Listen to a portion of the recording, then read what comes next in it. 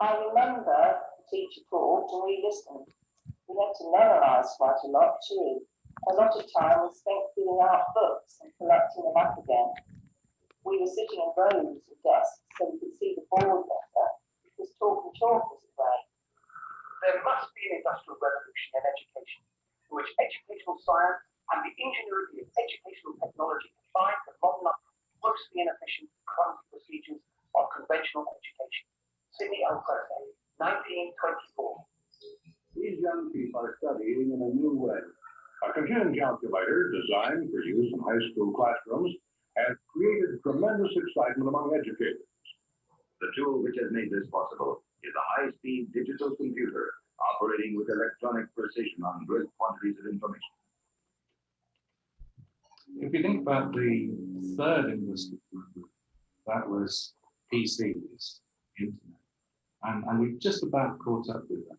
The fourth industrial revolution is what becomes possible from technologies. Industry 4.0 is the next big shift in the way that manufacturing operates. Digital know-how is going to be hugely important, and then people will need to be flexible because the world will change. Future work, future societies, we're still moulding them as we go, and technology is one of the main pillars in what is shaping the time. The pace of change is remarkable.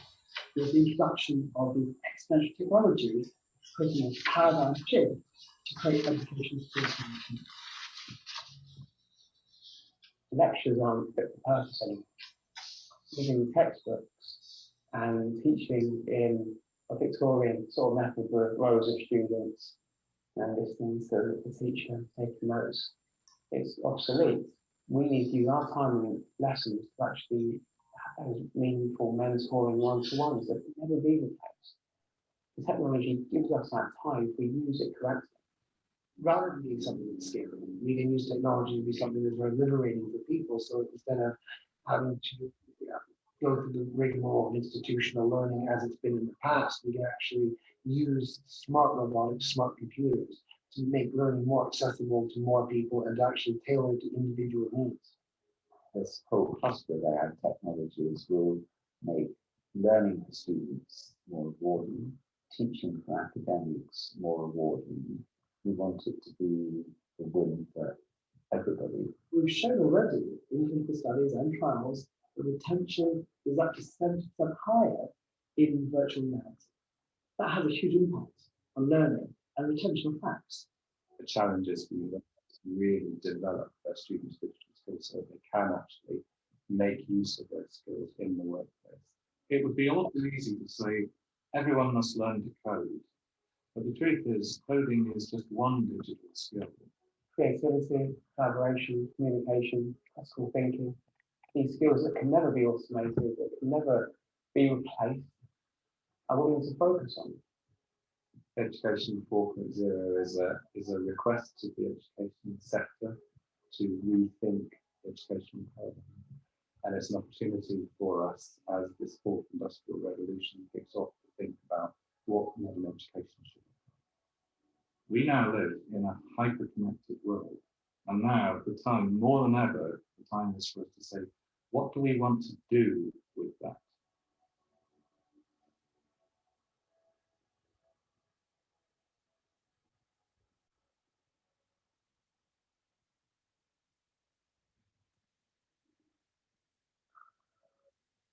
Okay, so welcome to the International Forum of Education, Future of Education in Sri Lanka.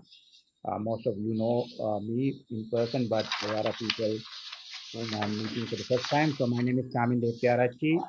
I'm a kind of academic as well as education manager or management professional in education, based in mainly in higher education, based in Colombo, Sri Lanka. Today I'm the moderator for the session, and I'm hosting this along with a few other colleagues.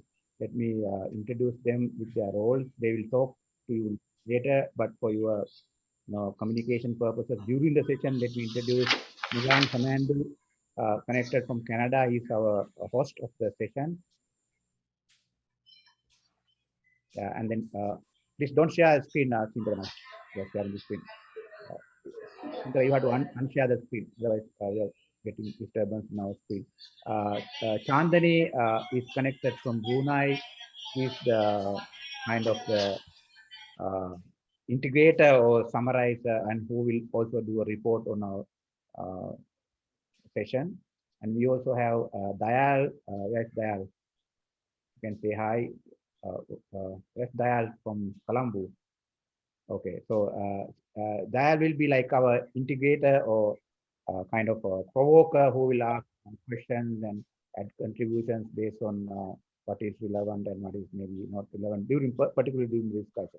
And also Chandani and Dayal will be doing the Q&A, not Q&A session using chat functions. So if you have any questions, if you want to say something, you create discussion, they will be kind of moderating that. All right, but they will talk to you later and introduce themselves. Now, first of all, let me introduce, discuss about the objectives of goals of this program, because I found a lot of people are not familiar with this forum or this format, where people like to have or they expect standard or traditional seminars or conference, but we are doing slightly different way. So I want to just highlight what we are trying to do.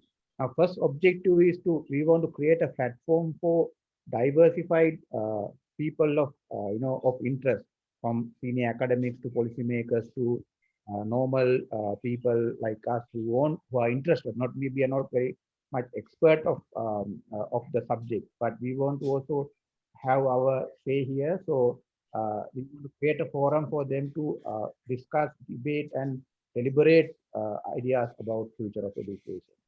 And also, in addition to that, we want to make this as like online market place where people can come and do window shopping or buy ideas, sell ideas, and create other interested things like in any market online marketplace.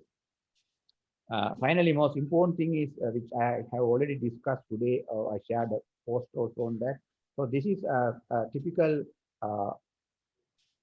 a platform of wisdom of the crowd. So of course we have a lot of experts, very highly achieved people academically, but we want to drive the idea of shared ideas by many are more important or more relevant than few experts taking decisions together. So that's the underlying kind of drive we are trying to do. We want everybody to participate. We want more people. Of course, this is logistically difficult.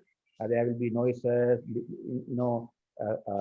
connecting issues, a lot of other disturbance. But we want to have many people join, not necessarily only like let's say very important people. Of course, we are important people, but the idea is this is a collaborative brainstorming session or peer-to-peer brainstorming session.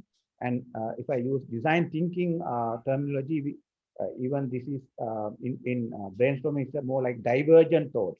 So we want divergent ideas coming without any hesitation or reluctance of sharing. Now we have already mentioned, but I will highlight again. Our preferred language is English, because then it can reach to many people, because we will be recording this and sharing in other forums on YouTube and other online forums. But you are free to speak in Tamil or Sinhala, in German, or any other language of your choice. You don't have to worry about it, but you should know its limitation, that you cannot be able to create a larger discussion. But if you want to do that, that is also fine. All right. So these are the main objectives. Any questions you can type, and I can answer later. Now, our when we were trying to discuss about the topic, a lot of people said we should think about education reform. But our approach is again the content or the focus is slightly different. We want to look at future of education. So there can be, of course, in Sri Lanka, there are a lot of discussions about education reforms, how it should go ahead. And there has been many attempts to reform. So, but we want to keep all these options open, all these as valid subject matter, but we want to give a new dimension about where we want to be and how we want to go there in a futuristic approach. But it doesn't mean that the historical experience or current attempts and practical problems we are facing are not relevant, but they are important. But I want to highlight, at least in my perspective, how we should kind of plan or envision education for the future purposes. I want to, when I was kind of working on this, I came up with this very nicely done educational, how can I say, country policy or vision of Sri Lanka. I'm sure whether you have done this, like read this, but it's called, it's like the government policy of it's Gotabaya Rajapaksa's government of policy, which is kind of being implemented. I don't know how successful it is, but that is a formal document which you can download from National Education Commission website. Now, as you can see, this is the typical, you can raise your hand if you have seen this or participated, where this is very highly, there's a big group behind that, a lot of known people. It is, you have hand raise function, right? Please use it if you want to say that if you have contributed or if you have seen that or referred this. It is actually a 229 page document with lot of details, lot of ideas. But this is again, it's a typical Sri Lankan way of taking national policies, policies by having closed door consultancy approach by high like relevant people or high profile people. Now there's also summary of that. I think this is what they presented to president. This is about 26 page. I am saying this is a good effort, very good, important ideas, but it has the limitation what I mentioned to you. You don't have to go into details, but if you look at how they have recommended, you can see general education, technical and vocational education, higher education, and nursing education. So they have added something like, I would say it's a political maybe purpose, nursing education as a separate segment.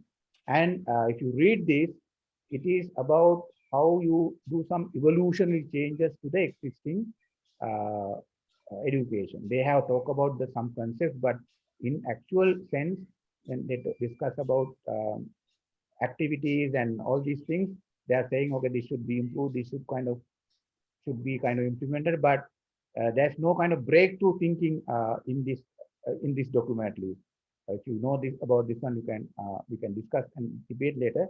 So I'm saying now again, it is a good one. It is the available commercial valid one, but it has a limitation of the people thinking about current education and maybe some marginal improvements, but it's not really what we are considering as future of education. Okay, so this is anyway the formal document of Sri Lankan government as we see now. But now what I am looking at is when I say future of education, this is only my idea. So we have no purpose to convert you or disagree with other people. But I want others to openly discuss their ideas. But for me now, for example, when you talk about future education, you have to look at what is happening outside education domain. So for example, Industry 4 is changing everything. I am not going to talk about Industry 4 with you.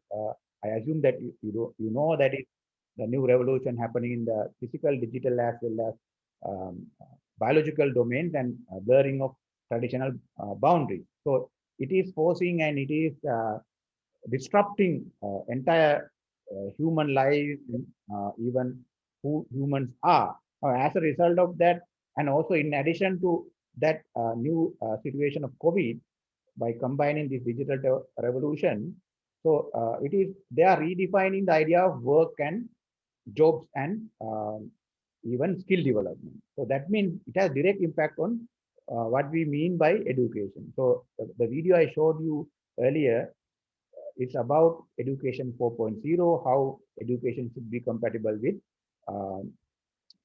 the Industry 4 revolution. Very quickly, I will not spend a lot of time about sharing my ideas, but just to have some kind of similar understanding about what we are talking, let me quickly share another maybe no, I'll share the other one first. Oh, I made a mistake there. Okay, let me just look at this one. Okay, so this now, for example, if you look at this article, you don't have to look at that in detail, but I just want to highlight you now. OECD countries are looking at education. For example, for the future, they have kind of they have predicted or they have forecasted in different ways. Now, in terms of skills required, they have categorized them as fundamental literacy, which normally we are talking here at the moment in Sri Lanka mainly literacy, numeracy, scientific literacy, ICT literacy, financial, cultural, and civic literacy. I think we are also looking mainly about that as required educational skills. But also then we have to look at competencies, critical thinking, problem solving, creativity, communication, and collaboration. I'm not very sure whether we have developed our system to be compatible with those competencies. And then we also have character qualities, curiosity, initiative, persistence, adaptability, leadership, social and cultural awareness. Those things, I don't know how we have accommodated to our education system. I'm talking about not only just education in school level, but also in all levels. So therefore, according to UNESCO, we need a democratization of science education. This is mainly about STEM education. And so this is one thing I want to highlight, but the other one is the one which is very relevant to us. Let me just talk about, I will have to open it. Yeah, open again. Okay, this one I think is also relevant to developing countries, including Sri Lanka.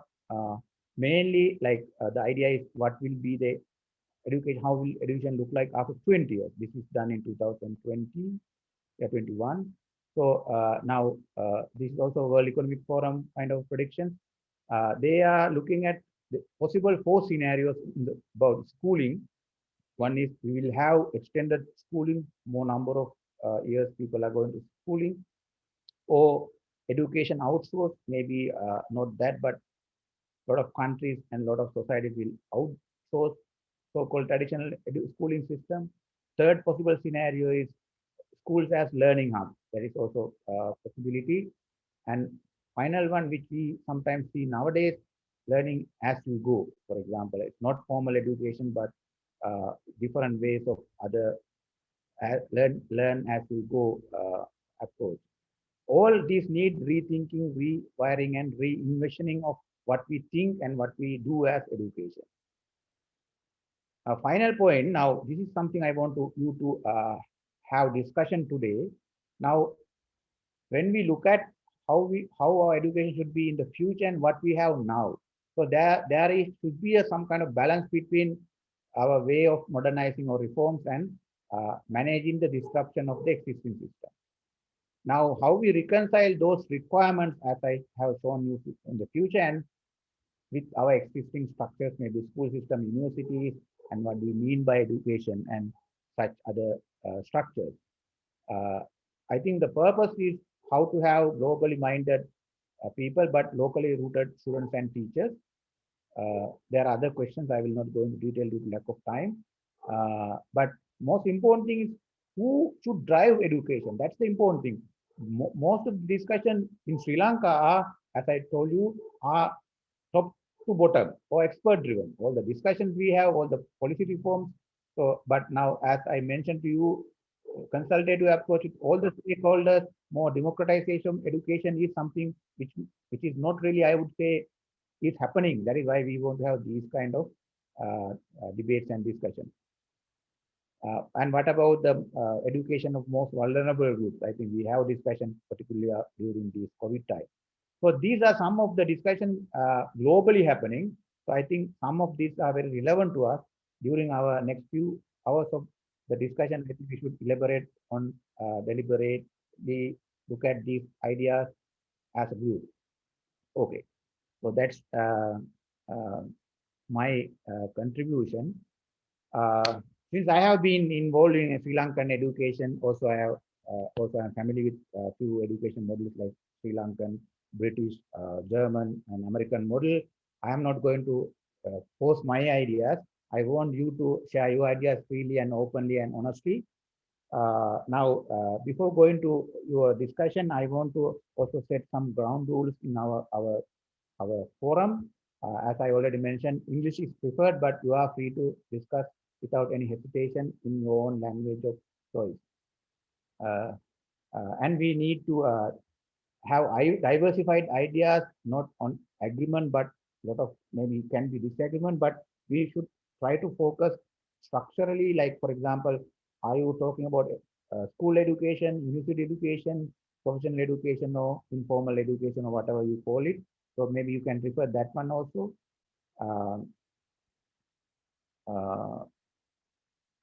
And then now, as I mentioned to you, even though the name is Future of Education, and I as a person, I'm more interested in starting from the future and try to develop strategies to go there. But maybe some of you think start from what we have now or what we have experienced in the past and develop from there. So that can be also approach. So you can talk about past experience. You have done your own projects and some tests in Sri Lankan education system at all levels. Now we have a very high level of internationalization here. So we also appreciate not only Sri Lankan examples, but examples from other countries, your own country or any system familiar to you. Please, you can share them with us today. Now, due to the large number, we are expecting more people to join. So everybody will have in the first round 5 minutes to share your ideas, introduce yourself, maybe your name, where you're connected from, and your connection to the education, like academic or researcher or whatever you like to call yourself. And then in the next round, we will have the second level discussions about the issues and the knowledge gathered during the first round.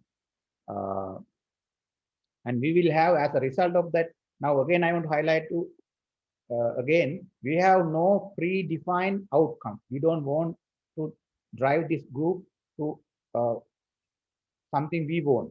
So we want that also to come as a result of this discussion. So what we are what we are going to do is have a report on this meeting and also facilitate this discussion to go for additional discussion on the same topic. But it doesn't mean that you have to go with our way of work. Some people are very much in a hurry to have implementing projects. So you are free to have your own groups and go with them. The final point, 2 points. One is now we said already we will have first join, first speak principle, but we have few people who have requested to come at the beginning. So I have 2-3 guys to have that privilege, but other than that, we will go with as we join. Now, this one, the final thing I want to say, this may be familiar to you, but I want to, for the record, I want to repeat again. This is called Chatham House rule. That means academics know this, and we all are here to freely express our ideas. You can get ideas from this group and share it somewhere else, but Chatham House rule applies. That means you can't quote other people saying like Samin Hettiarati said something against President Rajapaksa. You can't do like that. It's not ethical. This is, of course, you know, if you are a high educational professional. So, but it applies as a principle. Okay, that's all I have to say. I would invite Milan to continue, and maybe if I forgot something, you can go ahead. Mute. Milan. Yeah, I unmuted. Yeah. Yes, thank you, Chaminda. Thank you, everyone. My name is Nilan Fernando from graduated from Sri Lanka, University of Calania. And yeah, Tilak, hi. And Roshan, I know a few of them, and others I like to know. And here, my part is actually the helping to this host, especially for the IT side, keeping the noise control and keep the mics in right place and the videos in right place. So I have control for that. And I invite you to, because since we have 41 people here, even if one each get 5 minutes, so it's going to be a couple hours, you understand. So the 5 minutes speak time from the first round we'll keep it strictly. So you know that all the smartphones have the timers now, so you can keep your own timer if you want for 5 minutes setup, or otherwise I'll set up from here. And before the 1 minute or the 30-second, definitely I will pop up and say please wrap it up, or please go to the next session. So I would like not to say that because it's ugly saying too much. So I hope that these educational intellectuals can control themselves, self-control. Okay. And other than that, who's Chandni, you can admit people now, because already 45, I'm not getting list now. So because, yeah. So others who participating now, we might have a chance to give us time to speak, or they can ask questions and answers at the QA time. We are ready to stay for a while, you know, if according to the enthusiasm. So other than that, keep mics control, as Chaminda said, and keep the video on, then we know people. And when you talk on the mic, or I can do that if you miss it. And if there is a noise coming from somewhere, if more than one mic's off, or more than few, then I might have to find that where the vibration coming and off it. So don't surprise, but I will on it according to the requirement. So yeah, that's it I have to say. Chaminda, at the same time, I'm going to speak my my ideas, or the later. Yeah, no, you go ahead and then. Yeah, okay, I'll go with mine. As Chaminda said, this is not formal, and I would like to give my idea about education. Like I expect you to do that too, because the new things come from our out of the box always, I believe, and I think a lot of people believe that nowadays. So my idea of education, what education mean to me, I'm trying to keep my, as I said, the timer on and start 5 minutes, and let's go, we'll see. What education mean to me? It is the greater part of life. How we achieve greatness, create enthusiasm to understand the life. Number one. Why I'm saying these things? Before we make the policies for education, we should understand what is the life, what is the universe, and this idea. Because if the platform is wrong, actually our target direction is wrong. I believe that. So that's why we had to set up this framework first, right, about the life, because the major thing is life here. Life is our school, honestly. So experience challenges and demands in our reality. So embrace the happiness and sorrow, build the endurance and empathy, use the curiosity to gather new knowledge and create new. Connect with technology and contribute to the future enhancements towards the betterment of the whole world, not just for yourself or myself. Understand the connectivity of all beings, not only human beings, all beings, and learn to communicate with wisdom, most importantly, and understand the inner values. So those are the basic features I'm talking about to build the education policies on top of it. Program your behavior will change your biology. That is called epigenetic. If somebody is biologist here, they know. Don't be victimized your genes. Pay attention to the consciousness. So the epigenetics is, you know, that the nowadays people are talking about. It's people talk about long time, but recently now they're teaching in the universities too for the medical students, I think. And your thoughts and your behavior can change your biology. So tune up the protein receptors in 50 trillion cells to receive the broadcast of the nature and process and use them to make world better place where we have happiness and peace. So that's my first page. Right. And education for the life in our virtual reality of current civilization. Why I'm saying that? Because the civilizations, you see that if you think about the Atlantis or the pyramid, Egypt, so they have different virtual realities. They thought this is right, this framework is right, but ours is different. So civilization has different virtual realities. These virtual realities, we don't know they are right or wrong too, but we have to understand that major levels in there, that is for survival, maturity, and soul enlightenment for happy and healthy departure. So we should all know that we depart here. We are in a timeline here. We don't stay here forever. Education methods and system I like to have. First of all, every possible child must have free education into high school level in Sri Lanka, at least O level. Parents, guardians must be responsible to comply with by law to provide them education by law. Otherwise, the parents or guardians should be punished, because that is happening in Canada. Actually, we should send our children to school, otherwise we are responsible. So, but India and other countries, I know that it's not much. Even Sri Lanka, it's in the policy, but it's not by law. So that's parents' choice. So the research-based education is more effective, as you know. So more effective, more fun. So the case study to teach physics, chemistry, and science, and etc. Recognize the passion to eliminate the future frustrations. Why a lot of people are frustrated today in their jobs? Because they are not in the passion. They select that line because of some other requirement, money, or just wrong directions, honestly. Show the student goal and help them to find ways to reach there.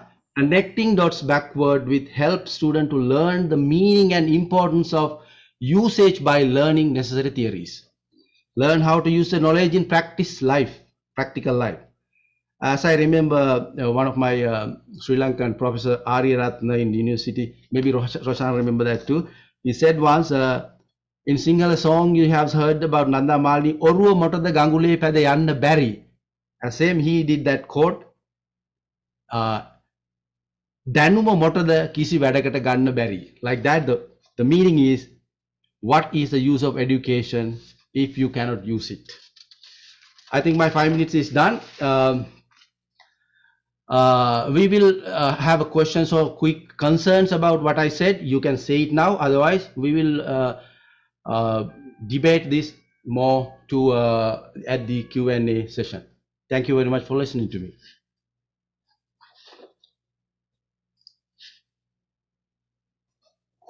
Next is Chandani, I think. Chandani, you want to go ahead?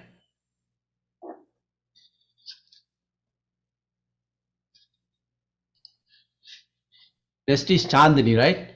Or anybody wants to say anything what I said? Just wait, I have to share mine. Yeah, you can go with chat function and continue with the discussions. And yeah, and also, yeah, I have a presentation what I talk about. I will share in the chat. So if anybody wants to see that, yeah, okay, thanks. And then you can go ahead. I just want to share my, I have a small presentation. Then I have to go to share screen, right? Yes.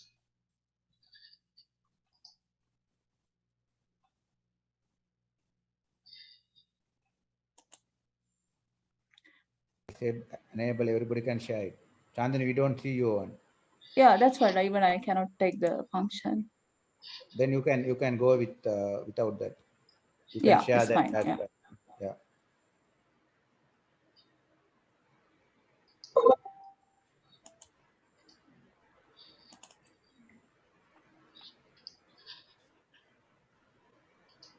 We can't wait.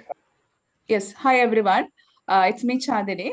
Today, I'm going to talk about its educators' role in 4.0 you can introduce actually what you do and where you're connected from. Maybe if they forgot it. Hi, it's me, Chandani. I'm working as a lecturer in Brunei, Cosmopolitan College.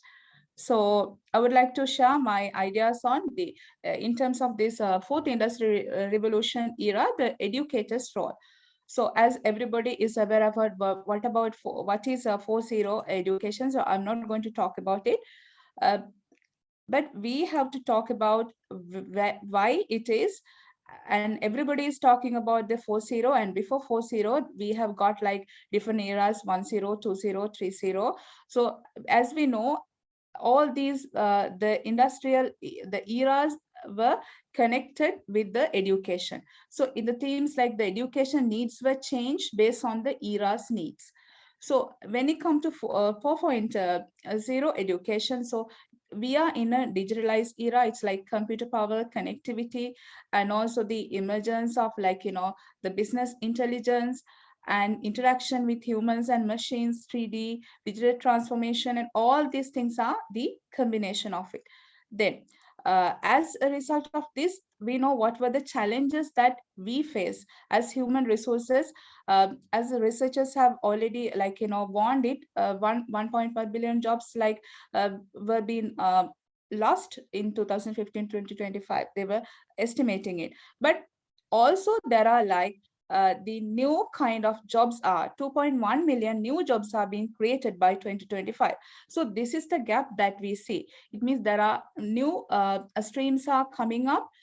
Then we have to have like a more skillful graduates, more skillful products of the education in order to fill the new emerging job opportunities. So in that case, as educated, we have a higher role to play. It means we have to think about how are we going to utilize our closeness with the students.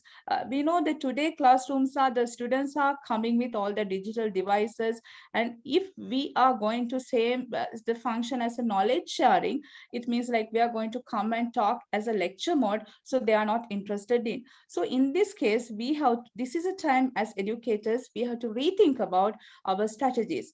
So we have to think about what is the way we are going to mold our students in order to match with the industrial demands that are going to be in future. So in this case, I'm recommending like, what are the kind of activities that we can do in classrooms to make it more motivated.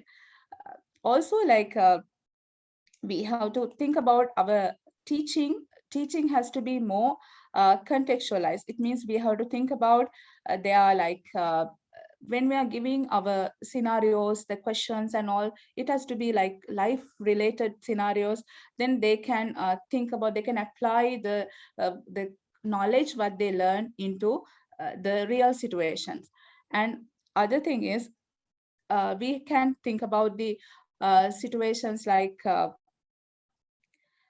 when you talk about the society-based learning, it means they have to interact with the society. They have to do various like activities of the community projects and all, and get to know the people, connect with the people, better networking opportunities. All these things have to be integrated with the education, what we are into. Then only we can build our graduates in order to meet the changing skills. For example, today workforce demanded with the communication technology, complex problem solving, creativity, people management, emotional intelligence, then service orientation, negotiation, all these other skills. How are we going to give those skills to our students? We have to really rethink, and we have to make our delivery accordingly. It means we have to be away from knowledge center basis to the student centered. And also we have to talk about the collaborative learning. It means like sharing with different cultural experiences, and also make them interact with different cultural, for example, like these student exchange programs with other countries, and all these other ways of like, building the students in order to meet the industrial requirements that are demanded by 4.0 era. So that's what we are going to do. And also we can mention about the technology-based learning, or like blended learning or hybrid learning. We've been educators, also education institutions. We have to come up with the means of like making an ecosystem among all the partners, like institutions, also like the management, and also the other industrial partners. They all have to work collaboratively in order to meet the requirements. It means we have to produce industry demanded graduates, whatever the discipline we are into. in that case, we've been educators, we have a role. But that is something I learned from my CEO. It's like we have to unlearn and learn. It means we may know things, but that is not the way that we have to think at the situation. It means we should be not hesitated to unlearn and relearn things, or unlearn and learn it in a new framework. Then only it will be benefited. Then we can be adaptive, and we can be better a contributor to the society as educators. So that's what I want to highlight it. Chandan, you can share your file in the chat function. I already shared that in the screen. Okay. Oh, you already shared it? Okay. Yeah, right. I shared in the screen when you are speaking, so that all right. see. Okay, sure. But you can share that file. Nilan, is Dayal next? Ne? Yeah, next is Dayal. Yeah.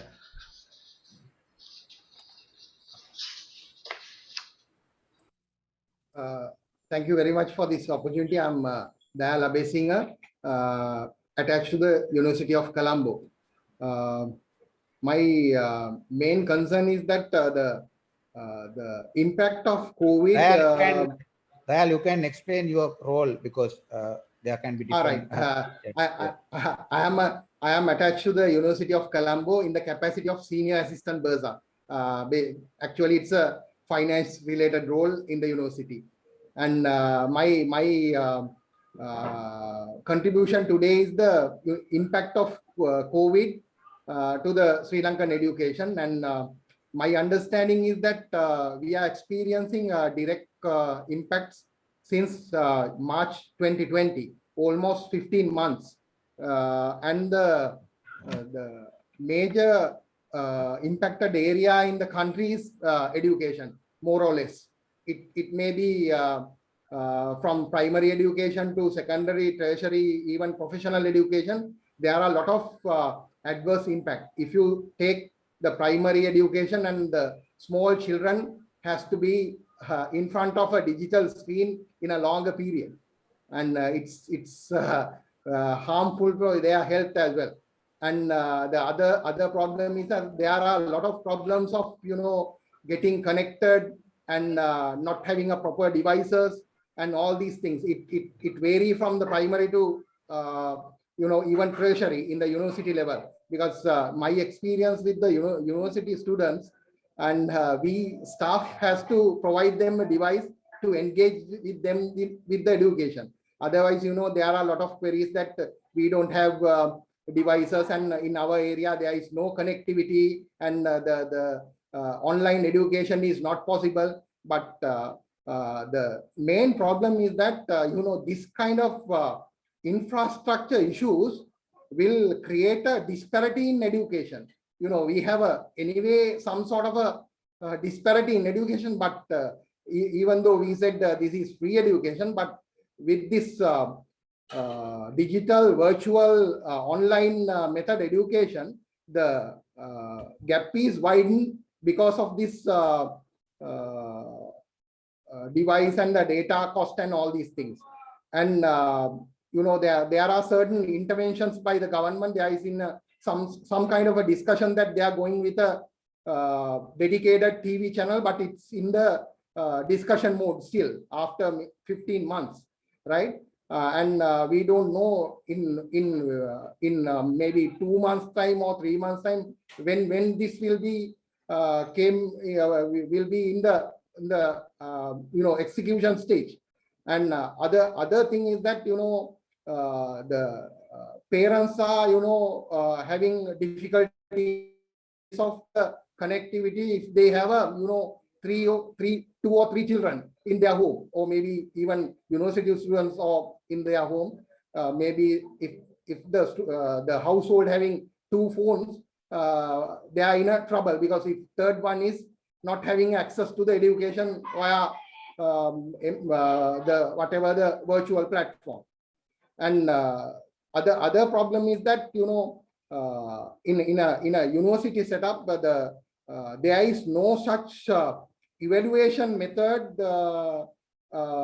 in online evaluation method in most of the universities in Sri Lanka. There are handful of places they are carrying out some kind of evaluation method via online. But my experience is that in our faculty we carry out the academic work without evaluation.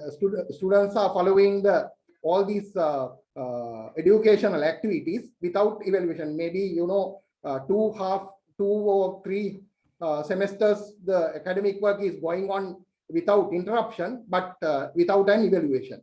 And that is the current setup of the current adverse effects of the pandemic to the education. And other problem is that the students who have qualified for the university entrance, they don't know when will the enrollment will happen. There may be another 5 to 6 months will take to enroll them to universities. In the meantime, there is no such activity or engagement activity for the students. Those are my current experiences. The adverse impacts of COVID to the Sri Lankan education system. Thank you very much. Okay, Nilan, shall we give Mr. Daniel the opportunity? Just a minute. No, wait. We have a arrangement now. I have a few guys who have sent me some information or documents, and I have to share that now because they have prepared. Then we have some people who requested in advance, Dr. Kingsley Bernard, Professor Siri Hettige, and Chandani. What is the name of your CEO? Mr. Daniel. Daniel. Daniel. So they will talk late after my presentation on other people's ideas, and then we can go with that order, and then we'll start with first in, first out mode. Okay. First, I think what I'm going to share is a video made by Dr. Tarindu from UK, and it's actually about what Dayal just mentioned about the COVID situation in Sri Lanka and how education is affected by that. She has done a research. I think it's a brand new research. So let me share that with you. It's a 5 minutes video. So, okay. Hello, I'm Tarindu Venugopalan. I work as a learning technology researcher at University College of Estate Management, where I also chair the Online Learning Research Center. I'm sorry I'm unable to join you live today. However, I wanted to share a piece of research work that I have done with Professor Shirley Williams at University of Reading with you on the emergency remote education in Sri Lanka. This research is part of our umbrella project, e-learning in challenging times.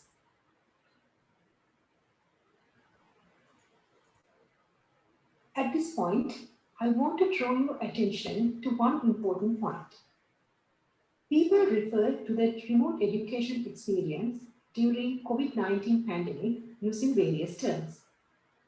However, we need to consider that this education experience is different to what is called distance education.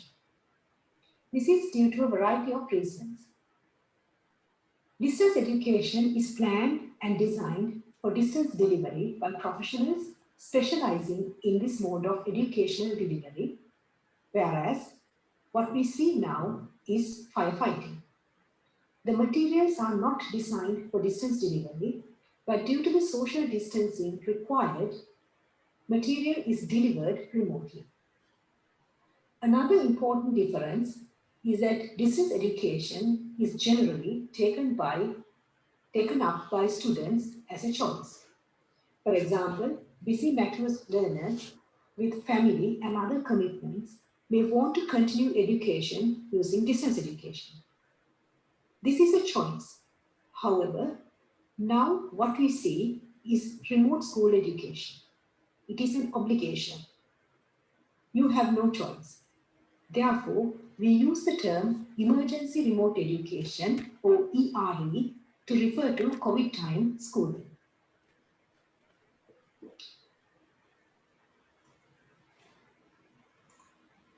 We looked at remote schooling experience from parents and teachers' perspective. For our online parent survey, we received 153 usable responses. However, given the lack of internet penetration within the country, using online methods for data collection is unlikely to reach people who do not have ready access to the internet. Therefore, we interviewed a purposive sample of 6 school teachers to get their experience. What our research showed was that where there was enough devices, connectivity and training, emergency remote education using online learning has worked well for most of the students. On the other hand, when there was not sufficient devices, connectivity and or training, the emergency remote education experience has been very painful for everyone. We also saw that most vulnerable pupils, some who are looked after by extended family, who are in families with substance abuse and or in poverty, have been completely disconnected from education during this time. I would like to provide you the link to our full paper, Emergency Remote Education, Experience from Sri Lanka during COVID-19, published with the Asian Journal of Distance Education. I would like to leave you with these quotes from a UNESCO report.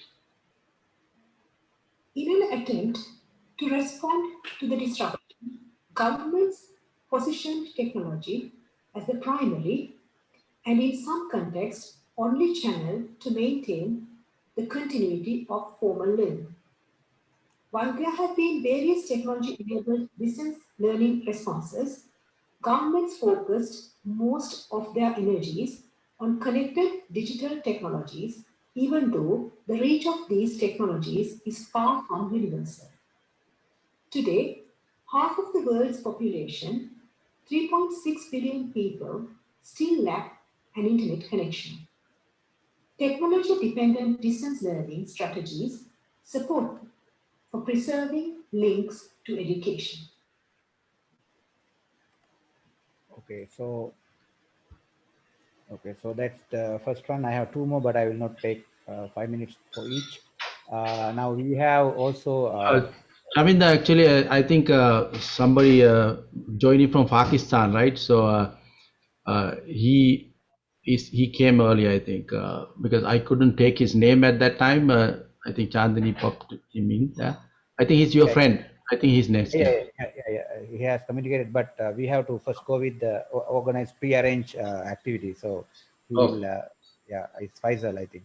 Okay, so let me also share with you 2 more contributions pre-sent. One is, where is this? From Professor Patirana, Future of Education. Let me, Professor Patirana, he was the former Dean of University of Peradeniya's Engineering Faculty. He has talked about, I will share that one also, about quality assurance. For example, how different quality parameters should be introduced in a futuristic way.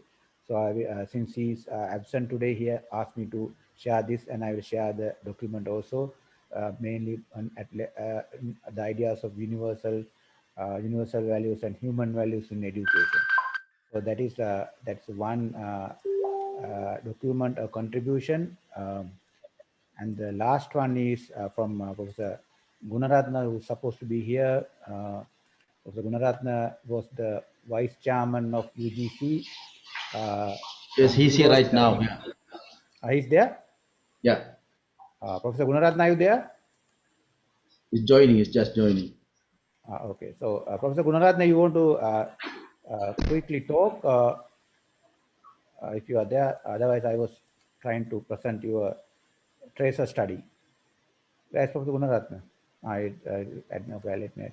Okay, so since he's Professor Gunaratna, did you join? So let me again still since he get ready, I want to share this document, which is very important because this is, I think, the last one done by UGC in understanding about, now we talk about employability, but this is the last like a very extensively done research on who are actually engaged, employed and who are not employed. There are a lot of discussions or a lot of details about faculty-wise, field-wise, university-wise, employability, what are the challenges, what are the, issues of why some people are not employed. So if anybody is going to talk about, the Sri Lankan university system's outcome, particularly about employability, this is a strongly recommended official data by UGC. Professor Gunaratna was the head of that. Professor Gunaratna, if you are there, please, you can talk about whatever you like. And then Kingsley Bernard, Professor Hiri Hettige, and Chandani CEO from gentleman from Chaminda, yeah. Professor Senaratna, president of GISM, is also here. I don't know whether he has a time limitation. If he has a time limitation, I would request you to give him the opportunity. Now we actually gave only people who pre-informed, so we have to negotiate that in the flow. I will check with Nilan. But, okay. Yeah, Professor Gunaratna, are you there? Yeah, I'm here. I just joined. I had a problem, connectivity.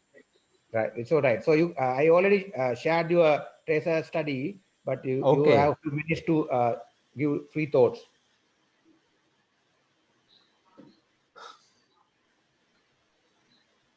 Now it's my time, no? Yeah, your time, yeah. What do you want to start me on, the education in general or higher education? Whatever you like. You have 2-3 minutes just to maybe share. Right, okay, simple as that. Okay, now as per the statistics in Sri Lanka, that maybe UNESCO and all that. Maybe you can introduce also yourself. There are a lot of people. Right. I'm a professor of finance at the University of Colombo, almost retiring in few months' time. I was, other than my academic portion, I served as the dean 4 terms at the University of Colombo in the Faculty of Management and Finance. Then I was appointed to the UGC as the vice chairman. I served 1 term there. So now I'm preparing for my retirement, do few lectures at the university. So that's how this is what because that Chaminda referred about the study that I have maybe taken up at the UGC because of that there was a national requirement about the graduate employment, about the university graduates employment. That is, we covered only the state universities there, but before that, as a preamble, I will say that in the Sri Lankan education systems, in certain achievements in terms of enrollment ratio, at least enrollment, I'm not going to talk about the other school education, that is maybe is more maybe not maybe that more or less close to the advanced country statistics about maybe there are a lot of problems in the school education. Still the enrollment ratio is very high, is about in the primary school is about 98% enrollment, even more than that. Maybe that when it comes to even the high school level is about 60% level of participation, enrollment ratio is very high. So maybe the expectation, maybe the aspiration about the education is very high about the parents and all that. But then the general feeling of the society sending their kid into the university is like something big achievement in Sri Lankan society yet in the university system. So that is they think this is like for the parents or the family, it's like that maybe that they're solving one problem at home, but if your son or daughter getting selected to the university, that type of value is given by. But once you come to the university, maybe a whole set of courses, and also we have in the A level is a very compartmentalized A level system. Most of the countries now has done away with the this A level compartmentalization. That maybe that we have stream still, that maybe in our time the stream was maintained even in the O level. O level stream has we have done away with that in some times ago. That A-level streams are divided into commerce stream, science stream, and science also divided into math stream and bioscience stream. And maybe if you take Russia, if you US, if you those countries don't maintain the stream system, people has a free choice, and after the maybe they think that what they want to do at the university. So that is not there. But if even if you take the private universities, and that Kingsley knows very well that their admission is not very compartmentalized. Even a person who do something else in the LL can do maybe computing in the private universities, but it's not in the state university. It's compartmentalized system. So that when you see the employment pattern, and also the one good thing that we saw with the in the A level, the student give full emphasis to the three subjects that they learn. So that is also a mistake that we done at one point of time. We reduced 4 subjects to 3 subjects. We are going deeper and deeper. We are not broad-based in the students in the A level. So most of the countries in A level, if you take Japan for that, I'm maybe that you teach in the A level class, you teach mathematics, you teach maybe languages, you teach, maybe you select other subjects as well. In Sri Lanka, you teach only a selected 3 subjects. That is one mistake in Sri Lankan A-level system. With a very compartmentalized 3 subjects. Commerce student studying only 3 subjects, and ask student has a choice, but still ask 3 subjects. And in other countries, you together with the maybe mathematics, you study even history sometimes. Together with languages and mathematics is fundamentally teach most of the countries in A-level stream. So the A-level high school, they teach. In Sri Lanka, we don't do that. That's a mistake. What my point is not that there is a English subject in A-level. The A-level English subject performance are very poor because people don't pay any attention. Students coming from especially rural sector don't pay any attention because their dream is to go to a university. So that is those who perform well in the O-level even English, they don't pay attention. In the A-level English, that is a part of our study. We did a survey, what is their background, so those students. So then the second thing what we saw, that there are high-end degrees where the engineering, medicine, computer science, maybe full employment is there. Even low full employment, maybe low, maybe I don't say that full employment, but some employment they find. In others, that we can see a disparity among the programs, like and disparity is among the institutions. Say that Colombo-based universities, maybe even the other streams also fairly good in employment rate, but it's a peripheral universities, that is we have set up a lot of peripheral universities. Maybe we had in mind in regional development and other things, but in terms of graduate qualities, I think what the employers are looking for is not there. So that is maybe this disparity. I think you can show those graphs. Maybe the overall employment across that some Colombo-based universities are doing well, basically, but Peradeniya also doing well. Not go down. There are maybe the graph, maybe further down. This is what is the participation wise, that in our survey is open, that maybe we have we collected the information from the universities, and we send these mails to all the students, that maybe even it's not only the email, as well as maybe postal mail we used. The response rate was very high in Uvavellassa, Kalaniya, Colombo, Runa, and Wayamba University of Sri Lanka was the response rate was lower. So that is the response to our call. So that is then the overall employment here is there, that you can see the this is what academic stream and medium of instruction in state universities. You can see sciences all English medium, engineering all English medium, computer science English medium, architecture, allied health, agriculture, management, little bit of local languages are also still teach in some universities, Tamil medium and English medium slightly there. Law is by and large, maybe local languages are also being used. Education also basically, arts faculties, English medium teaches is very minimal, and performing arts also very minimal, you can see that.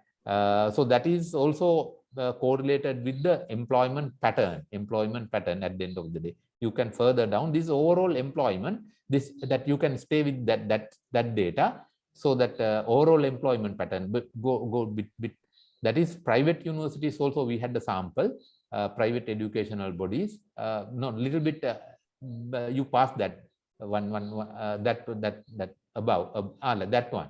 So this is the overall employment. When one see that in Sri Lankan employment market is male bias. Male graduate find this is within 2 years. Within 2 years period, 80% of our graduates are state university graduates are employed, and male, but the female only 58%. So the 39% are not find the employment in female.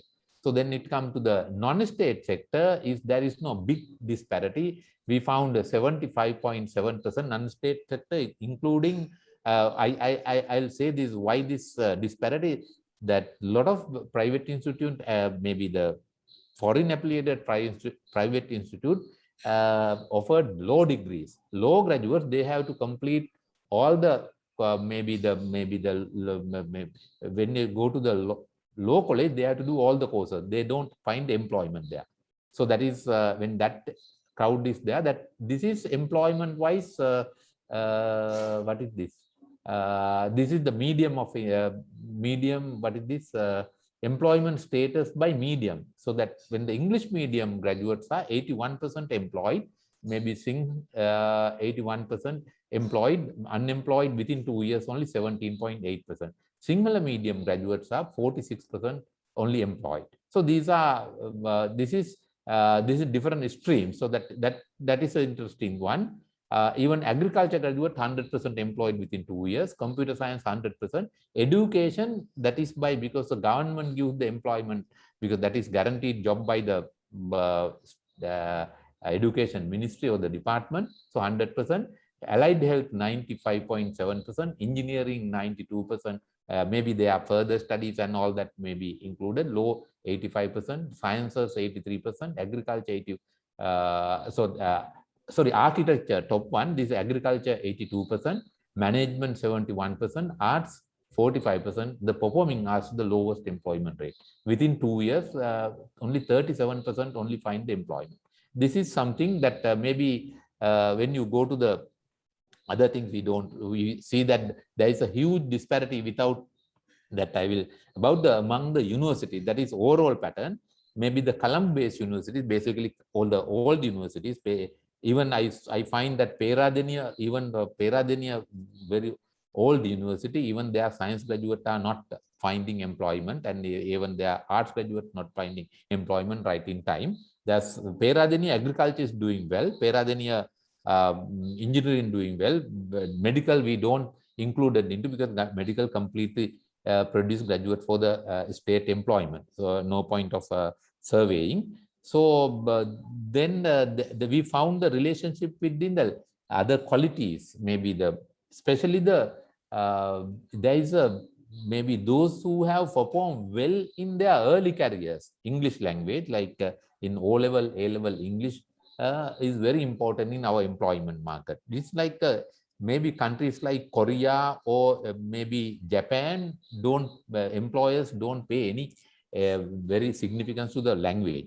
But here in our employment market, we have our private sector pay big importance to the level of English, so that your early career English also reflected the employment pattern. So that there are a lot of other findings. What this thing is that despite that university admission is very precious in Sri Lanka, once you go to the university, that you don't get the result that what you expected. Most of the students, maybe especially the large numbers are admitting into the art faculties, may they have to wait long time too. Especially female are not, female take longer time. Maybe the employment market maybe is more when it comes to recruitment, they recruit maybe the male graduate faster than female graduate. But in the current admission pattern, you can see in medicine, in law, in arts, maybe about almost 70% is female. So admission, because they're cramming and coming to the maybe computer science, engineering is not that high. Even agriculture is a lot of maybe numbers entering into the universities. Females are very high. Male are not that high. Management faculty is about 55% is female students are coming. That is majority is female. But art is about 70%. Maybe even the agriculture is about 60% like that. Even medicine, biosciences, maybe female dominant. Maybe physical sciences. We have to conclude now. We have right. Okay. That these are this thing. Finally we had a survey with the employers. Employer survey also interesting. What they look for. Sometimes what they say is in this report is available in the UGC website. Anybody is interested in can read it. So there are employers, what they expect, all the maybe corporate sector. Separately, we had 2 meetings with the corporate sector, maybe personal managers, directors, and all that. We brought them to the UGC boardroom, and we had discussion, and we had their ideas also, that their ideas are reflected. Sometimes our graduates are compared to the foreign graduates. Sometimes our graduates maybe employable quality. Their general opinion means we don't produce able graduates, though they are knowledgeable, but they are not able. Their skills are behind compared to the foreign graduate and all that. So that with that I will conclude. Okay, thank you very much. So we'll have time later discuss. I think people are interested in data. Yes, maybe Kingsley Bernard next, and Professor Sri Hettige, and the German CEO. Yeah. Thank you very much, Professor Gururatna, for that enlightening presentation. Let me look at things in a little macro sense. Now you all looked at things, I think most of the speakers looked at things in a micro aspect. Let me think in terms of overall fit of education into the society, what's happening right now today. I see there are about 4 phenomena which are taking place very rapidly. And also in that respect, we have to come to terms with those. So if the education is geared towards coming to terms with these rapid changes which are taking place in the society, then our objectives are achieved to a certain extent. Now I will see there are about 4 things right now. One is globalization, it is happening, and we have experienced that. Then technology development, it's taking place very, very rapidly, especially energized through internet and supercomputers. Then third one is, as a result of this technology development and globalization, deregulation has set in. So you can't turn it back now. Then the fourth one is very, very sudden developments, changes which are taking in the natural environment, like COVID or earth slips. There are so many things. So these are the 4 variables in which we have to deal with. Therefore, our education should be directed towards coming to terms with these realities. I would say these are physical realities. And if your education is not geared towards that, we have not been successful. So that is the basic premise on which I make this my thoughts clear to you. Right. Now, Professor Gururatna mentioned very, very clearly about the mismatch between our graduates, mainly our graduates he was focusing on, to the industry needs. Now, this has been there for a long time in our country. We have been talking about this all the time, which has not been really rectified. Now, it is a question of actually, I feel that our mentality is Mr. making Bernard, servants. sorry, did you introduce your background? Not that I will do that at the end of the thing. Okay. Okay. Right. For the and everybody I think, now, we are not targeting only the people who are here, because this will be in public, so people should know who we are. So of course, I know. I forgot to do that. Anyway, if you want, I can do that now. No. But let me finish this and sure, then sure. do it. Right. Sorry about it. All right. Now, what did I say? Right. I think the mentality that we are going to impart to our students is that we are making servants. It's a servant mentality. We are producing people for government jobs, government servants, right? So we are trying to do that rather than giving them the mentality of some kind of entrepreneurship and free thinkers. What we are trying to do is we really disturb their free thinking right from the Montessori in this country. And see the number of books that we are trying to give knowledge all the time, but we have never looked at whether this knowledge is relevant to them and whether this knowledge will disturb their free thinking. Now compare that our education with developed countries. Some developed countries like Sweden, Switzerland, for that matter, then Austria and few countries, and also Australia. So they give the environment, they provide the environment to the students to think something new. And also in our country, we have not given any opportunity. We don't facilitate research in this country. Research is only limited to some kind of desk research and writing some journal articles. And also that is again, sometimes most of these journal articles are coming from the students, and sometimes the professors and others take the credit out for that, right? That is the reality, because we have to face the reality. So therefore, one thing is we are not teaching the students how to come to terms scientifically with the rapid changes which are taking place. Now, if you take COVID-19, somebody mentioned, I can't remember the name, maybe Milan or who spoke from the University of Colombo. It has now more than 1.5 years, almost 1.5 years has passed since we faced COVID. At least have we done anything constructive or anything long-term to rectify the issues which we have faced as a result of COVID-19? When you look at, see news every day, we see our remote schools and also the students who are in remote villages are going up the mountains to receive our the online classes. So can't we do something? Aren't those priorities in this country? And also dedicating one TV channel, somebody mentioned, it's still at the talking stage. Now, these are not very rocket science. These are simple things.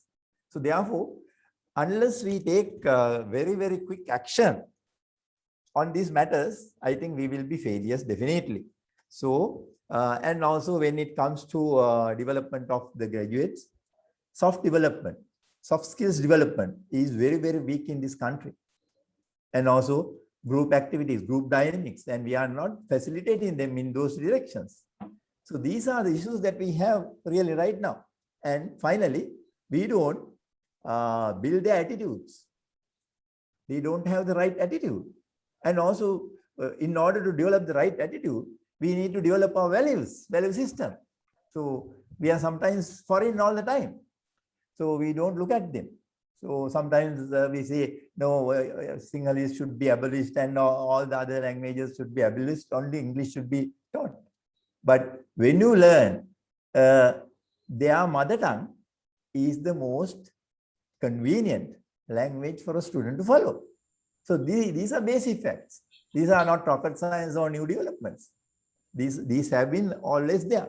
So few things I have mentioned. I don't know other, Chaminda, I may have now taken almost 5 minutes. One is creativity.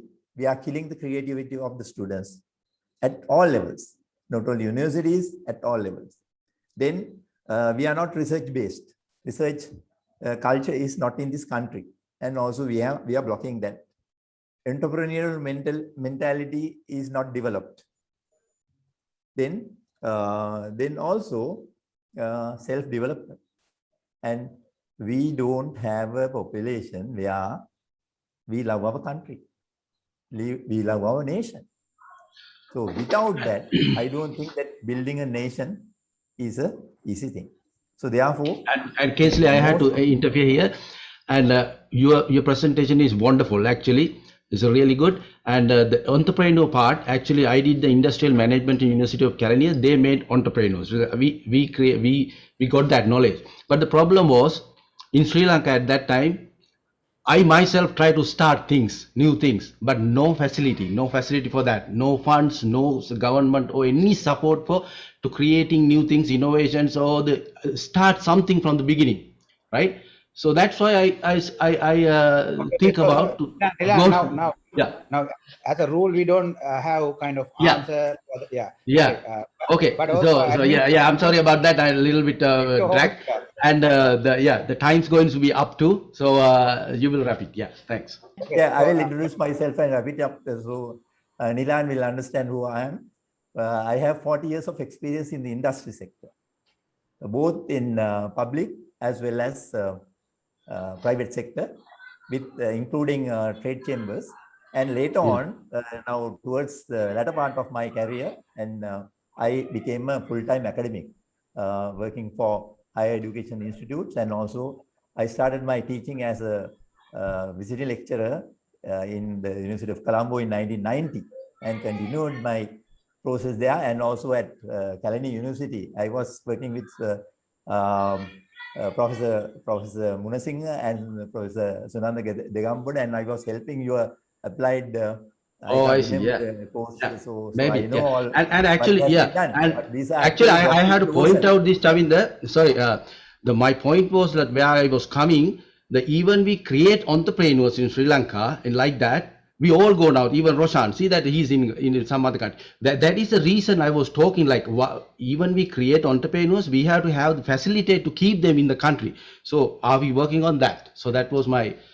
The point I wanted to bring. I think you are confirming what I have been mentioning. No discussion. Sorry, but I had to strictly follow because we have a lot of people there.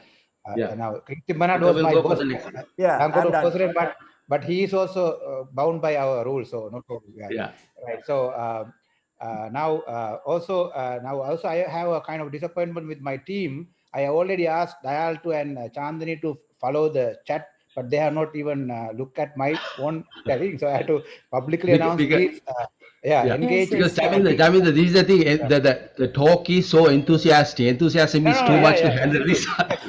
Exactly. So you have actually, I'm noting the Chaminda, I'm noting the questions, but I thought of asking the questions like after a few other speakers go on. But I send you messages. You have not seen that, so I asked you. Okay. So as the team, So we'll go for the next then. Chaminda, we'll go for the next one. Thank you very much for the opportunity given. Thank you very much for the opportunity given. Thanks. Thank you. So who is next? Our Sri Gamgai, right? Sorry, Sri Hettige. Yeah. 5 minutes, huh? Right. Okay. Okay, thank you. Thank you, Chaminda. I'm Sri Hettige. My present affiliation is to the University of Colombo as an emeritus professor of sociology. I don't want to say anything more. I'm a sociologist. Naturally, I look at this whole issue from a sociological angle. Let me say something to begin with, because here the focus is on future of education. The point is, we are living at a time of great uncertainty, not only because of the COVID, but also, so many things that are happening, across the world. Like, for instance, climate change is creating havoc in many countries. So the point is, we are faced with a great uncertainty. We really do not know what is in store for us. So I don't want to say anything more. I think that scenario, that is this great uncertainty, is we don't really know what's happening, what's going to happen. So that is the background against which we can talk about future of education. But let me take a few steps back. I want to actually focus attention on something that the previous speaker touched on, and that is the role of education in society. In other words, it's not the role of education in the economy, it is the role of education in society. And that has been the main focus of many educational thinkers. Like for instance, I always cite John Dewey, who published this important treatise in 1916 on democracy and education, because he basically said, look, you cannot talk about democracy without education, or vice versa. So anyway, that's the kind of things that I'm focusing on. Let me say that we have been really going through this process over the last 70 years or whatever you want to call it, and of course we made the transition from let's say pre-independence British period to independence, and there was a disjuncture in the education system. We all know Kannangara reforms attempted to break away, but the point is, I mean, creating equal opportunities for everybody to have access to education, and not to reproduce inequality, but to break this whole inequality problem. For instance, to really facilitate upward social mobility, so that you will have people from the lower stratum of society moving up the ladder and taking up positions and so on and so forth. This is basically what in sociology we call circulation of elites. So I mean, that is exactly what Kannangara attempted. But then and then what we have seen in Sri Lanka is a major trend towards greater educational inequality. For instance, like I don't have to tell you, we have on the one hand about 100 international schools in and around Colombo, and then we have these private schools, and then we have the privileged urban schools, and then you go down the ladder and in the remote areas. So now this great unequal system of education is reproducing inequality, and that is exactly what Gunaratna, Professor Gunaratna was trying to illustrate, with all kinds of data. So so actually I'm really so surprised that we are expecting something else, because that is exactly what you would expect, from this kind of education. So unequal education system would create unequal opportunities and create, inequality, and then it reproduces inequality. But anyway, I'm going to get at a different point. Now, when you look at the last 40 years or so in Sri Lanka, education has not been guided by substantive values that guided education reforms immediately, I mean, even before independence. Let's say, for instance, early 1940. Substantive values. I mean, let's say equality of opportunity is a substantive value. So anyway, there are so many other substantive values, but the point is that we have moved away from substantive values to what we call instrumental values, and that is exactly what this discussion has conveyed to the people who are listening, because we expect something from education. What is that something that we expect? We want to deliver employable graduates. We want to basically create graduates who would fit into the economy. But the point is that we are not only living in an economy, we are living in a culture, we are living in a society, and so on and so forth. So what I'm getting at is that that unless we recognize the wider purpose of education in society, I don't think that we are going to get away from this. So in other words, education serves a much wider purpose in society. I'm not saying that education should not prepare people for livelihoods and employment and so on and so forth, but that should not be the main focus. So I think if that, so the point that I'm trying to make is that we have a de facto segregated education system in Sri Lanka. What does a de facto segregated education system produce? It basically produces people with very different identities. And then you have basically a segregated, society in Sri Lanka, and we are basically a divided society. And how did education contribute to that division? And we reproduce these divisions, and we reproduce these divisions because we fail to establish a proper secular education system, and therefore this connection between religion, education, and state, has continued to grow. It has not really declined; it has continued to grow. So you have, I don't have much time, but the point that I'm trying to make is that you cannot have an education system being guided entirely by instrumental values, as it is the case today. For instance, we want employment, we want jobs, and that's why we send children to school.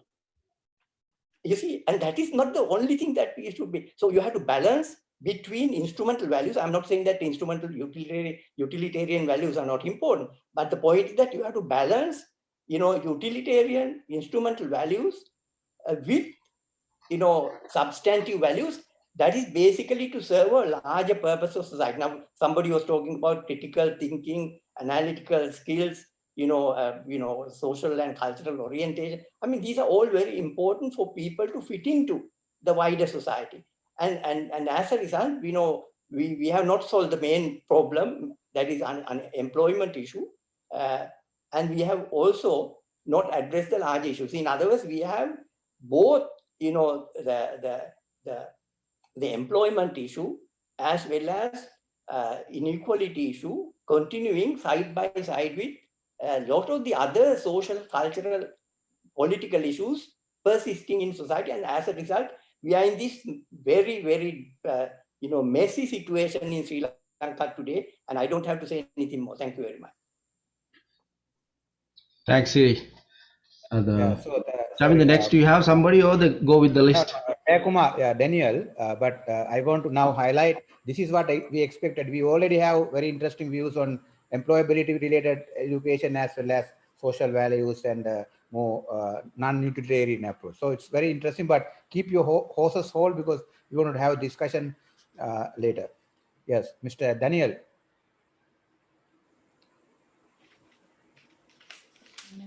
Good evening, ladies and gentlemen. I'll make it very quick since I know there are a number of speakers. I'm Daniel. I'm from Brunei. I'm based in Brunei. I'm the CEO for Cosmopolitan College and also a consulting firm in Brunei and Philippines. With all due respect, I think I agree with most of the speakers who pointed out very valid points. So I have just 4 points, which I will quickly run through, and then I'll leave it to the next session where we can discuss about it in case there are any things that we can talk about. So in my opinion, I believe that an education system or the future of education should start with inculcating good values into students so that they grow up to be better human beings. So I agree with the previous speaker who pointed out that very correctly. Values are very important in education. So that would be the first part that I would like to highlight. And the second one is in terms of solving this employability issue or increasing the employability, it would be good if educators can have close dialogues with the industry. Get the companies involved and have closer ties with industries to get to know the real requirements of the industry and cater to that demand. If not, we might always have a backlog of students or graduates who do not fit in to the expectations of the industry. It might be technical skills, it can be soft skills. Yes, companies are more looking for soft skills these days. So that is one of the areas that as educators, we would like to work on. And the next one is a previous speaker pointed out that we have to give students the freedom to choose what they want. I agree 100%. I can't deny that. We believe in a strength-based education. It's like asking an elephant to climb a tree. sometimes when you look at certain scenarios.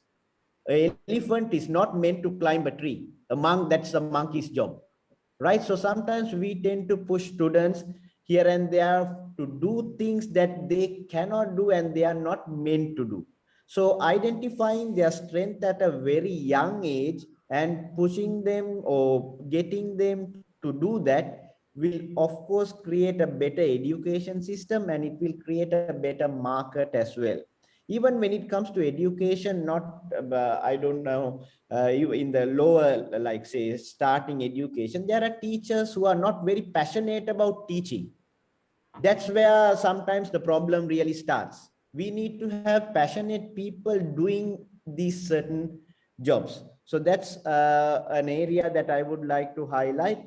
And also as educators, I always say this to my team as well. We should be willing to adapt the new things that are happening around us. So sometimes when we go with the mindset that we know it all, it never happens. So I always say we need to unlearn and learn and see the best way that we can impart knowledge into the new generation. Think is a bit different from our thinking. That's why the researchers have named them with different code names like Generation X, Y, Z, and Millennials, and etc. etc. So that's all I like to say. Thank you very much for this opportunity, and I cut it short here so that the other speakers have enough time as well. Thank you very much. Oh, thank you very much. With the approval of Nilan, so let me also invite Dr. Gunaratna and Professor Kodituaku if he's around, and maybe one international speaker to add flavor, and then we'll go to Nilan for the order. Right. If an international non-Sri Lankan to talk something, you can use the hand raise function. I think we have a few guys.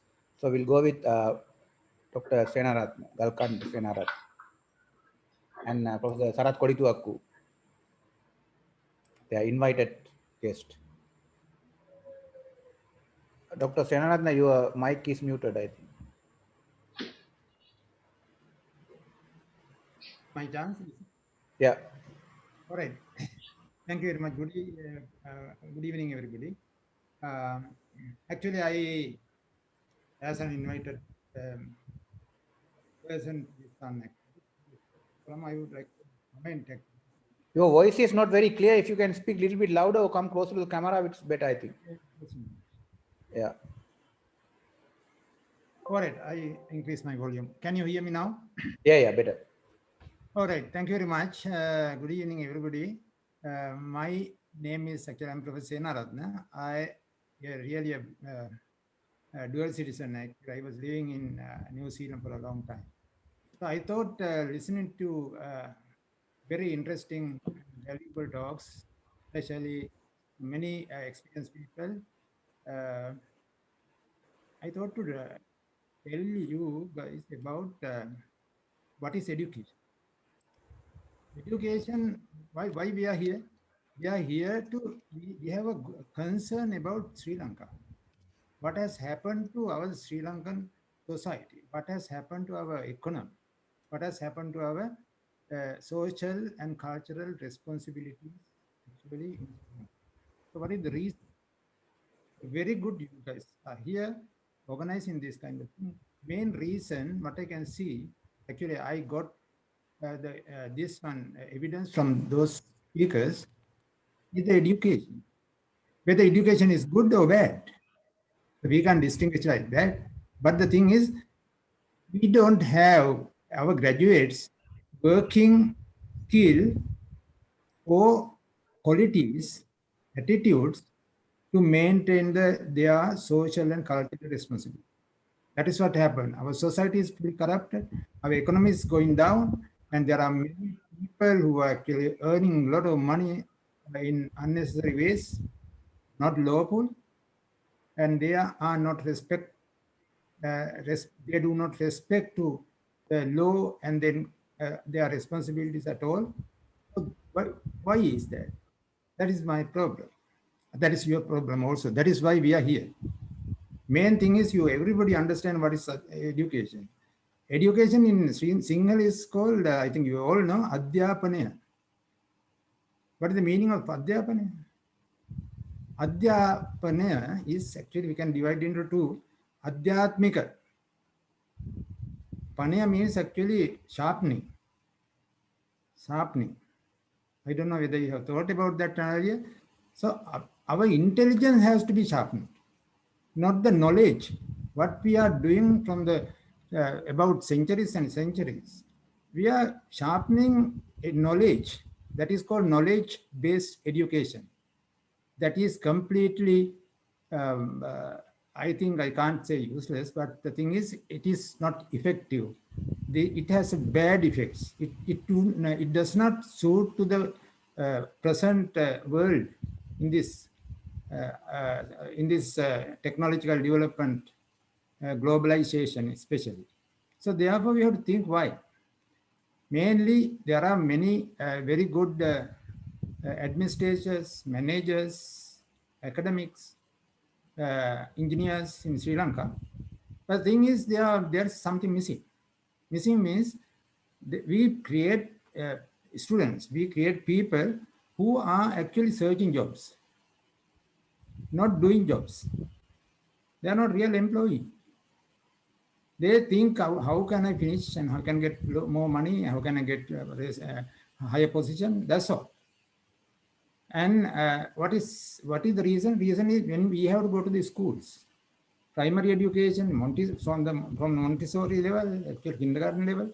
So that is all our education system is what is called tuition-based education, tuition-led education. So I think it is very serious. We never come out of this box if we do not make changes. So how can we do this? Because with my experience, I know in New Zealand, my children, when they were schooling in grade 4, grade 5 level, they have not been given any homeworks. How much workload in Sri Lankan students? They are really actually very, very unfortunate. Their free mind has been stolen, taken for unnecessary things, like cramming, somebody told. So we don't have problems in, as Professor Gunarathan said, we don't have problems in doctors. Why? Because it is already done. Enough jobs, employability is very high. But for others, we don't have. Why? Because actually we are not creating people who can do the jobs. And the other thing is Sri Lanka or any other country, production is very important. Because I am an engineer. By profession, I am a registered engineer in UK, Institute of Engineering and Technology. So I know with my experience, the world needs engineers, or the world needs to produce something. In the countries, very small countries like Sri Lanka, we all have to understand our capacity. We are very small, like a dot in the world map. So therefore, we have to produce people who can actually go to the global level and do some work and then earn some money and then have a life there. So are we producing that? So can our university do that? Can our graduate get a job in the developed country? It's very serious. They can't actually. Because the degree is just a qualification only. Not a knowledge, not a intelligence-based people. As Dr. Kingsley said, actually, they don't have soft skills. They have been disturbed their free thoughts, always giving knowledge. So that is what he explains. Very correct. Actually, I endorse that. Why? Because we have to change this setup. I really like to appeal and I thank for this organization to think about the basic problem. As an engineer, we have to have problem and solution-based work. Problem, what is the problem? I know I have been in many universities internationally. and for the conference and all. Even in one in Cambridge in 2005, I can remember, I participated to the inverse solving problem. In solving engineering problem using inverse technology. So do we know actually about that? What is the inverse? Always we are thinking about the forward problem. You guys all actually, I was thinking, what's the problem? So we have social problems, we have cultural problems, we have unemployment problems. So that's right. So we are going to solve in only forward problem. No, that is not enough now. We have to solve the inverse problem also. That means we have to consider from the reflection. It is a novel method in US, UK, and most of the developed countries are looking at that inverse or forward and reverse or inverse problem solutions. So we have to understand in that way. We have to find we have to understand really the problem, and also. Dr. Senarath, the talk is very interesting, and I don't want to stop you, but the time is well passing, so we have to summarize. Yeah. Okay, Professor Sanath Gururatna, are you there? Are you willing to? Yeah, I'm here. Yeah, so you can. We don't see your video, so can you? Yeah. You know, you can see my face. I'm here. No, we have Sarath Kodituaku as a. What's the name? Yeah, now okay, now okay. Yeah, please go ahead. You introduce yourself and go ahead. Sorry.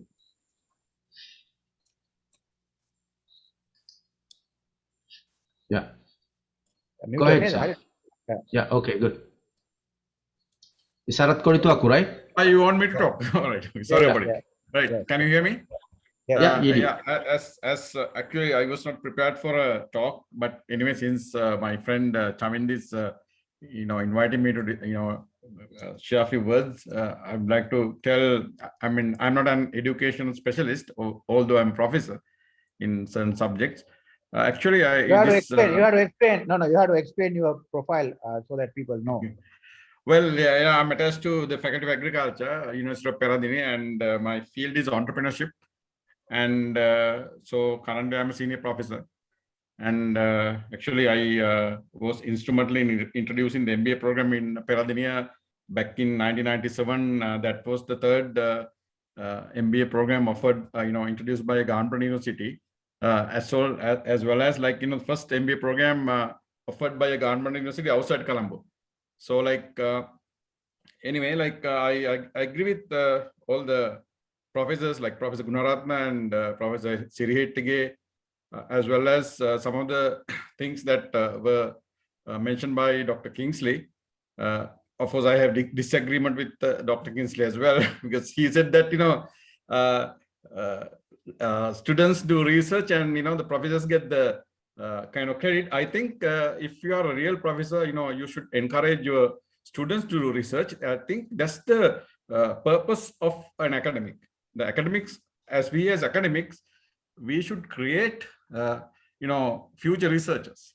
So if a students come to the university, it's our responsibility to get them to involve in research and get them to get, publications.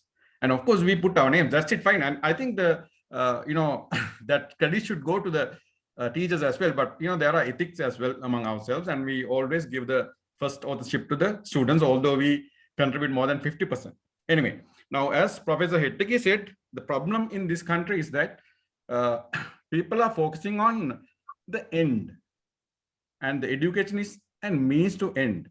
And Professor Hettige said, like, the education itself create an inequality. This inequality itself acts as a pull for education, because the moment you become deprived, excluded from the society due to your economic situations or lack of resources or whatever, they resort to education.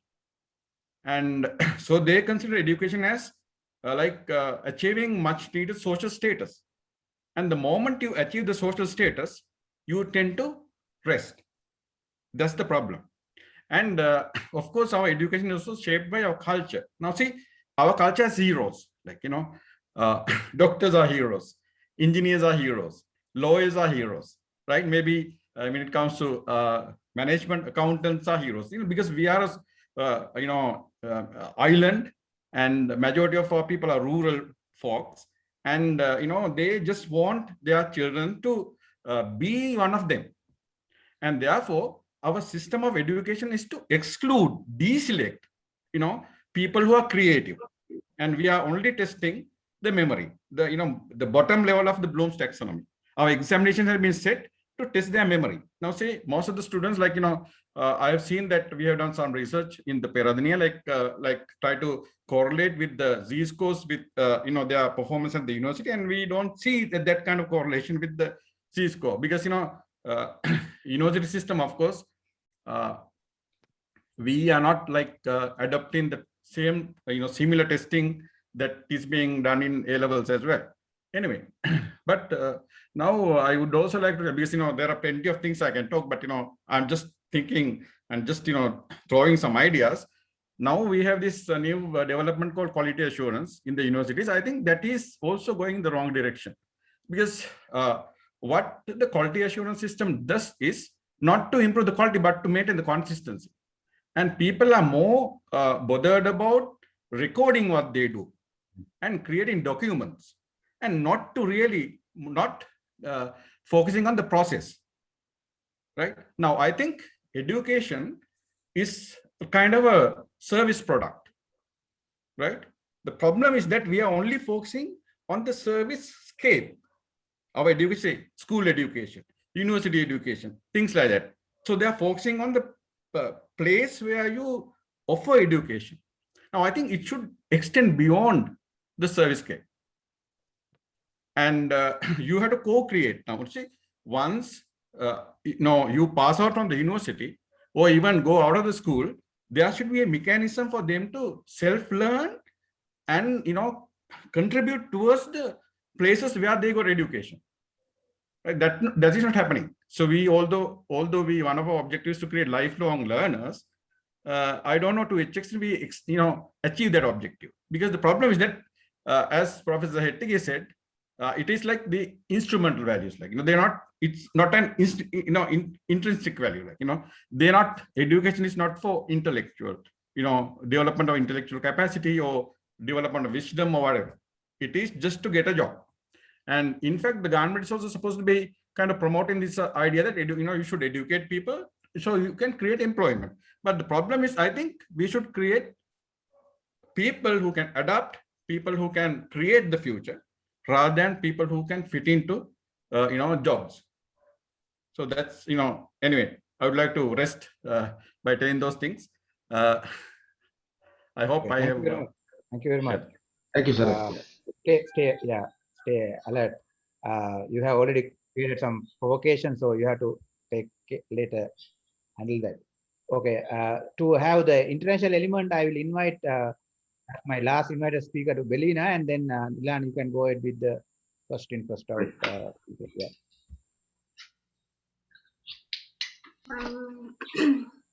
Am I allowed to speak now? Yes. Sure. Yeah, you can. Thank you. Good evening. My name is Belina Nzani, and I am from Lesotho. It's in Southern Africa. I work with the Ministry of Sports and Recreation. I really don't have much to say. I just wanted to speak on the adverse what COVID-19 has, the adverse how COVID-19 has affected education, mostly in third world countries. And also, I'd like to agree with a lot of speakers that the how COVID-19 has sort of created this gap between children from vulnerable families and children in sort of rich countries. I think our Ministry of Education did not think through the I'm sorry, our ministry did not sort of think through the how to work. I'm sorry, I'm so nervous. I apologize. I think our ministries of education were lazy and we're not able to think through how to educate children from vulnerable countries in the times of COVID-19. In our country, we had a problem of children from vulnerable families not having, for instance, tools, technological tools to learn. For instance, there was insufficient data. Some parents couldn't afford cell phones, and some parents couldn't afford computers. And I think that what the ministry could have done was work with the Ministry of Science and Technology in order to bridge the gap with to children from vulnerable communities. But yes, that hasn't been the situation. And I also like what the other gentleman said about creating an educational channel. I think that is another way of reaching out to vulnerable students. But unfortunately, that wouldn't work because a majority of vulnerable students don't have an access to televisions. So what I think what the Ministry of Education should do is to work with the Ministry of Science and Technology to figure out how to bring all these vulnerable kids to one place and provide them with these tools. Because if we don't do that, then the kids will be left behind, and there will be this gap that the gentleman talked about earlier of gap between the vulnerable children from vulnerable families and children from the elite. I think that's what I really wanted to say. Thank you. I wasn't really prepared. Yeah, thank you very much. Milan, sorry, I forgot something. Now we will ask Chandani to kind of give a summary of what we discussed, maybe within 1 or 2 minutes, so that we can go to the next session of first thing. Yeah. Yes, Chandani, go ahead. Yes. Hi. So far with the discussions, we have got like a few speakers in Nilan, like in his idea, he was talking about the education. It's a life experience, and we have to teach the students to the nature and also life, and it's finally that education means like you know how to live your life. So that kind of approach he come up with. Then Chaminda, he explained about the ground rules and all. Also he talked about the education framework that it's been formed as the reforms by the government.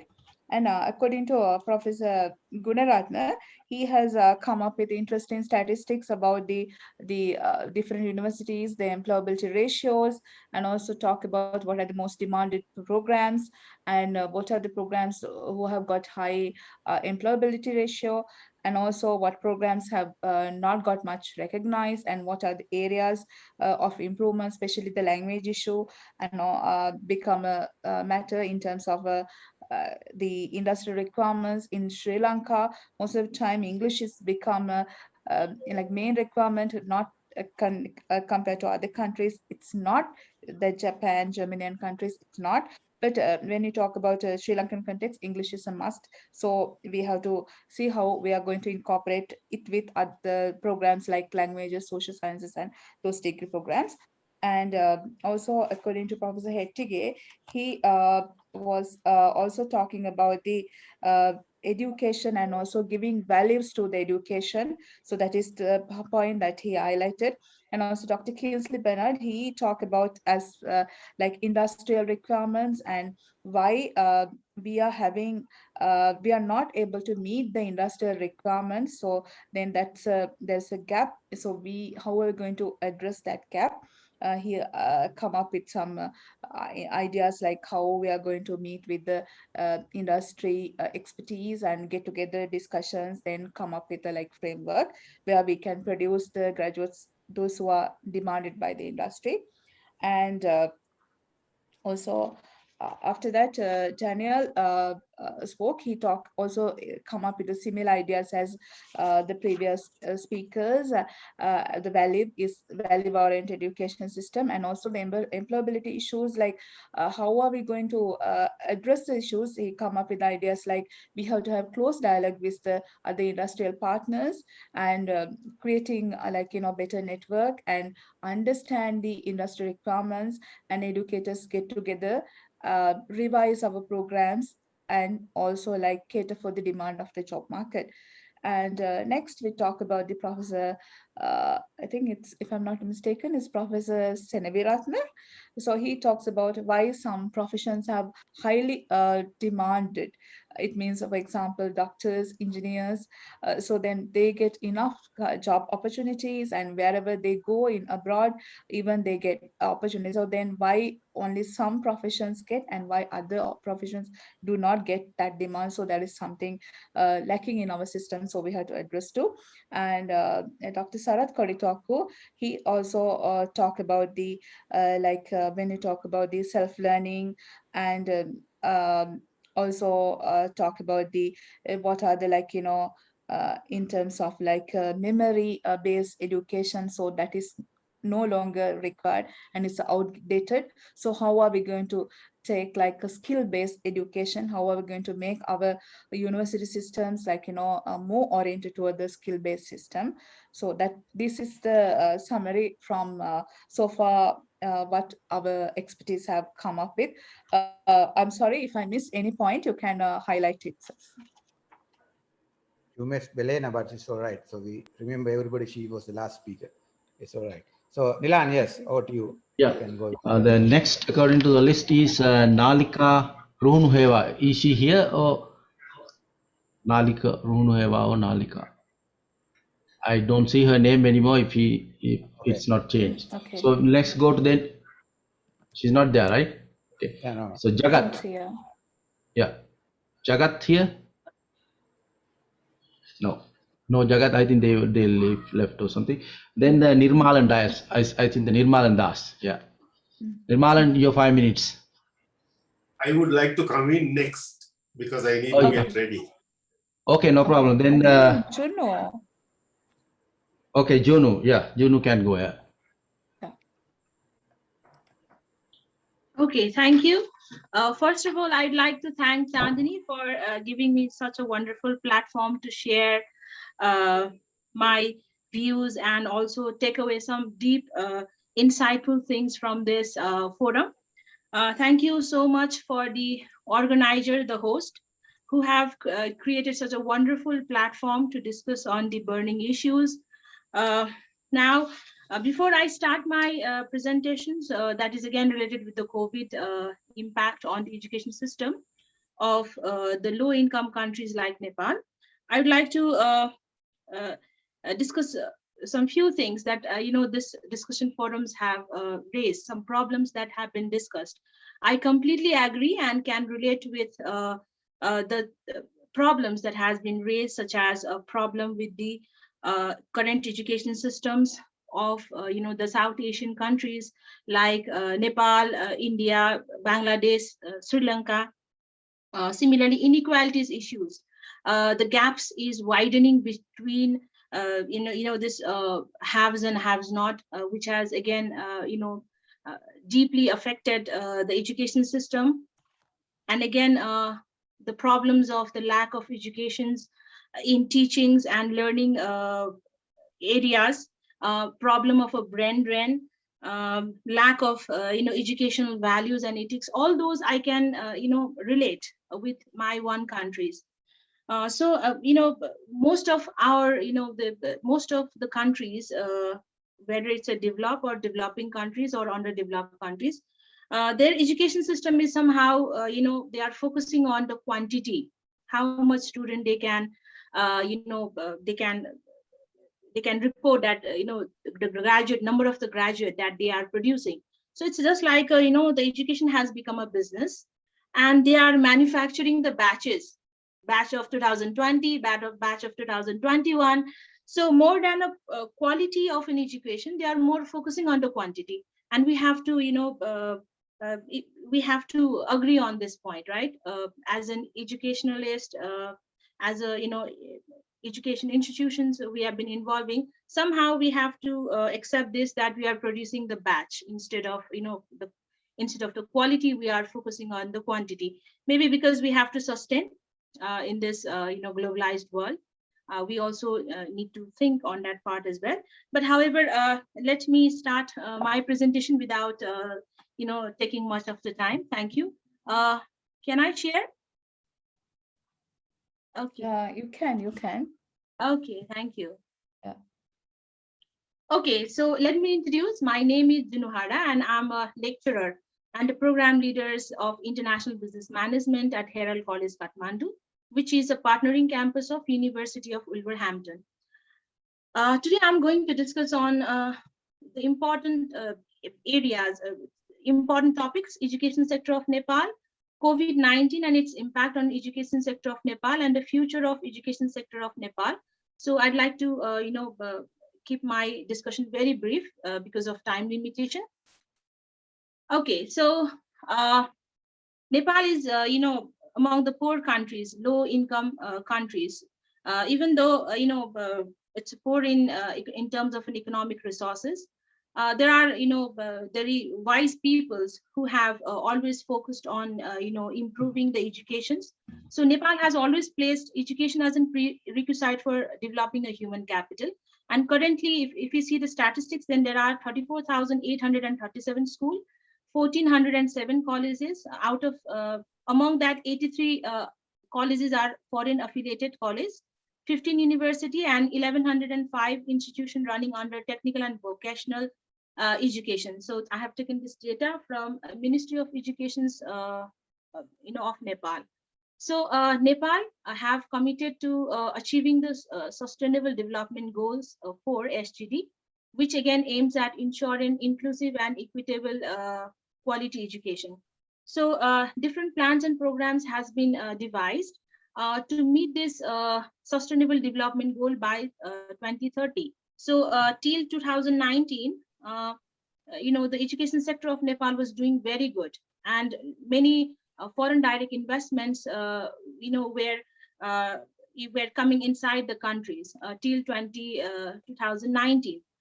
But as the pandemic started, things have changed in a different way, and it is not Nepal which have suffered, from this problem. The entire whole world is panic mode, and we don't know when this will get over.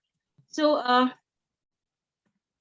nearly 9 million students in Nepal are affected by this COVID, according to the data provided by UNESCO 2020, out of which 11% are pre-primary, 28% are primary, and 39% are secondary, while 5% are tertiary educations.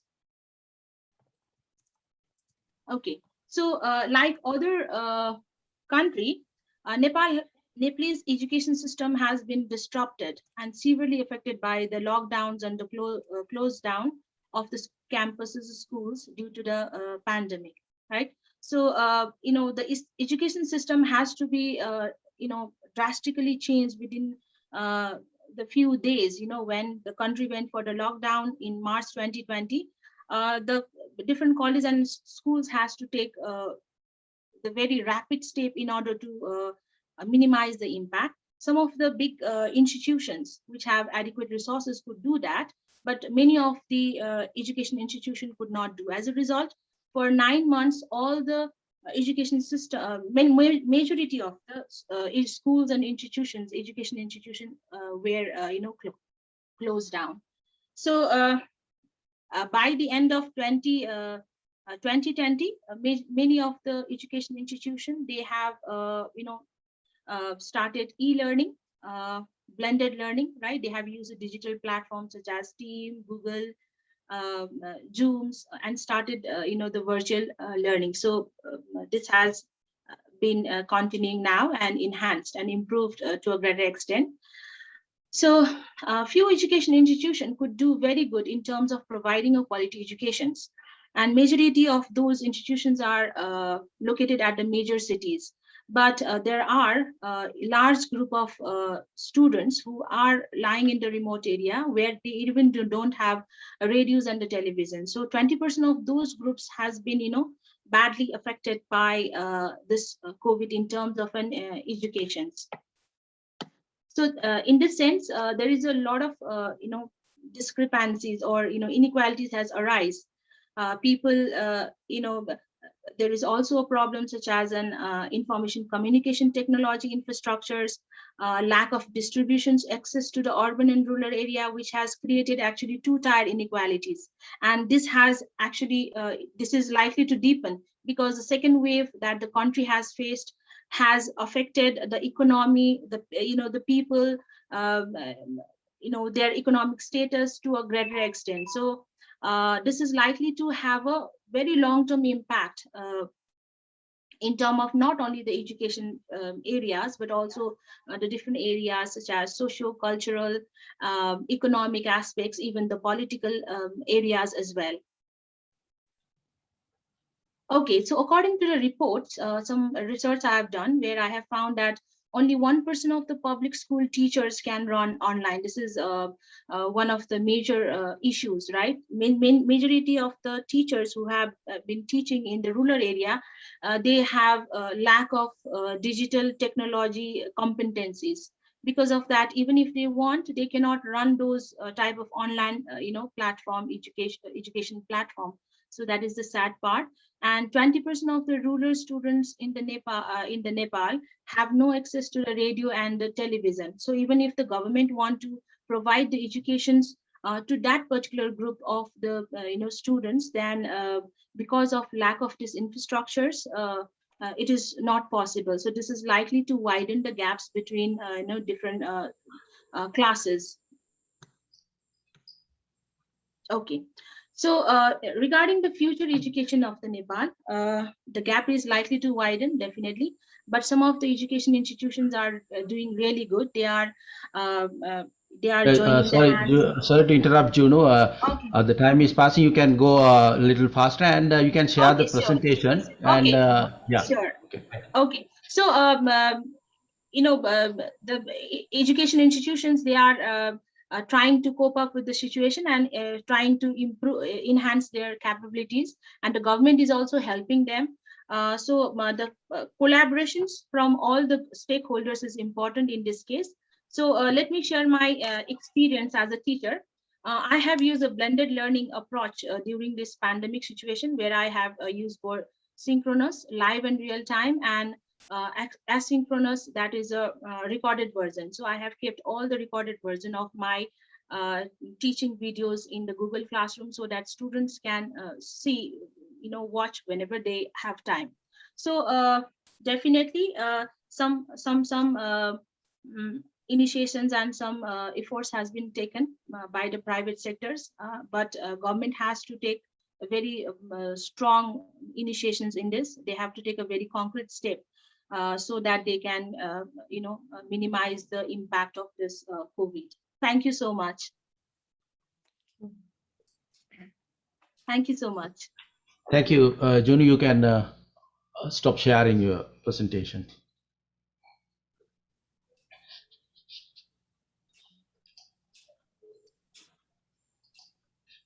Okay, I did that. No problem. And the next is Nirmalan. Are you ready? I am ready. I am ready. Yeah, okay. Thank you. Okay. Yeah. You can go ahead. Your 5 minutes. Yeah. Okay. So my name is Nirmalan Das, for those who have not met me. And I'm actually involved in development practice and also disaster management. I am interested in psychology, and I am interested in the civilizational transformation and conscious evolution. So, as Nilan said, it is good to start by looking at one's understanding of what education is. And from my point of view, education is about becoming familiar with the knowledge and mastering the skills that our species has accumulated. And it's about learning how to use these skills and knowledge in order to perceive potential and work towards its realization. So we have been doing this through education systems. And these education systems possess structure, and they have processes within this structure, and they have content within these processes. So most of these structures so far have been a matter of brick and mortar. And most of these processes have involved traveling and audio-visual delivery of knowledge, communication, and demonstrations, and instructions, and drills, and research. And if you look at the contents of these processes, we find that they involve teaching, which is about knowledge and methods. And it also involves training, which involves the development of social skills and the imparting of instructions and the teaching of research methodologies. So if we look at the resources that these systems of education were using most of the time, was, as I pointed out, bricks and mortar. They used transport, they used energy, and lately most of that energy was electric energy. They used human skills, a lot of human skills, and they required dedicated time. We are now coming to a point where this is beginning to change. And we are beginning to use digitization. So we use digital media.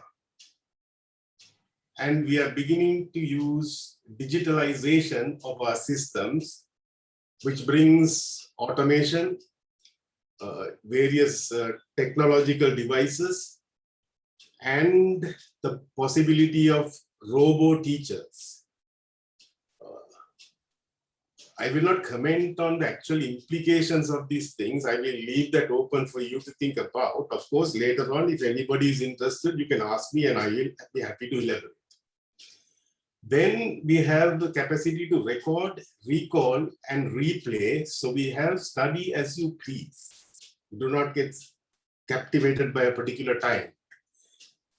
And we have evaluations which can really take over the role of examinations.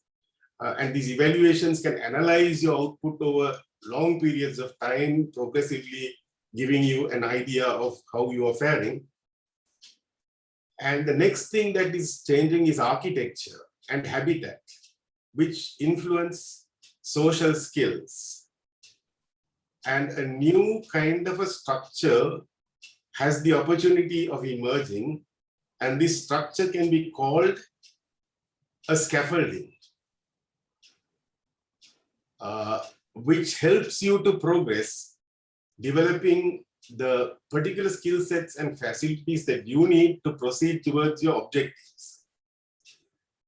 We then have sourcing and description. That is, people looking for those with particular skill sets will be able to plug into the education system and find exactly what they want, rather than try to buy a pre-packaged degree or something like that.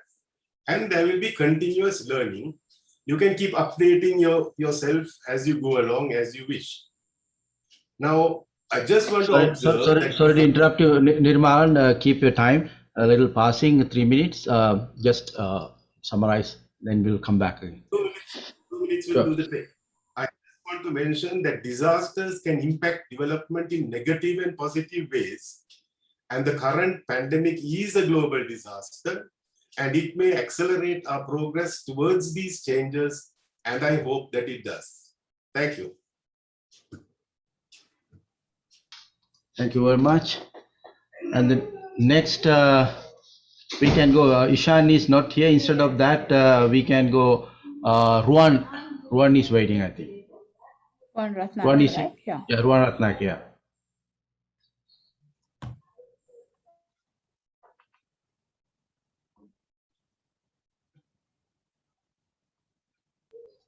Ruan, are you there? Ruan Ratnak?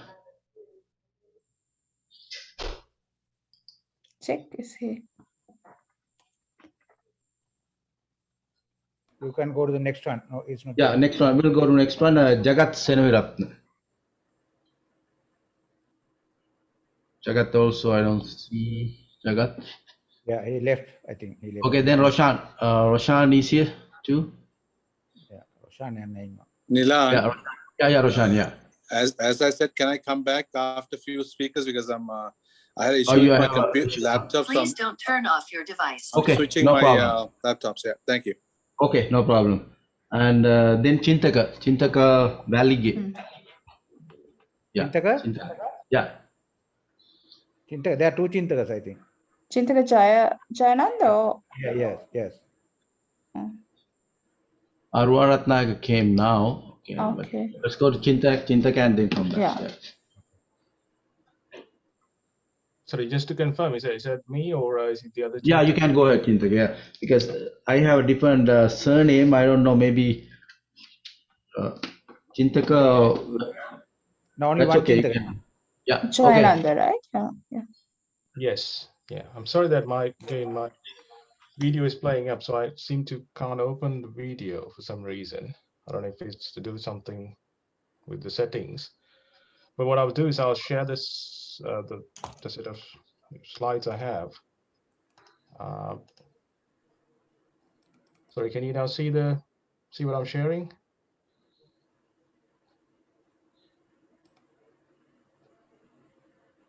Yeah. Okay, excellent. Okay then. Thanks for the opportunity, and it's great to see. Can you make it full screen so it's better then? If you can do it. Make it full screen. It's already full screen. That. No. Button එක open.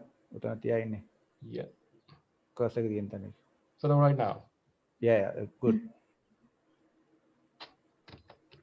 Okay, so again, thanks for the opportunity, and I'm great to see a lot of the ideas already, and I can echo all those literally all those ideas around education, Industry 4 education, etc., new technology, smart education.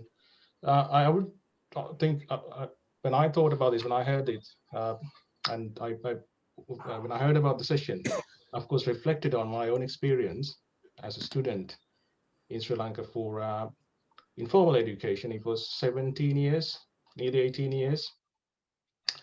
So just to introduce myself then before starting.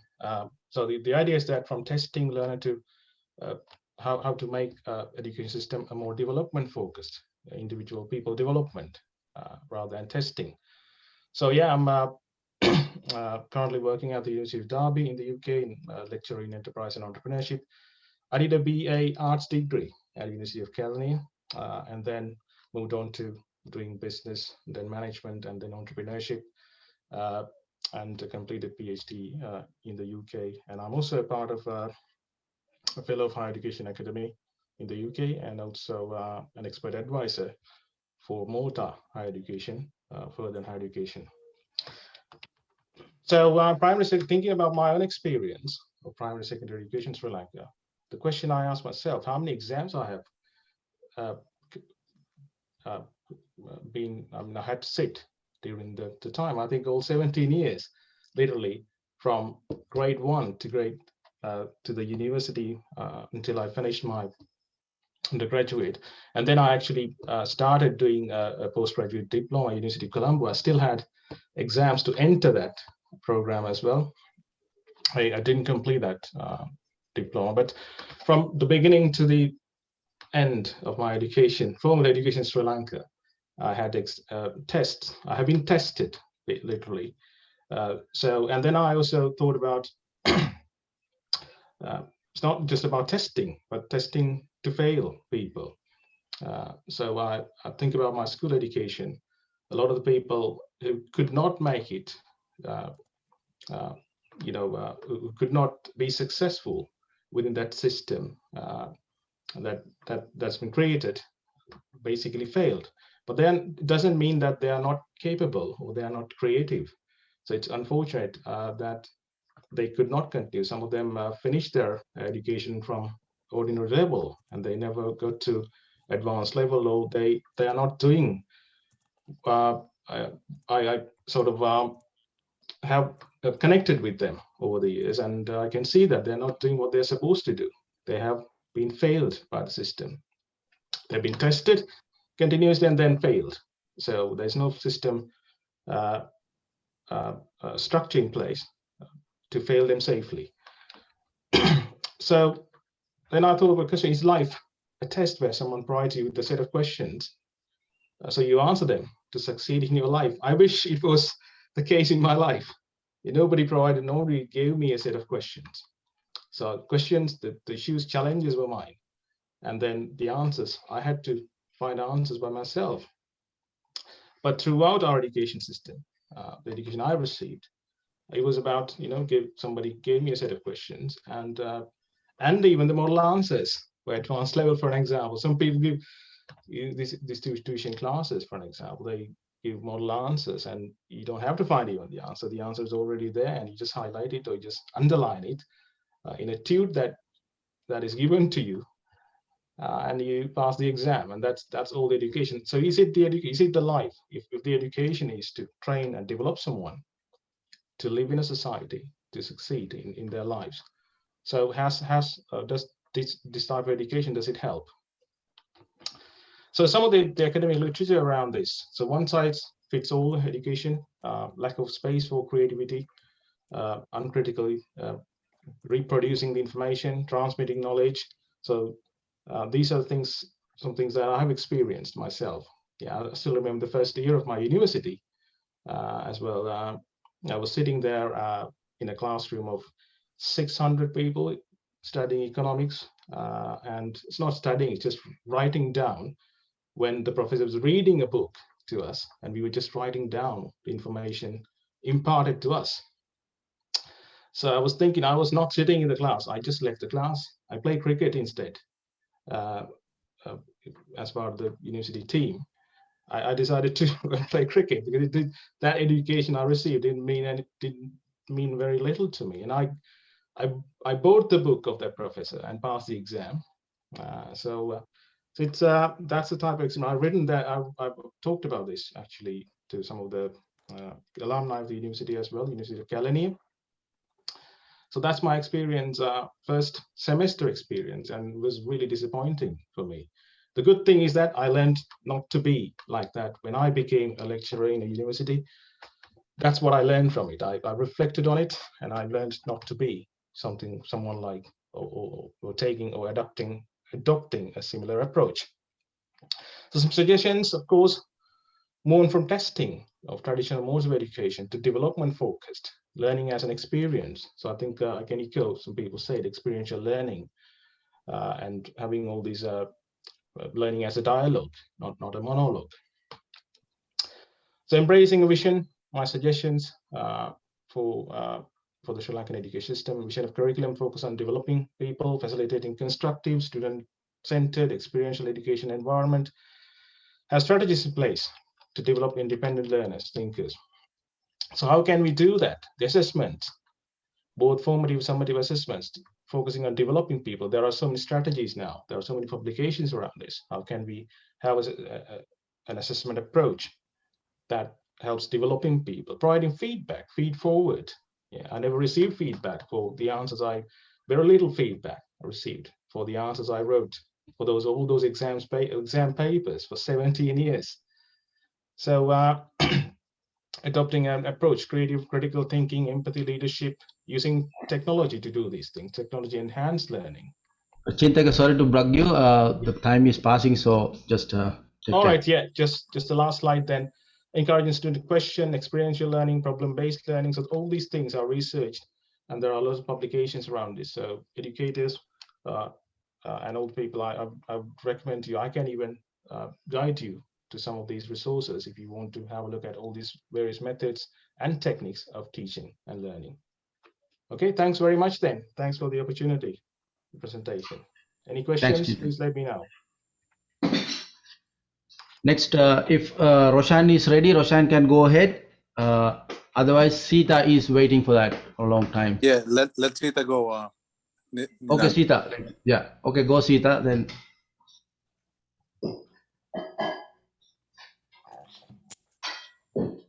Yeah, I unmuted her. Okay. Yeah, good. Go ahead, Sita.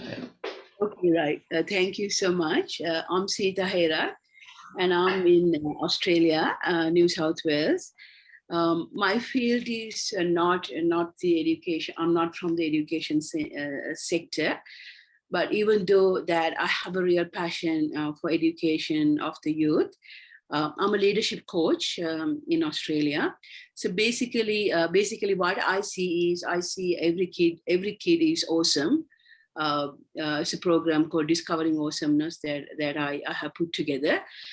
So the basic premise is to like what Dr. Stephen Covey says.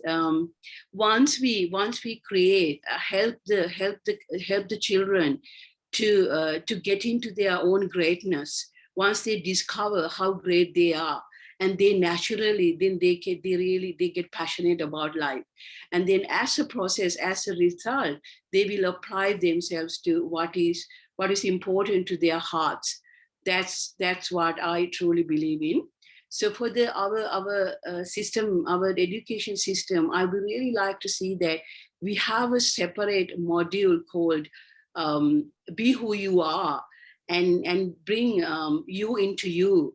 Would be a great facility for the children to grow up with that notion that I can be myself. Yeah, so that's in a nutshell. That's what I like to support. When I was reading Dr. Stephen Covey, maybe you all may know, he wrote a book called Seven. What is it called? 7 Habits of Successful People. Exactly. Yeah, sounds great. So what happened was one principal in USA. A principal, she did this workshop, and one day she thought to herself, how about can we give these principles, 7 principles, to this like the small children? Yeah, so let them grow up with the 7 habits. So once they got these 7 habits, and then the rest will take care of themselves. So I really like to see that happening, and I've done these modules in Australia for the kids. And they come to the sessions and they really walk out happy and confident and accepting who they are and their brilliance. This is what I really like to bring to the education. And also I'm very grateful to Chaminda. I listened to all the speakers that I listened to, and you really expanded my horizon. Like I also think this COVID, like one of the speakers mentioned, really accelerated. We really got to get into the nature more and bring our spirituality more. It's not the knowledge, it's to use our intelligence more. Adhyapane means sharpen the spirituality. Once we sharpen the spirituality, I think the world will be a better place, and let the world nourish. So let's accept what's happening right now. I think even now the kids don't really need a smartphone.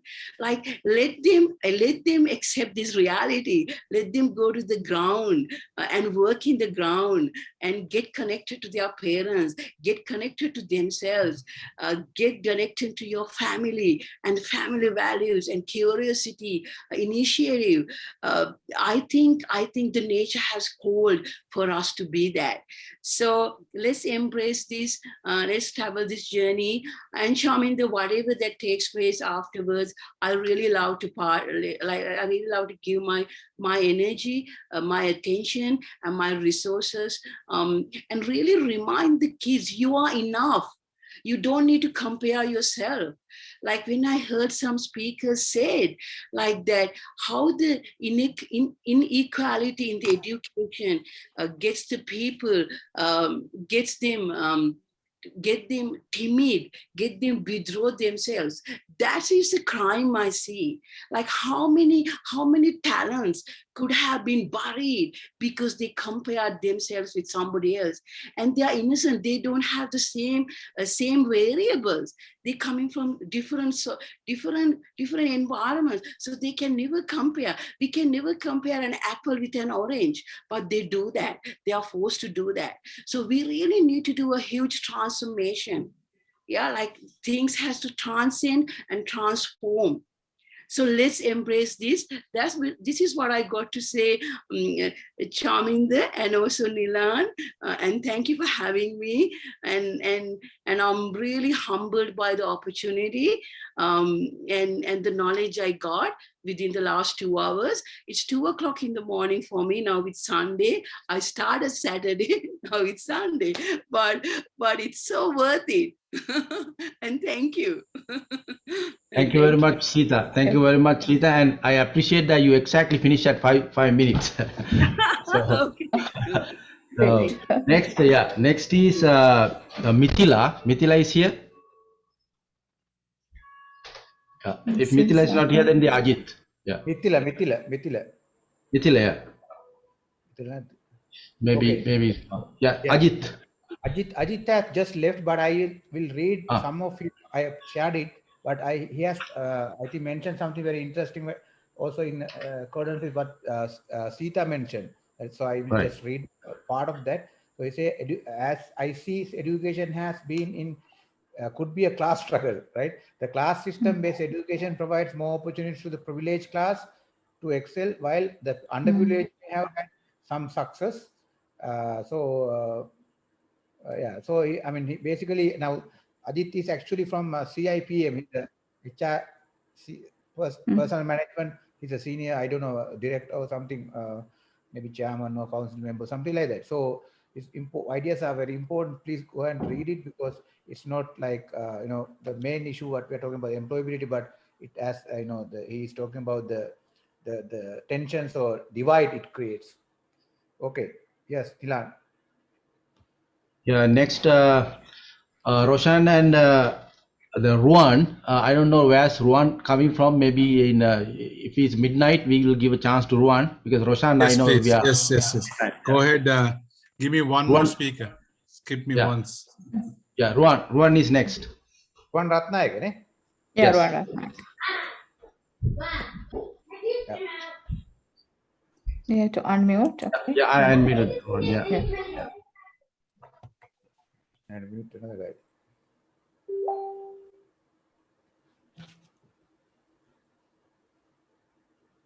guy. Can you see the screen? Yeah, can. Sure, we see that. Yeah, thanks. Okay, thank you very much for the opportunity. I'm Ruan Ratnaik from the tourism industry. I have been working for the tourism industry for last 15 years, and also one of the guest lecturers in most of the leading universities in Sri Lanka. Also, I'm doing my PhD right now, and related to marketing. Actually, my specialty is in marketing. So I'm specialized in marketing, but working in the tourism industry with basic degree in the tourism industry. So during the last probably 10-15 years, I have been interviewing people with good academic backgrounds, but I have faced so many difficulties when selecting the people for the job opportunities, especially when I was thinking about the knowledge, skills, attitudes, and the habits that they have had. I think they were more into the knowledge based factor rather than the skills, attitudes, and habits that we are talking about. So I rather believe that because of the education system that Sri Lanka has right now, this is the output that they have, that the education system has generated. So when we move forward, I think this is basically because of the teacher-centered education in Sri Lanka. There are so many problems related to teacher-centered education in the world, and especially when we talk about the education, it is not just teaching. Teaching is just an input, and the learning is the output that we should talk about.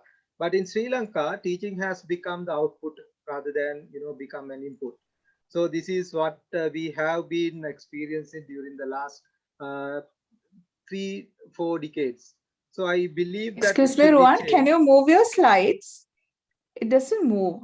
Okay, the education system has started from preschool and starting the schooling at age 6 and grade 1 to 5. Then we face scholarship exam, then O-level exams again and A-level exams, and then only 19% go to the university and then postgraduate qualifications. But most of them are having, like, they are in the competition to pass exams, and also they have been following the context, and they have been reading the contents, and they are applying those things in the exams.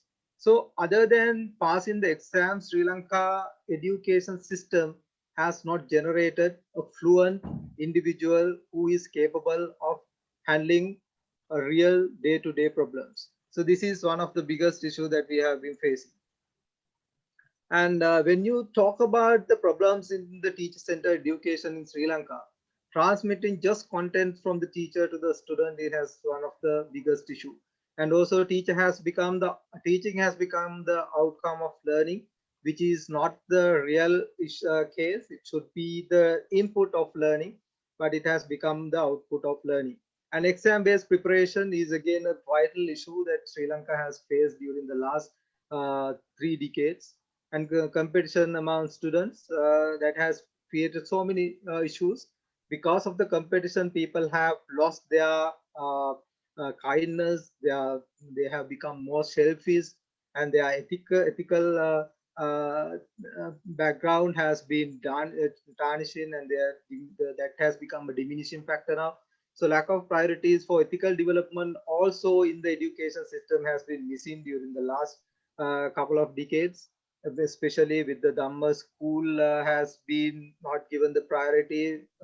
It has become very much vital and very important factor, but it has been missing in the education system.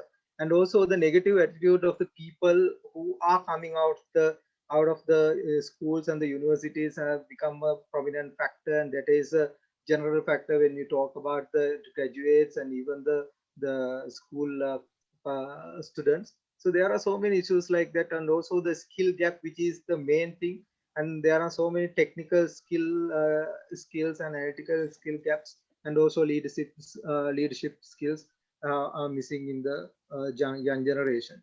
And when you talk about the gap between education and employment, we are talking about today the industries for most of the industries are moving towards industry 4.0, and also I think it has been now just started the 5.0.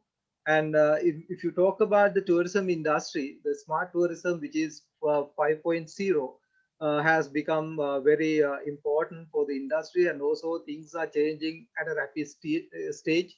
And we want people to grab the opportunities and work with the opportunities and exploit the opportunities to grow the business.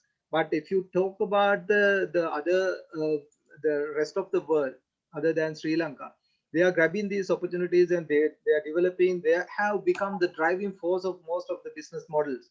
But today, Sri Lankans, though we have the knowledge, we are not able to capitalize on the opportunities that are given through the technology, because of the lack of skills, lack of attitude, and lack of habits that we have been having. And only thing that we have been concentrating on developing is the knowledge, which is not enough for a better person or for a good employee. So I think we should change all these things, and we need to think about all these skills, attitudes, and habits when you are developing the education system to a new pace.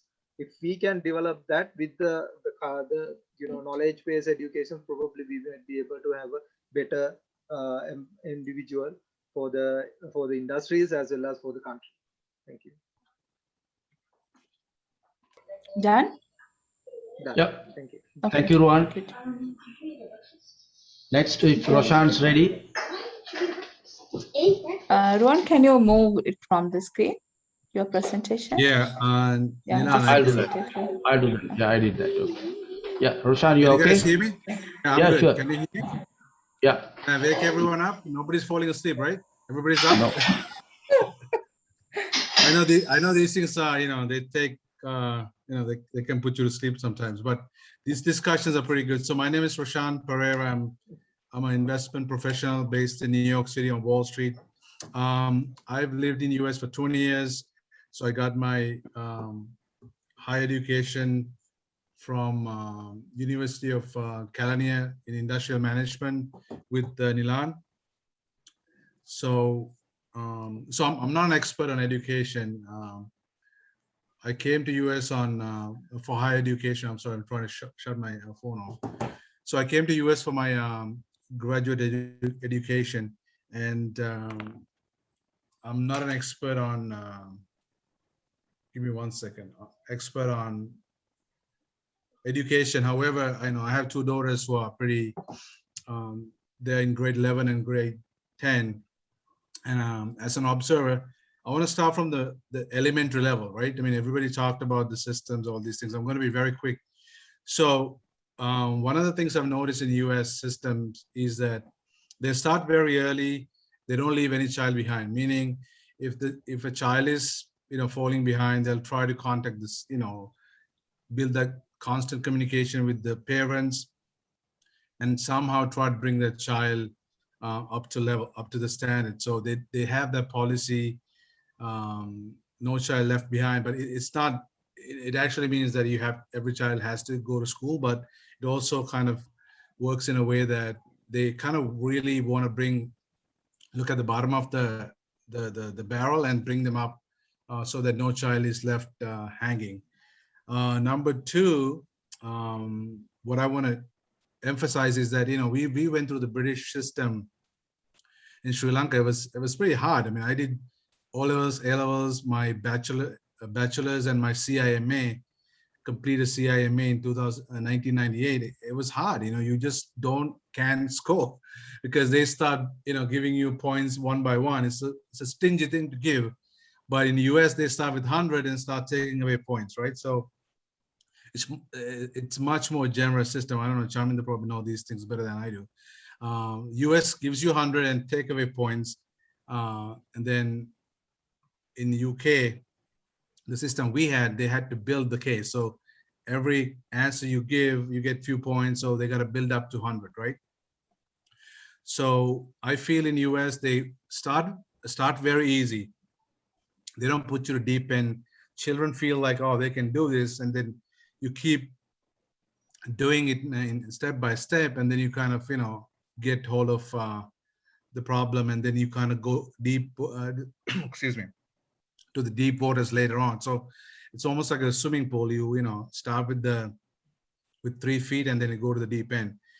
And also one of the things I noticed is that they let the children dream. They don't, put you through a grinder and say, this is how it's going to be. This is who you're going to be. They let them think in terms of, how they dress, how they express themselves, all that. They have, they let the children, excuse me, actually. Let me get some water, hold on. I am not.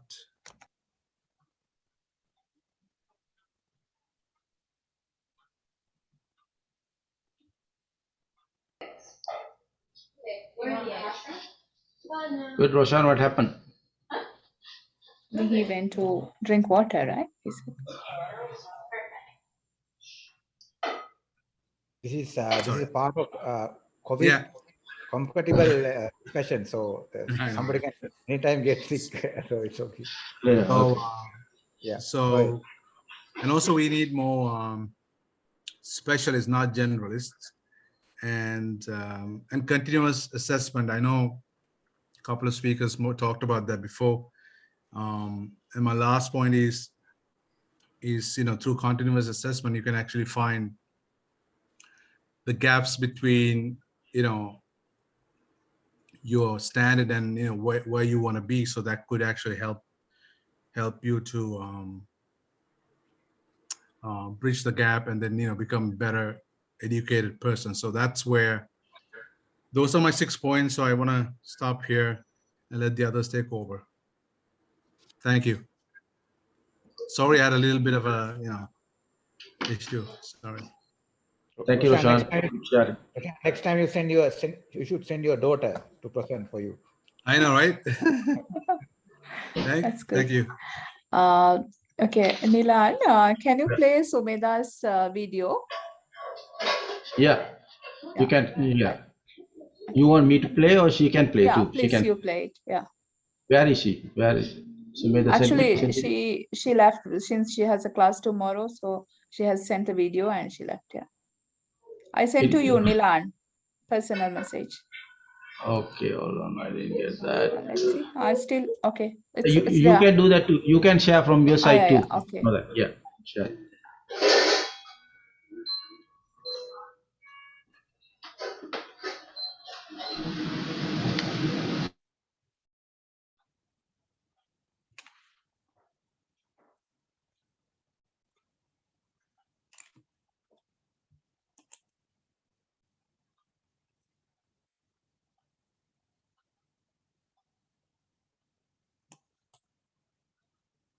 Glenn, can you read the order again? Yeah, next Sumeda, then it is Sumeda Veerasekara or Dr. Subodha you talking about? This is both are actually I cannot play it. Can you try, Nilan? I don't see that actually. Yeah, you share. Just I send to you. No, we'll do the next. You check, but then let Subodha speak. Then we will do. Yeah, do that. Subodha, go ahead then. Dr. Subodha Gunawardena. Okay. Yeah. Thank you very much for giving me this opportunity. Yeah, volume up a little bit, Subodha. Yes. Okay. Yeah. Probably it's my mic. Okay. Thank you very much for this opportunity. Like I'm not like I don't have any like structured presentation or structured talk, but I will give you some of my experiences within this short time, right?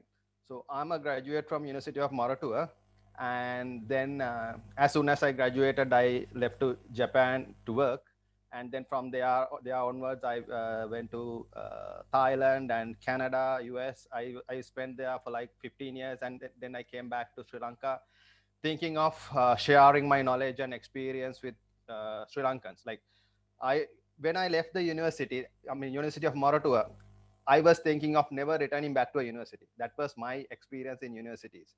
But then after spending like 15 years in the foreign universities and industry, I thought of sharing my knowledge and experience to Sri Lankan community, because I think we are lagging behind.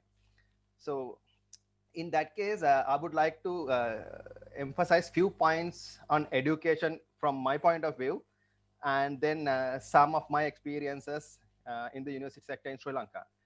So from my viewpoint, like education should be aimed at developing human capital of the country, whether it be values or skills, right? We can have arguments whether it's values or skills and how much of values and how much of skills, but it should be values and skills. And I think like there's no particular right or wrong answer, right? Because depending on the time, depending on the situation, it can be values, it can be skills. So we can have a correct balance for the situation. And most important thing is we should encourage students to be enthusiastic, right? They should be enthusiastic of whatever they are doing. It doesn't matter what it is, right? And we have to encourage them to make mistakes as well. Mistakes in the sense, we don't have to let them fall onto the pit, but still we have to make them fall, and then realize that that is wrong, because success does not always come from, I mean, the knowledge does not always come from success, right? Because failure also gives you experience, the knowledge, right? And then we have to develop critical thinking when you are living in the society. That is a very valuable skill, right? So it does not have to be critical thinking in engineering or critical thinking in like some other field. It is like general critical thinking, how to live, how to face a problem. And then we have to develop empathy in their relationships. That is what we are lacking in Sri Lanka mostly. We don't have empathy right now. I mean, we might have had it like quite a while back, but now we lack empathy. And then we have to encourage them to be humble. Right now, parents do not encourage that. I mean, for at least that is what I see. Because when I was living in Canada, I have seen small children like grade 3, grade 4, grade 5, they are coming pledging to houses for a worthy cause. I don't think that our like in Sri Lankan parents nowadays would send students pledging, right? So we have to make them humble. And then when it comes to the university education, I think one of the previous speakers correctly said, we have to focus on research, mostly applied research, because I believe as a developing country, we have very limited resources, very limited amount that we can spend on education. I mean, it can be 6%, 10% or 20%, that is arguable, but still we know that we have little. So with that, we have to create graduates who can contribute to the economy. I mean, I wouldn't say that performing arts student can't contribute to the economy. They can. Right? So it is not the field, but we have to contribute to the economy. And then we have to produce entrepreneurs. I think most of you have highlighted that. So, and then with applied research and practical graduates, so we can cater the market demand, plus we can create graduates who can provide jobs, right? That is important. I'm not that much worried about those performing arts graduates not having jobs in 2 years, because I mean, they can be entrepreneurs, they can have their own performing art institute, and they can be a part of like a advertising firm, like, I mean, as creators. I mean, there are different ways that they can contribute to the society. It does not have to be like a job. And then from my experience, now what I'm doing is I'm encouraging students to learn using problems, that is problem-based learning. And then I value peer learning as well. So when I go to the class, I usually break students into like groups of 2s or 3s, and then give them certain tasks and like let them learn from each other. I think that is important. Now, sometimes something that I can't teach well might, I mean, a student might be able to teach, right? So it should, we should encourage peer learning, right? And we should encourage self-learning as well. From my experience, recently I have supervised first year student, first year in the sense like they just came into the university. We did a small project with them. So in the beginning, when I asked for kind of a proposal, in fact, I gave them the freedom to choose this topic. And when I asked for a proposal, they gave me like a 2 or 3 page proposal. Like, it was not up to their standard at all. But then I just emphasized on self-learning, and I let them learn themselves. And later on, within like 3-4 weeks time, they gave me a very good report with like more than 50 references, right? So I think we have to let students learn. I'm not a fan of taking attendance in class, right? That is happening in Sri Lanka even now, 80% attendance. Like, I'm not a fan of that. Yes, Subodh, it's very interesting. That's a very practical issue you're talking about. We like that. And okay, yeah, okay. So regarding the COVID, I think this is an opportunity. We have to go into like these hybrid learning techniques and like online evaluation platforms. Most importantly, as academics now, we have to learn how to assess, right? There are different ways of assessing. We have to learn how to assess. I think that is one of the major problems that we have right now. We don't know how to assess, so we go for paper-based assessments always. So thank you very much for providing me this opportunity. So yeah, best of luck for all of you. Thank you. Next is Sumeda's video. okay. Can you do that? Chaminda will play. Yeah. Yeah, I Chaminda will. will play. Yeah, I will do it. Yeah. Okay, just a minute. Okay, which screen is that? Okay, this one I think. No, not that one. No. YouTube. I opened it already. Just a minute. Okay. Yeah, this is one. You see the screen, huh? Yeah, can see. Just play. Okay. Yeah, it's a 5 minutes video. 4 minutes. Right? Yeah. Of this revolution.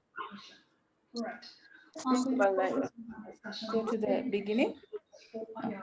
For industrial revolution with an Australian primary school example. We all are aware on this fourth industrial revolution, but just to kickstart, I would like to. I'll just go further. Fundamentally changing the existing world, entirely different tools that do not exist today. And 85% of jobs that will exist in 2030 haven't been discovered yet. Therefore, we can no longer rely on teaching students the things we learned and in the way we were taught. In Australia, students experiencing personalized learning journeys driven by cutting-edge technologies that go beyond coding to include robotics, artificial intelligence, 3D printing, networking, and blockchain. Here are some examples for the jobs, careers, professions in high demand from 2020 and beyond. Okay, now let's analyze the situation in Australia. Fortunately, multiple schools already exist as beacons of innovation, providing blueprints for possible paths towards for IR. One of the best examples is Warana Park Primary School in Victoria for adopting digital technologies at the center of their practice. Their students experience personalized learning journeys driven by cutting-edge technologies. Not only that, they learn natural science, performing arts, coding, literacy, web development, and high-tech related subjects. In natural science, they are learning the ecocentrism perspective, assumptions that other than human, living and non-living things in nature have intrinsic values. This value is independent of the economic value human plays on nature. In coding classes, they're learning programming languages, mobile developments, related stuff. Remember, they are primary students, okay? In robotics class, they learn how to program a Lego robots. Apart from that, they got chess and other sports, Cisco, web development, performing arts, languages, Minecraft, Wonderland activities, and literacy, so on. Okay, given the limited time, I won't be able to explain all these things in detail. However, you can browse this website, their school website and the YouTube link to learn more about it and to see how other countries, especially our Sri Lankan schools, to adopt these strategies to be in line with other countries and fourth industrial revolution. To conclude, I would like to state a statement of Toffler. The illiterate of the 21st century will not be those who cannot read and write, but those who cannot learn, unlearn, and relearn. The references which I have used for this knowledge. Okay, now it's your. Okay, so. Okay, now it's your time for questions. If you have any queries, you can go ahead. Forward them to Chandani, and then I will provide the explanation. Iji Anuttara, Rangani, and James Darshana. Yeah. So Anuttara is here. Next is Anuttara. I have 26 people here. I don't see the name. Maybe they change the names after that. That's why. Yeah. If she's not there, the Ganguly and Ganguly here. Hello. Hello. Yes. Mr. Kumar Actually, here. my name is Indra Kumar Hinatigala, not Ganguly. That's my daughter's name. That's Sorry, sorry. I couldn't change it. I was former director studies of Sri Lanka Institute of Printing, and after that, I was working in another private sector organization.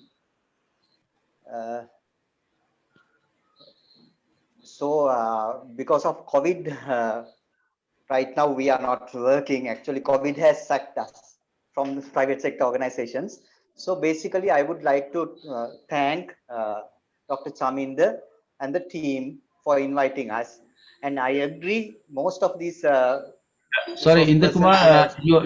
your video, something you're sharing, it's not clear. If you see something, your camera is focusing on. Is it right? No, you still are, video. yeah, you have something like a screen or something. We don't see your face. But if it is, I mean, I have noted that it before. So if you have problem with your camera, we can go without camera. It's all right. Yeah, please go ahead. No, some problem with your, yeah. Go without the camera. It's okay.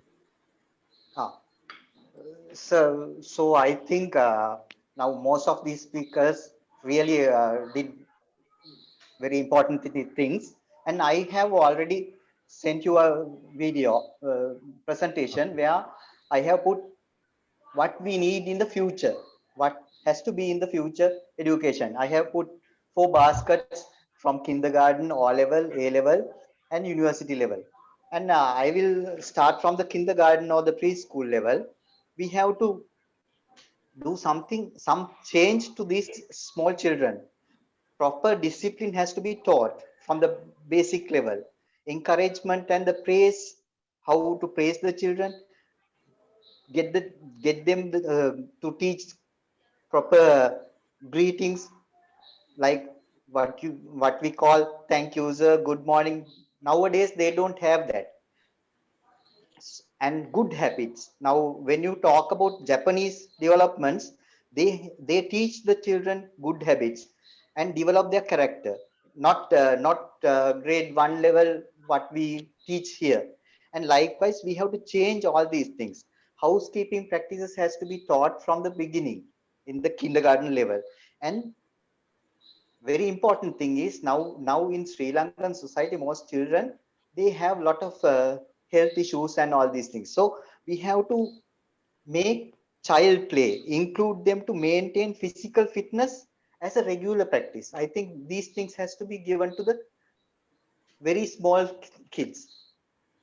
And to the all level ordinary level scheme, as Professor Gunaratna mentioned, English, Professor Gunaratna mentioned about the advanced levels level, but we have to give English and another foreign language is a must. Now we have to change the classroom learning to more practical session, because nowadays children don't speak, they are scared to speak. So give them some practical learning methods as a English environment. Change their ego. I really believe that we have to change their ego, because all this Sri Lankan culture and everything has always thinking about the Sinhala, or we have to change that. And we need from all level, we have to give them some sort of a professional skill to do their professional future employment. What are the entrepreneurial skills? Give them some skill to identify what the child preference. Now what nowadays does in Sri Lanka is, parents and the teachers will tell Uta, you do this, Dua, you do this. Not that. We have to identify whether the child is a left brain one or a right brain one. What are the suitable things that they have to do? So we have to think of that and give the child to select what the course he prefers to do for his career. Then definitely they will enjoy and do their profession. So from all level stage we have to give this to the children, because supposing a child goes to A level and go to the university and then they are trying to find a job. That is difficult. We have to think of all these 4 lakhs students who are doing O levels. We have to give them their vocational education. Supposing they go for the university, they will do a better job. But for each and everyone, we can provide them a better opportunity, because if we give that in the earlier stage. And how to manage the economy.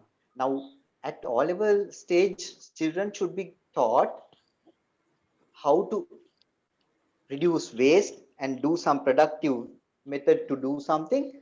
So it will inculcate them to do a better production process or whatever it is in the future. Because nowadays I feel children don't do these things. They waste water, they waste money, all these things. So we have to give them some education to do a better way. And I think very important thing at the O level stage is we have to give. Now there are so many international famous leaders. Leadership and coordination skills has to be taught. I am pretty sure that it will help these children.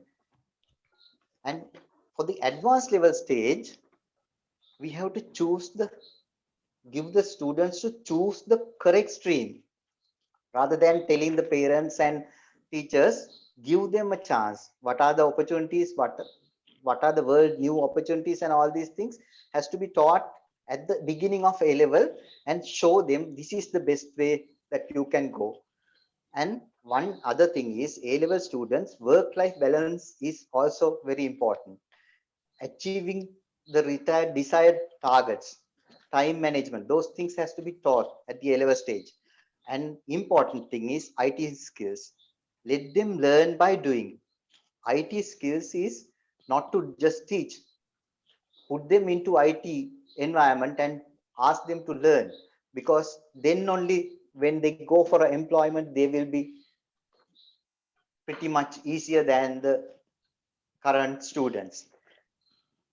And they should have some sort of a mental and physical fitness, regular practice. That is also important.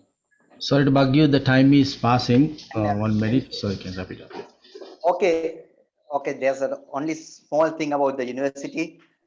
I think university stage, one very important thing is train them how to think out of the box. Now, one thing is, now in our arts graduates, sometimes they are doing music, dancing, or whatever it is. Now we know our great musician Amardev and this Bhati and Santosh, both has two differences, but Bhati and Santosh has, I think, done most of IT skills and all these things, and they have gone to the world with more, they have found more markets. So likewise, we can train these graduates how to do their marketing, and all these things has to be taught.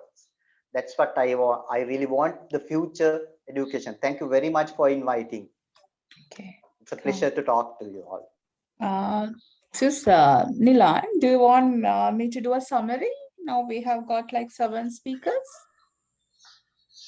Okay, then go quick. Maybe that a lot of people waiting for a long time now. I think they have. So then let them wait. Let them go ahead with the session. Right. So I'll summarize at the end. We'll do it at the end. Yeah.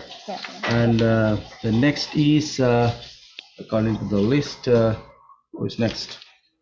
Hold on, I'm mixing up now. The Jasmine is here. Jasmine Nagara. Jasmine Nagara or something. I think they have gone to. Okay, then the Darshana.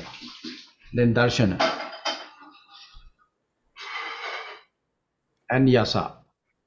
Dr. Samaravir, are you there? Darshan Samaravir? No, okay. Yeah. Go on. Next. We can call Yasa, right? From Pakistan or. Yes. Yes, sir. Is she there? Yeah, Yasa, yeah. Can you hear me now? Yeah, I hear you. Video is not there.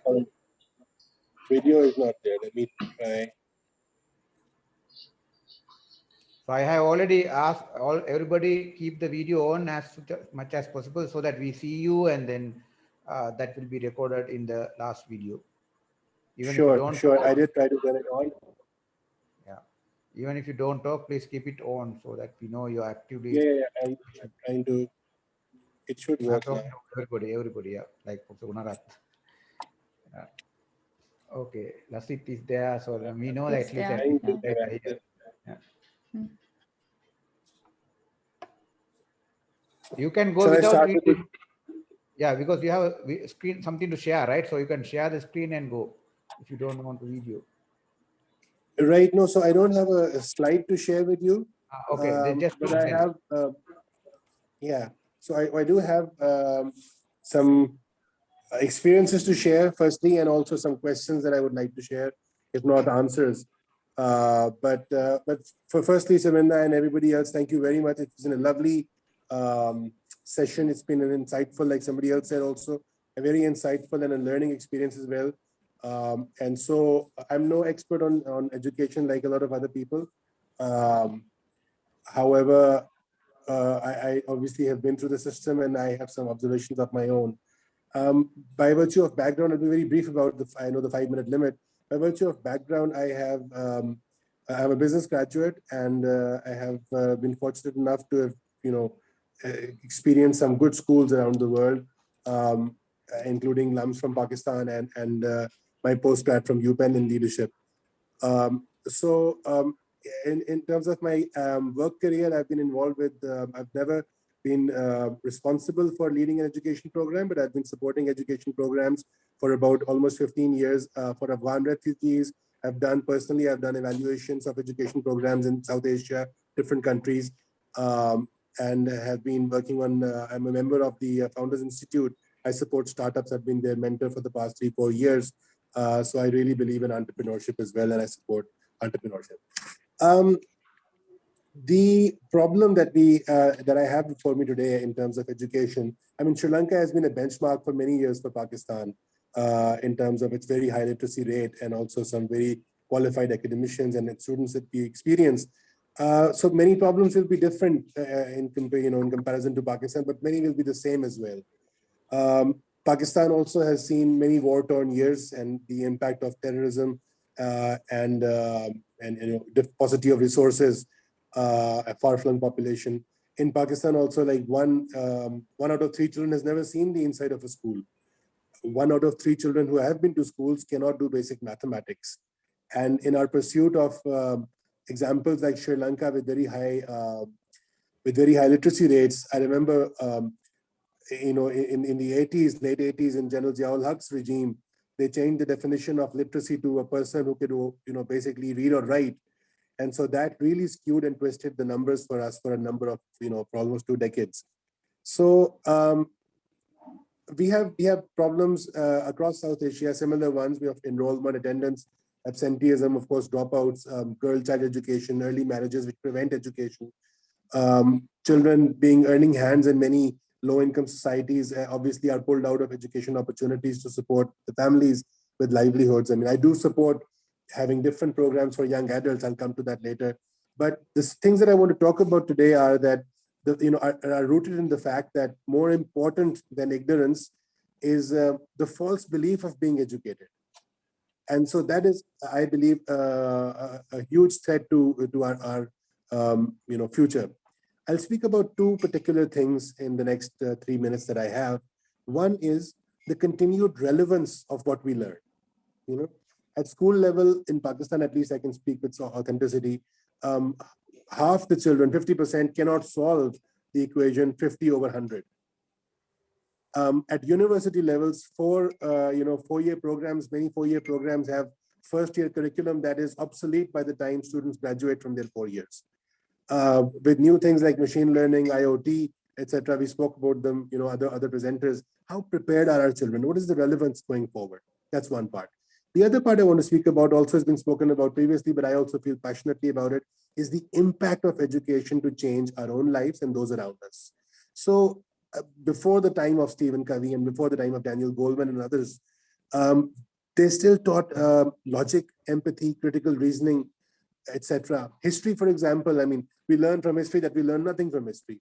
So in our schools, history is taught, but are we taught to question history? Do we draw parallels with our present day? Do we draw out lessons? Are children encouraged? Do we question the narrative? So things like that. In Pakistan's context, for example, we learned about our education challenges from the story of Malala Yousafzai. But what do we really learn from Malala? It's not the question about literacy. It's about what she brought in terms of leadership and questioning the narrative, the status quo that challenged the mindsets of everybody. So we need to instill leadership in people. How do we do that? How do we develop these skills? So part of the problem is students, but a bigger part is teachers also, which must not also be omitted, from this context. Different donors have invested lots of money in South Asia and low-income countries, trying to support reading programs and attendance programs and school literacy and everything. And these numbers have improved at times. I mean, I've been supporting Afghan refugee children's education and reading programs for 15, 20 years now. But passionate education comes from teachers. I mean, for example, if you look at our history, we remember our schools the least, we remember our curriculum, yes, but most of all, we remember our teachers. The smile that we have on our faces when we think of our teachers. So I want to quote an example of Teach for Pakistan. It's part of the larger fraternity of Teach for Us, for Teach for the World.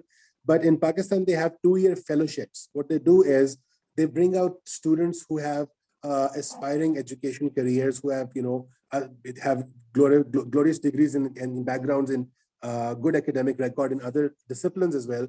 And they commit them to 2-year programs to come and teach at low-income schools and try and bridge the gap between that, they have a 10-year-old studying in grade 2. And so although they have a different age bracket, but their academic age is very different. So these well-qualified, aspiring, budding, promising, talented individuals, youngsters, are engaged for a period of 2 years. And in those 2 years, the commitment that they give, for a reasonable stipend is that they will attempt, one, to bridge the gap that these children have faced from low-income schools, which is, a higher age bracket and lower education bracket, and also leave an impression on them, of what a good teacher brings. So the children there get their first impression of a good teacher that leaves a lifelong impression on them. Outside of this school context, these individuals utilize their education, their background, their influence for bringing about policy change, curriculum change, for mobilizing resources, for becoming lifelong ambassadors for the cause of education. So they continue doing this. And the first-hand interaction that they have with young children leaves an impression on them as well. So I think that's, for me, that's a very innovative and novel example of how to sort of make a multiplier effect of continuing change for the education system, and also for making operational incisive changes in certain locations. The second part I want to talk about is the reality that, coming from low-income countries, sorry, Yasa, the time is passing. Just you can speed up. Yeah. Sure. Okay. I'll just wrap up. Thank you. So basically, skill development is very important. With rising mobile penetration, with fintech coming in, with Elon Musk launching internet for all through Starlink satellites, we have to enable our children to sort of step up for things like 3D technology, for nano health, robotics, genomics, agri-tech, hydroponics, all of those things. Sri Lanka, being an agricultural economy as well, also has a significant portion coming from agriculture. There's a lot of technology that's coming into agriculture now. So in our time, I remember, the prayer that we used to hear is, may God give you employment. We need to change. We need to ask for employees instead of employment. We need to be entrepreneurs and give employment instead. Especially what COVID has taught us, some things you learn best in calm, some things you learn in storm. What we have learned in the 2 years of COVID so far is that lives will never be the same in terms of job hunting. So we have to be with the rising youth population and all of that. We have to think of entrepreneurship, social entrepreneurship, and changing our own lives and others around us. Thank you very much for your time. Nilan, I'm sure you have the list now, but we have few people left. So I would suggest, after Nilan's order, others who have not spoken yet, please keep your thumbs up, or I don't know, hands raised or some option, so that we know you have not yet spoken, so that we can get the other people also talk, and then we'll start the discussion. Yeah. Okay, Nilan. We only have Manish, Manusha, and yeah, Suranga. Yeah, Suranga I noted. And then we have Andy, Lasit, who else? Yeah, and Tilak. Nilan, who is next? Yeah, next is Tilak and Ernest Okay, yeah, Ernest. Yeah, and there's Ernest. Dilini. All right, okay. Tilak is there. Yeah. Tilak Okay. Subasinghe. Yeah. Okay. Okay. Thank you. Can you hear me? Yes. Yes. Go ahead. Okay. Thank you very much. It's very interesting session that I would love to participate this. I am from Department of Business Finance, Faculty of Management, University of Peradeniya. Actually, with this session, I had a lot of things and a lot of interesting things to the education. And I want to just input some few ideas because when I do some research, I found out that why this education in Sri Lanka like this, because all the problem created in Sri Lanka and because of education. Why? This education system introduced by the British. This British introduced education just to maintain their to write a letter as a clerk and to distribute the letter as a peon. That is that they need that level. They are not developed that hierarchy of the top hierarchy of decision making level. Within that education system, fortunately or unfortunately, and we have introduced to develop MBBS, engineers, doctors, scientists, and professors, all the kind of people, and develop through this education. And because they are with that education, they are taking that education as a certificate. One side that develop the certificate holders, only certificate holders, those certificate position holders. They are certificate position holders, and other side, without education, they are having the power of they are having the power to come to the without certificate holding, like the political system, right? And these two type of people, and they are not having to develop to develop the country to better level. Because of that, these all kind of problem creating in Sri Lanka now because of this education. Now, because this education system create discrimination, all kind of discrimination. Because with this discrimination, they are having this certificate for the position, but they forget this humanity. They give up. They wash out this humanity, and they are taking that certificate with position with the certificate, and after that they discriminate all sort of the country.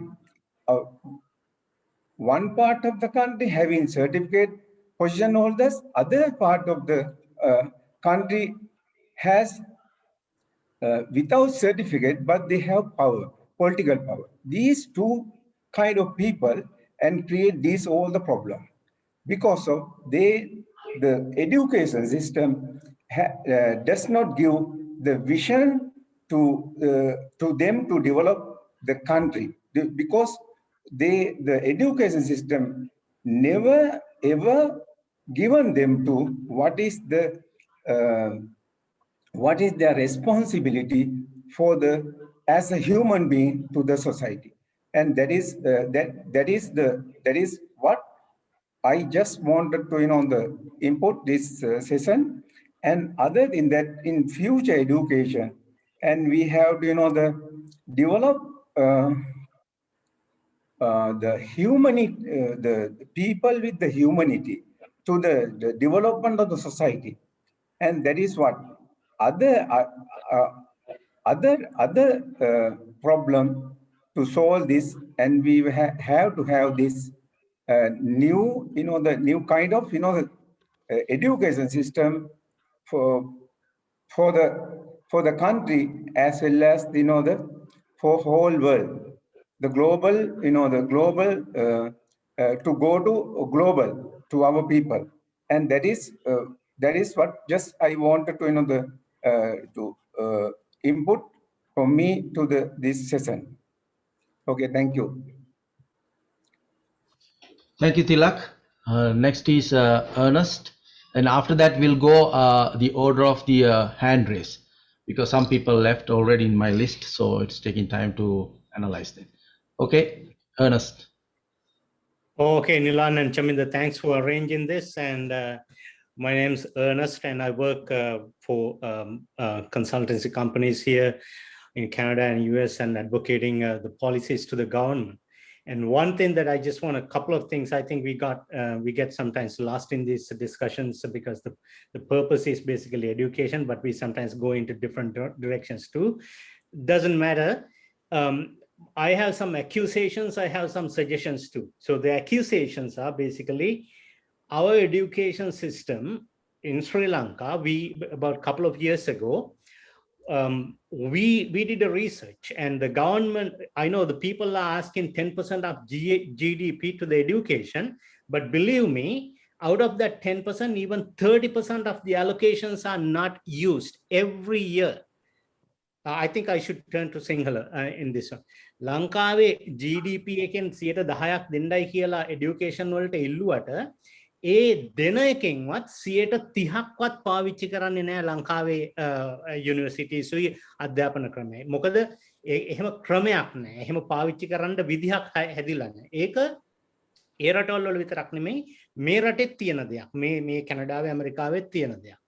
අපි හුඟක් වෙලාවට advice කරන්නේ අපි හුඟක් වෙලාවට advice කරනවා ලංකාවේ දැන් এডুকেෂන් එකට වියදම් කරන මුදල් ලංකාවේ යුනිවර්සිටිස් වලට වියදම් කරන මුදල් වලට වැඩිය ඒ මුදල් ප්‍රයිවට් සෙක්ටර් එකට වියදම් කරන්නයි කියලා ඉවරලා 2010 විතර පොලිසිස් ගණනාවක් ආවා මෙහි ඒ මුදල් ප්‍රයිවට් සෙක්ටර් එකට දෙන්න. ඒ ප්‍රයිවට් සෙක්ටර් එකේ රිසර්ච් ඇන්ඩ් ඩෙවලොප්මන්ට් වලට දෙන්න දීලා ක්‍රමයක් හදන්න ලංකාවේ යුනිවර්සිටිස් වල ළමයින්ට ඒකට ඇබ්සෝබ් කරගන්න ඇටච් කරගන්න කියලා. මොකද ප්‍රයිවට් සෙක්ටර් එක හැමතිස්සෙම ඩ්‍රයිව් කරන්නේ මොන හරි දෙයක් හදන්න, මොන හරි දෙයක් කරන්න, මොන හරි දෙයක් නිෂ්පාදනය කරන්න. ඒක නිසා ඇත්ත වශයෙන්ම වැදගත් වෙනවා ප්‍රයිවට් සෙක්ටර් එකට සමහර වෙලාවට ෆන්ඩ් කරන එක ලංකාවේ යුනිවර්සිටිස් වලට ලංකාවේ අනිත් ආයතන වලට ෆන්ඩ් කරනවට වැඩි. මොකද එතන තියෙන විශාල ඉන්එෆිෂන්සි එකක් තියෙනවා ලංකාවේ ගත්තහම. දෙවෙනි ඊළඟ කාරණේ ගත්තහම I think I should say this in English. Most of our problems actually are due to the regional problems. The regional problems between India and Pakistan and are the culmination of most of our problems. Because we are not sharing, we don't have any means to share because of these two big countries, these two giant countries are in loggerheads from the beginning. That is actually stifling our means to acquire the knowledge and share the knowledge so that we don't repeat the same thing. Eka මහා විශාල වශයෙන් බලපානවා. දැන් ලංකාව දැන් කැනඩාව ඇමරිකාව ගත්තාම එහෙම නෙමෙයි. හැම තැනකම තියෙනවා මේ knowledge share කරගන්න පුළුවන් විදිහක්. ලංකාවේ එහෙම share කරගන්න පුළුවන් විදියක් නැහැ. ඊළඟට මම අහන්න කැමතියි දැන් මෙතන ප්‍රොෆෙසර්ස්ලා කීප දෙනෙකුත් ඉන්නවා. ඒගොල්ලෝ කවදාවත් ඇඩ්වයිස් කරලා තියෙනවද private sector එකට මම මේ ලංකාවේ තාම දන්නේ නැති ඉඳ private sector එකට fund කරන්න private sector එකට fund කරලා ඉවර වෙලා ඒ private sector එකට අනුමත කියන්නේ අනුයුක්ත කරන්න අපේ ළමයින්ව knowledge එක gain කරන්න කියලා. එහෙම එකක් මම කවදාවත් අහලා නැහැ. එහෙම කරලා තියෙනවා නම් මම හිතනවා ප්‍රොෆෙසර් සිරිහෙට්ටිගෙත් මෙතන ඉන්නවා. එයා පුළුවන් නම් කියන්න අපිට එහෙම කරනවද කියලා ඉවර වෙලා. ඊළඟ කාරණේ තව කාරණයක් කියන්න තියෙනවා.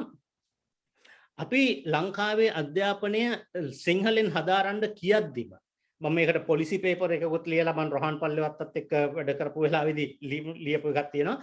සිංහලෙන් වැඩ කරන්න කියද්දිම we just started with a lopsided language that has already lost more than 470,000 words from 1970.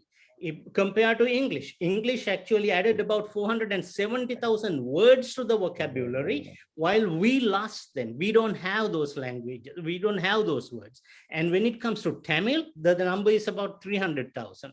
So we are starting from the beginning. We are starting with a lopsided language. අපිට කිසිම කියන්නේ මේවා එකක් නැති language එකකින් තමයි අපි සිංහලෙන් හදාරන්න කියද්දිම අපි පටන් ගන්නෙ මෙතනින් පටන් ගන්න. ඊට පස්සේ ඒකට suggestions ගෙන ආපුවම ඒ අපි කොහොමද අනිත් language එකකින් මේවා කරගන්නේ කියලා අපිට suggestions ගන්න පුළුවන් වෙනවා. එතකොටත් අපිට attack කරන්න ගන්නවා. ඒ කියන්නේ මොකද මේ භාෂාව ඛණ්ඩයි හදන්නේ.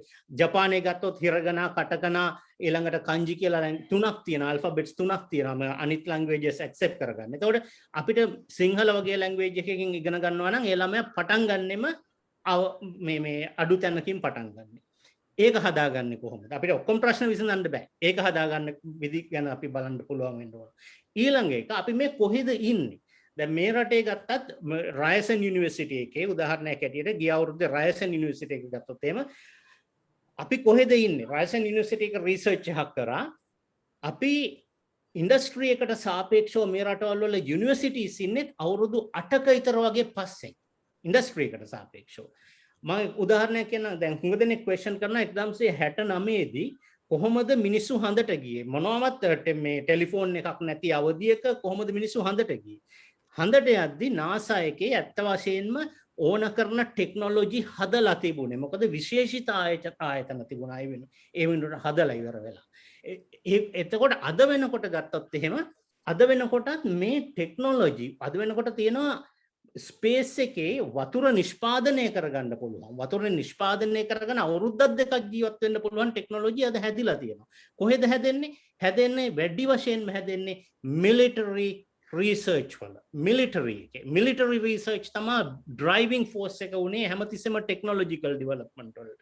අපි කතා කරන්නේවත් නෑ අත් වශයෙන්ම ලංකාවේ මිලිටරි ටෙක්නොලොජි එක කොහොමද අපි වැඩි කරගන්නේ ඊළඟට මේකට ෆන්ඩ් කරන්නේ කොහොමද මේවා ෂෙයා කරගන්නේ කොහොමද කියලා අපි කතා කරන්නේ නැහැ. දැන් අද වෙනකොට අපි මේ ඉන්නේ කොහෙද? අද වෙනකොට මෙහෙම යුනිවර්සිටිස් විශ්වාස කරනවා ඇත්ත වශයෙන්ම ඉන්නේ අපි අවුරුදු 10ක විතර මෙහි යුනිවර්සිටිස් අවුරුදු 10ක විතර පස්සෙන් ඉන්නේ කියලා. ඒ කියන්නේ පස්සෙන් ඉන්නේ කියන්නේ ටෙක්නොලොජි ඩෙවලොප් වෙලා ඉවරයි. ටෙක්නොලොජි ඩෙවලොප් කරලා ඉවරයි. උදාහරණයක් ඇරෙන්න මෙඩිකල් රිසර්ච් කරන ජෝන් හොප්කින්ස් වල ඊට පස්සේ NASA වල මේ ටෙක්නොලොජි ඩෙවලොප් කරලා ඉවරයි. මේ වෙනකොට මේ පිවිසෙමින් තියෙන්නේ මිනිස්සු මේ ලෝකෙන් කියන්නේ පිටට යන කාලේ. දැන් ටෙස්ලාලා ඊට පස්සේ ඒගොල්ලෝ හදලා ඉවරයි. අපි ඉන්නේ යුනිවර්සිටි මෙහි යුනිවර්සිටිස්ුත් ඉන්නේ අවුරුදු 10කින් විතර පස්සේ.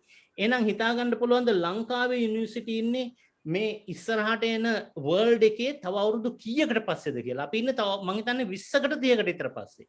ඒතර මේ බ්‍රිජ් එක ගැප් මේ ගැප් එක බ්‍රිජ් කරගන්නේ කොහොමද කියන එක ගැන අපි කතා කරන්නේ නැහැ.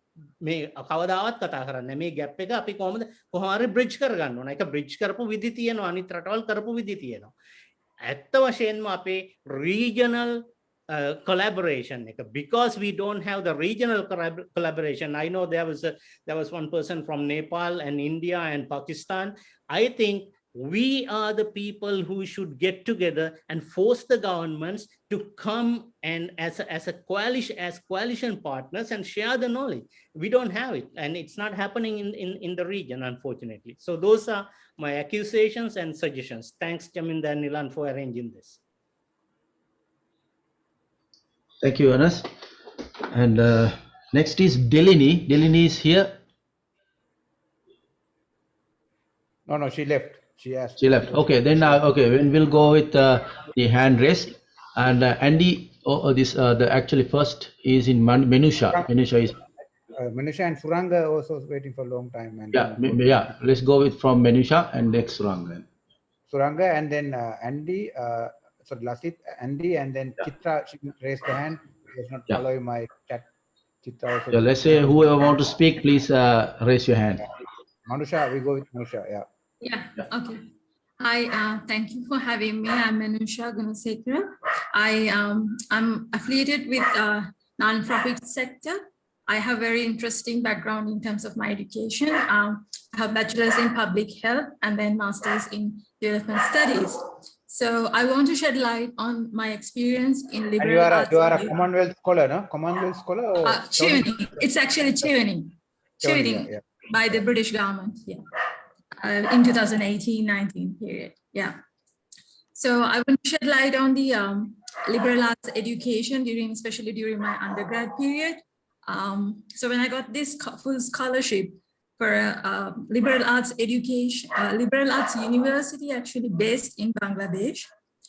This is a model created based on sister universities in the US, 7 sisters universities like Bryn Mawr, Wellesley. So it's a women university. So I actually got exposed to everything you were describing because my education was rooted in critical thinking, problem solving, and very heavy emphasis on leadership skills. Okay, there's a dog barking behind me. So like, this is a very new experience because I studied in Sri Lanka until A-levels. And then when I got into the uni, I learned that I was plunged into this whole world of literature, social science inquiry, although I majored in public health science subjects. And the education environment was very healthy because we had very mutual respect between peers and also by our lecturers, professors. We were in equal journey of learning. So I was pushed beyond my comfort zones to learn, especially things that matter in the global scales as well as the regional scales, like especially that time about peace and reconciliation in Sri Lanka. So, and also the education system brought very strong friendships between like-minded peers and lecturers that I'm still in contact. So second thing I want to shed light is why it's important, like what's the importance of critical liberal arts education to shape the future of Sri Lanka.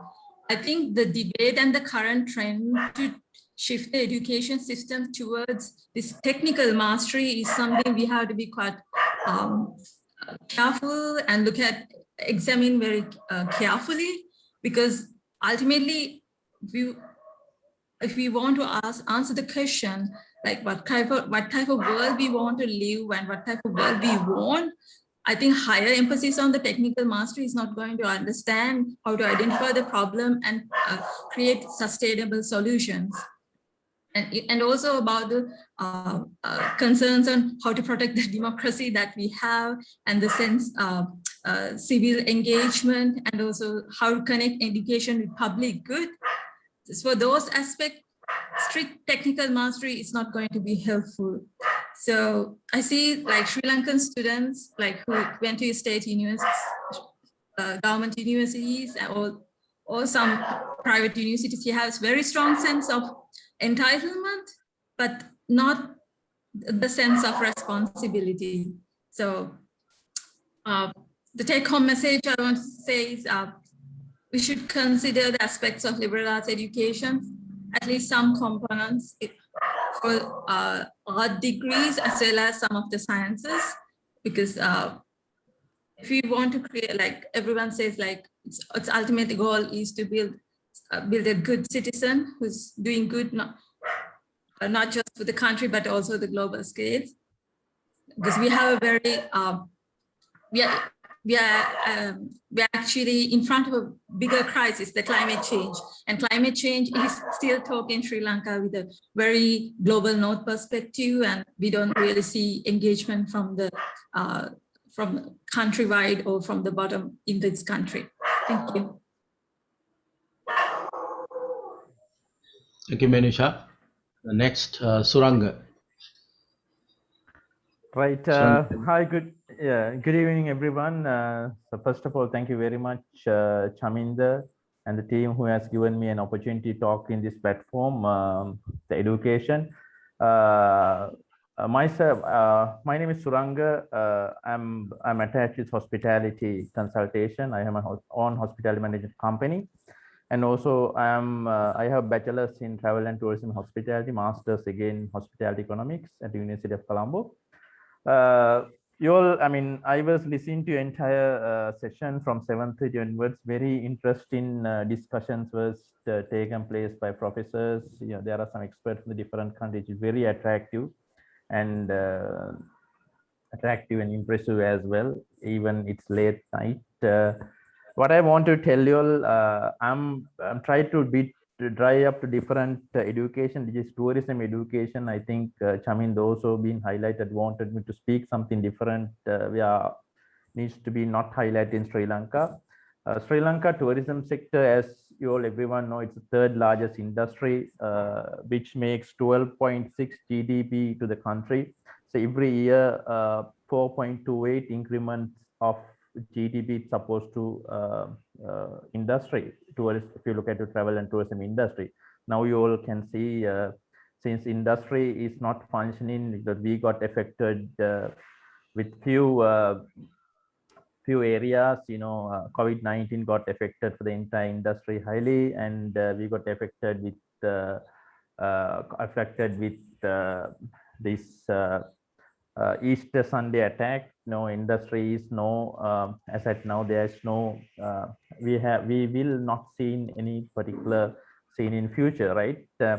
And also this is the reason I'm going to bring it up to your notice why tourism education important, because as I think Mr. Ernest has brought up nice platform where Canada is doing, why Sri Lanka is not applying those, right? I also agreed with this. I was one of the decision makers on the leading hotel chain.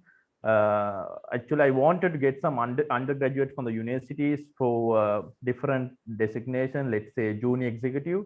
And what happened when we start up who are qualified in a universities of travel and tourism hospitality, unfortunately, we as organization, we fail them, you know, so we cannot see their performance.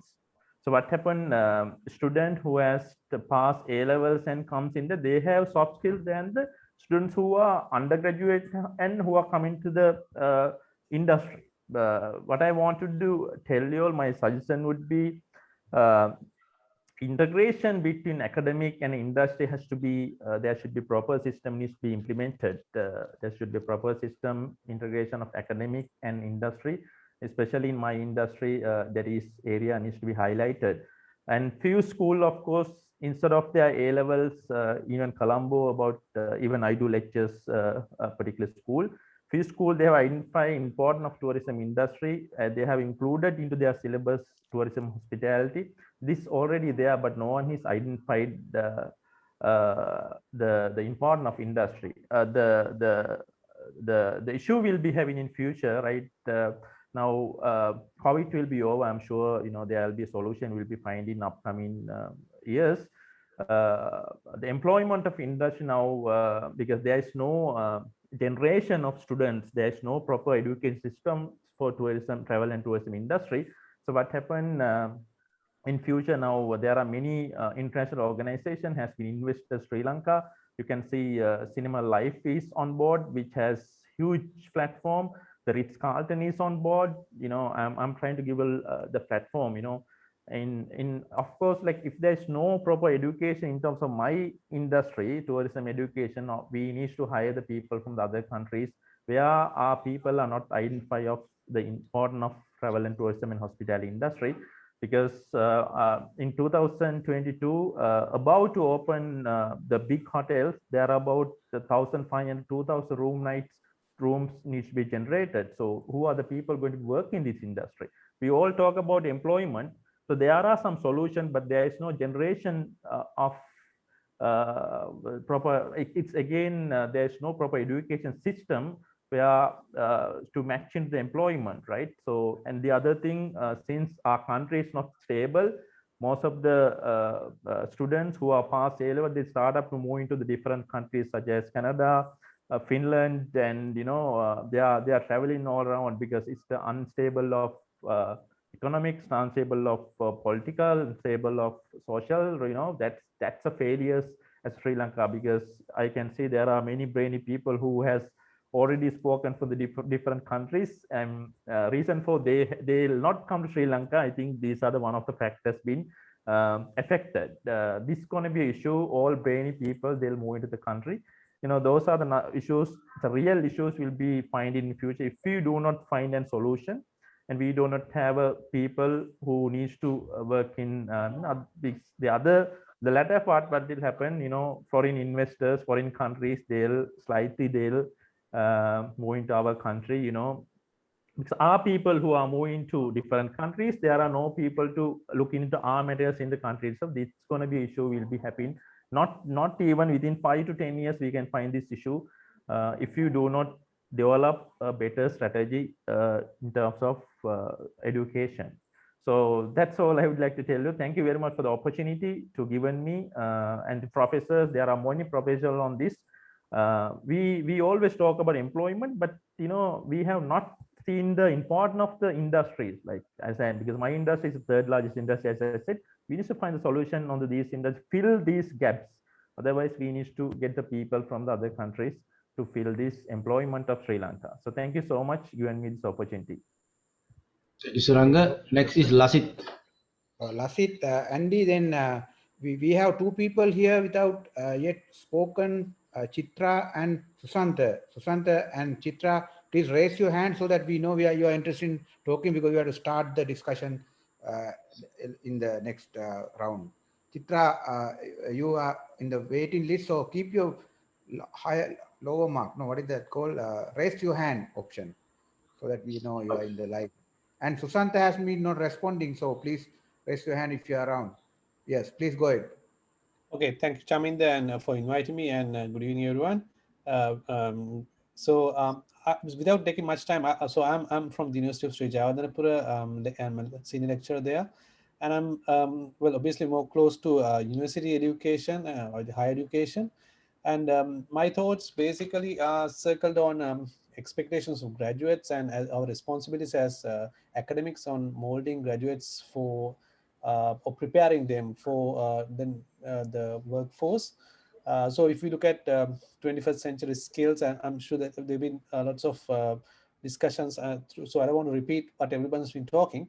But one of the things I'd like to highlight is, if you look, so I try to be as close to the industry to connect up and see. I agree with some of the thoughts that in general we are lagging far behind in terms of what's happening out there in an industry and what we teach. So there's a lot of work to be done.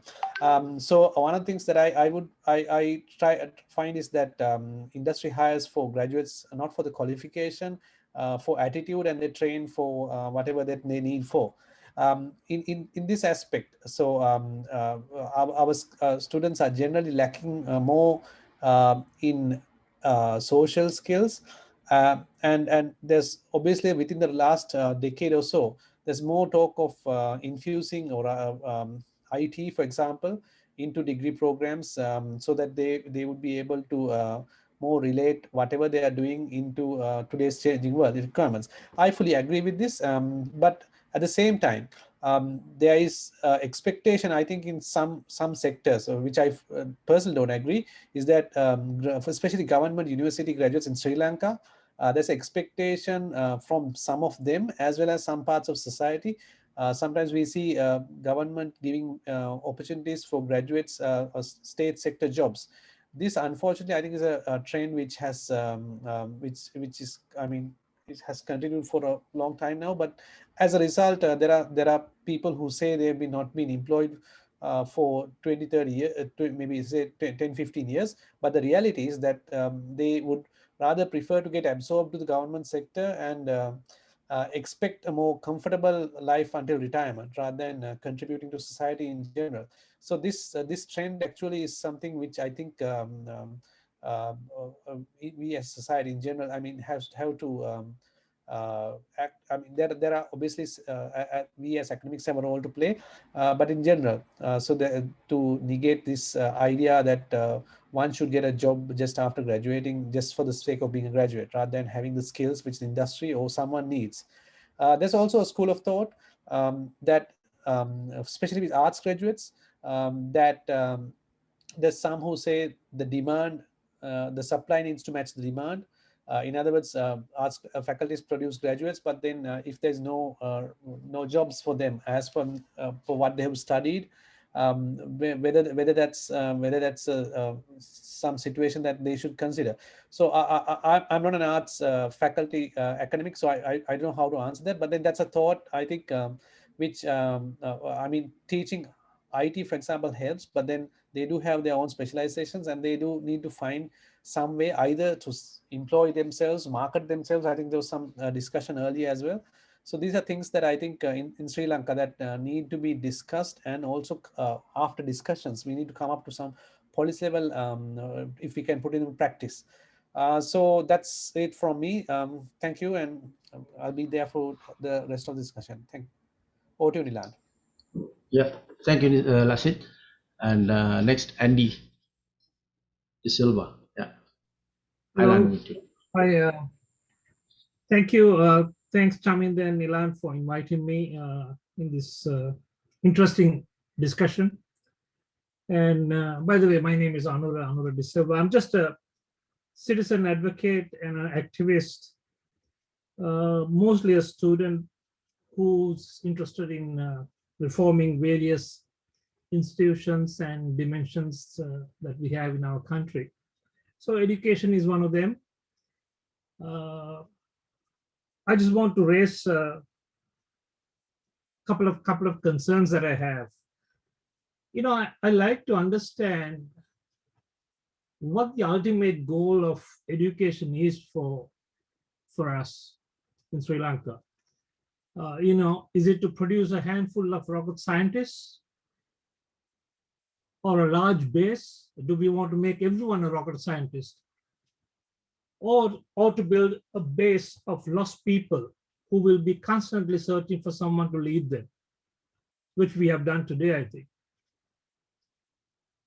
Or should we focus on developing the individual as an independent person with more humanistic values? I heard the lady mention about liberal arts values or liberal arts subjects, liberal arts education, which we are totally lacking. So I hope, you know, because education is a critical aspect of various dimensions that affects everyone, so, you know, I think we are lacking in skills, we're lacking in values, and also the glue among all this is most of us, you know, including me, we are not very aware of our own environment, the world we live among, and also the strengths and weaknesses of us as individuals. Even after we graduate from university, some of us may not even discover who we are, which is a great disservice for anyone with any kind of educational system. So I hope some thoughts can be you know, introduced so that at least when children grow up, they grow up with certain core values, at least to respect each other as another human being. Because the saddest thing in, you know, my experience in, you know, working and living in Sri Lanka is everyone wants to know whether they are greater than me or less than me. So rather than coming to an equal level and discussing something openly, I used to be very, very afraid at work. This is kind of like a joke. When someone serves me, you know, I'm always wondering, is he going to pickpocket me? Because, you know, the lack of being able to discuss openly, face to face, honestly, is something that we need to develop. Because if we can't openly discuss, I don't think we can solve any problems, especially to be able to discuss truthfully. So I hope some ideas would come up down the line to introduce some critical thinking, to be able to not accept anything that comes out of someone's, especially our teachers, whatever they say, we've learned to memorize them rather than question why it's happening. Why, I remember, various theories in physics, we just memorized them, something falls from the, from a weight falls on the ground. So we learn a scientist's theory rather than understanding the real physical characteristics.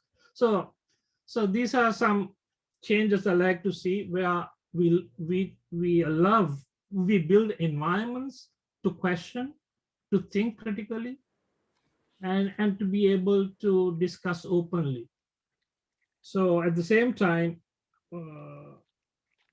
be able to respect each other as another human being, whether we come from the moon or the sky, or wherever we are. So those are some of my thoughts, and I, it's a long journey. I think we are, so like some of you mentioned, we are far behind where we should be, and that is. And that this gap is affecting everything that we're doing today. Very often we hear we have developed a slave-minded, citizenry in our country that's hurting everything, and that's purely, I think, purely based because of our education system. Because the moment we pluck someone from Sri Lanka and go and drop them in a developed country, they all shine. So that itself says it's the environment that we have developed, and along with it, we need to develop their core skills as well. So I like to hear down the line, hopefully this dialogue goes on. Certain policy ideas can be presented. Another problem we have is because of our hierarchical structures, there are very few people willing to listen to any new ideas. So that's another challenge that needs to be overcome. But I recognize and support and appreciate the struggle that we have in front of us, but for not giving up. It's very easy to give up when we see the mountain that we have to climb, and hopefully we can go forward with these challenges, overcoming challenges. Thank you.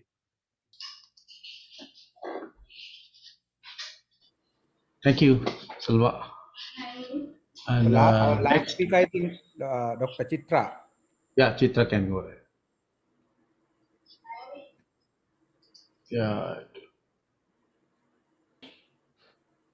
Okay, you can hear me, right? Yeah. My name is Chitra Fernando, and I went to Sri Central College in Sri Lanka and studied medicine in Peradeniya.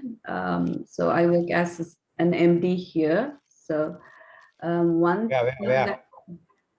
in Seattle, Washington, United States. And your husband? My husband is Gretchen Fernando. He's working for Boeing as an engineer. So some of you. Sri Lankan typical combination, engineer married to doctor. Okay, please go ahead. Okay, so two things that I wanted to point out when I compare the Sri Lankan education system to here. So I learned these things from observing my children's teachers and like from the knowledge that I have from Sri Lanka. I see a big difference between the children and the teachers. I don't see that Sri Lankan teachers respect children in school. So here the teachers let students ask questions anytime during the class. So there is more interaction. And also there is no stupid questions. Like there are some children who are like who have Down syndrome and things like that in the same class, and they all ask questions, and then they don't feel disrespected. The teachers answer the questions like it's the same, like there's no discrimination between the bright students and the less bright students. And also the confidentiality, the children's scores, grades, like they are confidential. The other children don't get to know the scores or grades. It's just, I think it's really important in Sri Lanka. Like, so I think too much competition in Sri Lankan education system affects the teamwork,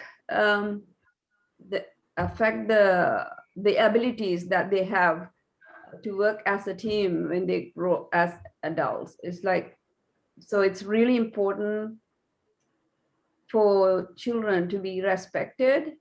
And then also they need to learn more presentation skills and leadership qualities. I think that the teachers maintain a gap, and that's intimidating for children, and then it affects their personality development and the leadership qualities and the teamwork abilities. So that's my main point. So I saw two things like in the schools, like that was written in big letters on the wall. One thing was like respect, and it says you got to give to get it. And then another thing was like person is a person no matter how small. Like a theme like that. It's just really important, I think, for children to be like children to feel respected in school. I think that's my main point. So before starting the discussion, we have very interesting contradictions of ideas, but I think we should have a good debate on that. But before that, I want Chandan, if you want to very quickly summarize not everybody's individual ideas, but some overview. 1 minute maybe. Mute. Okay. Yes. In summary, like I see kind of like, more similar ideas, like we are going ahead with the value-based education and also the more practical learning approach, also like more student-centered learning. Those are the ideas. And one thing we come from Mr. Tilak, Dr. Tilak, though, that was the like, our education system, like how British developed the system is like, it creates kind of a slave-minded people. So I'm sure like there are some arguments against it. Yeah, we can go ahead with. And also I got interested in like one mentioned about the tourism, and we are talking about 5.0 era tourism. So it means we are not ready, and similar ideas were shared by Suranga as well. In terms of like, the tourism sector, where that country gets a high revenue as well as employment opportunities, and they were talking about we are not having the supply for the demanded professions in hospital industry. So basically that's it. Then everybody talk about the the importance of making a holistic approach, among the institutions as well as the educators, and basically like all the stakeholders have to work together. Then only we can come up with this, we can solve problems and match the demand supply conditions of our employability. So that's a summary in a nutshell. Yeah, that's it. So yeah, thank you very much. Now we can open for the discussion, but I want to kind of frame it now. For example, actually now our purpose is already served. We got a lot of diversified ideas from outside, inside, from a university system, outside university system, from the industry. We don't have to have agreement, or we don't have to have, for example, even conversion. But our idea for the day was divergence. Later we can go to the stage of converging ideas and agreeing and filtering. But since we can actually go for another 50 minutes, I would like to ask mainly from university people, for example, professors. We have Gunaratna and then Kodituaku, even Lasit. Tilak didn't really represent the university in his own ideas, but also Kingsley Bernard, and we have Senaratna. Now there were criticism against Sri Lankan education system, maybe school as well as university system, about they are not relevant to industry, they are not futuristic, and they are not developing skills. There were criticism from the industry also and from other countries. Anybody want to defend what we are doing? Because we are anyway in the university system. So can somebody defend what we are doing and why we are doing and why we cannot quickly change? Maybe I don't think, Chaminda, we should defend. There's nothing called defending. And of course, everybody has, the right to air their ideas based on their understandings. And I think we should be humble humble enough to listen to them. As far as my experience, that some of these things, like arguments are based on misinformation. Yeah, and, camera අපිට පාත් කරන්න පුළුවන්ද මේ මූණ පේන්නේ අර ඔළුව විතරයි okay. පේන්නේ. Can you see me now? Yeah, okay, better. Yeah. All right, okay. Yeah, always there are arguments, and they say universities are not doing the job, and university, why we are not innovating. Of course, we have been, as Mr. De Silva he said, like there are plenty of Sri Lankan graduates who have gone, looking for greener pastures and doing really well in those other countries. The problem we are having here is, we don't have, a system here, the environment here for them to come back and work, because it's not the problem of the university system. It is the entire country, right? That's why people have left the country and, found, better jobs in other countries, and they are really doing well. They are all our graduates. And, that's also a contribution of this university system to the world. And they don't have to be here and innovate here in Sri Lanka. Wherever they go and work and innovate or contribute, that's fine. That's what we want. And the other thing is that most of the private sector, we have worked with private sector. And of course, what they need is milking cows, So the cow should be prepared to give them milk.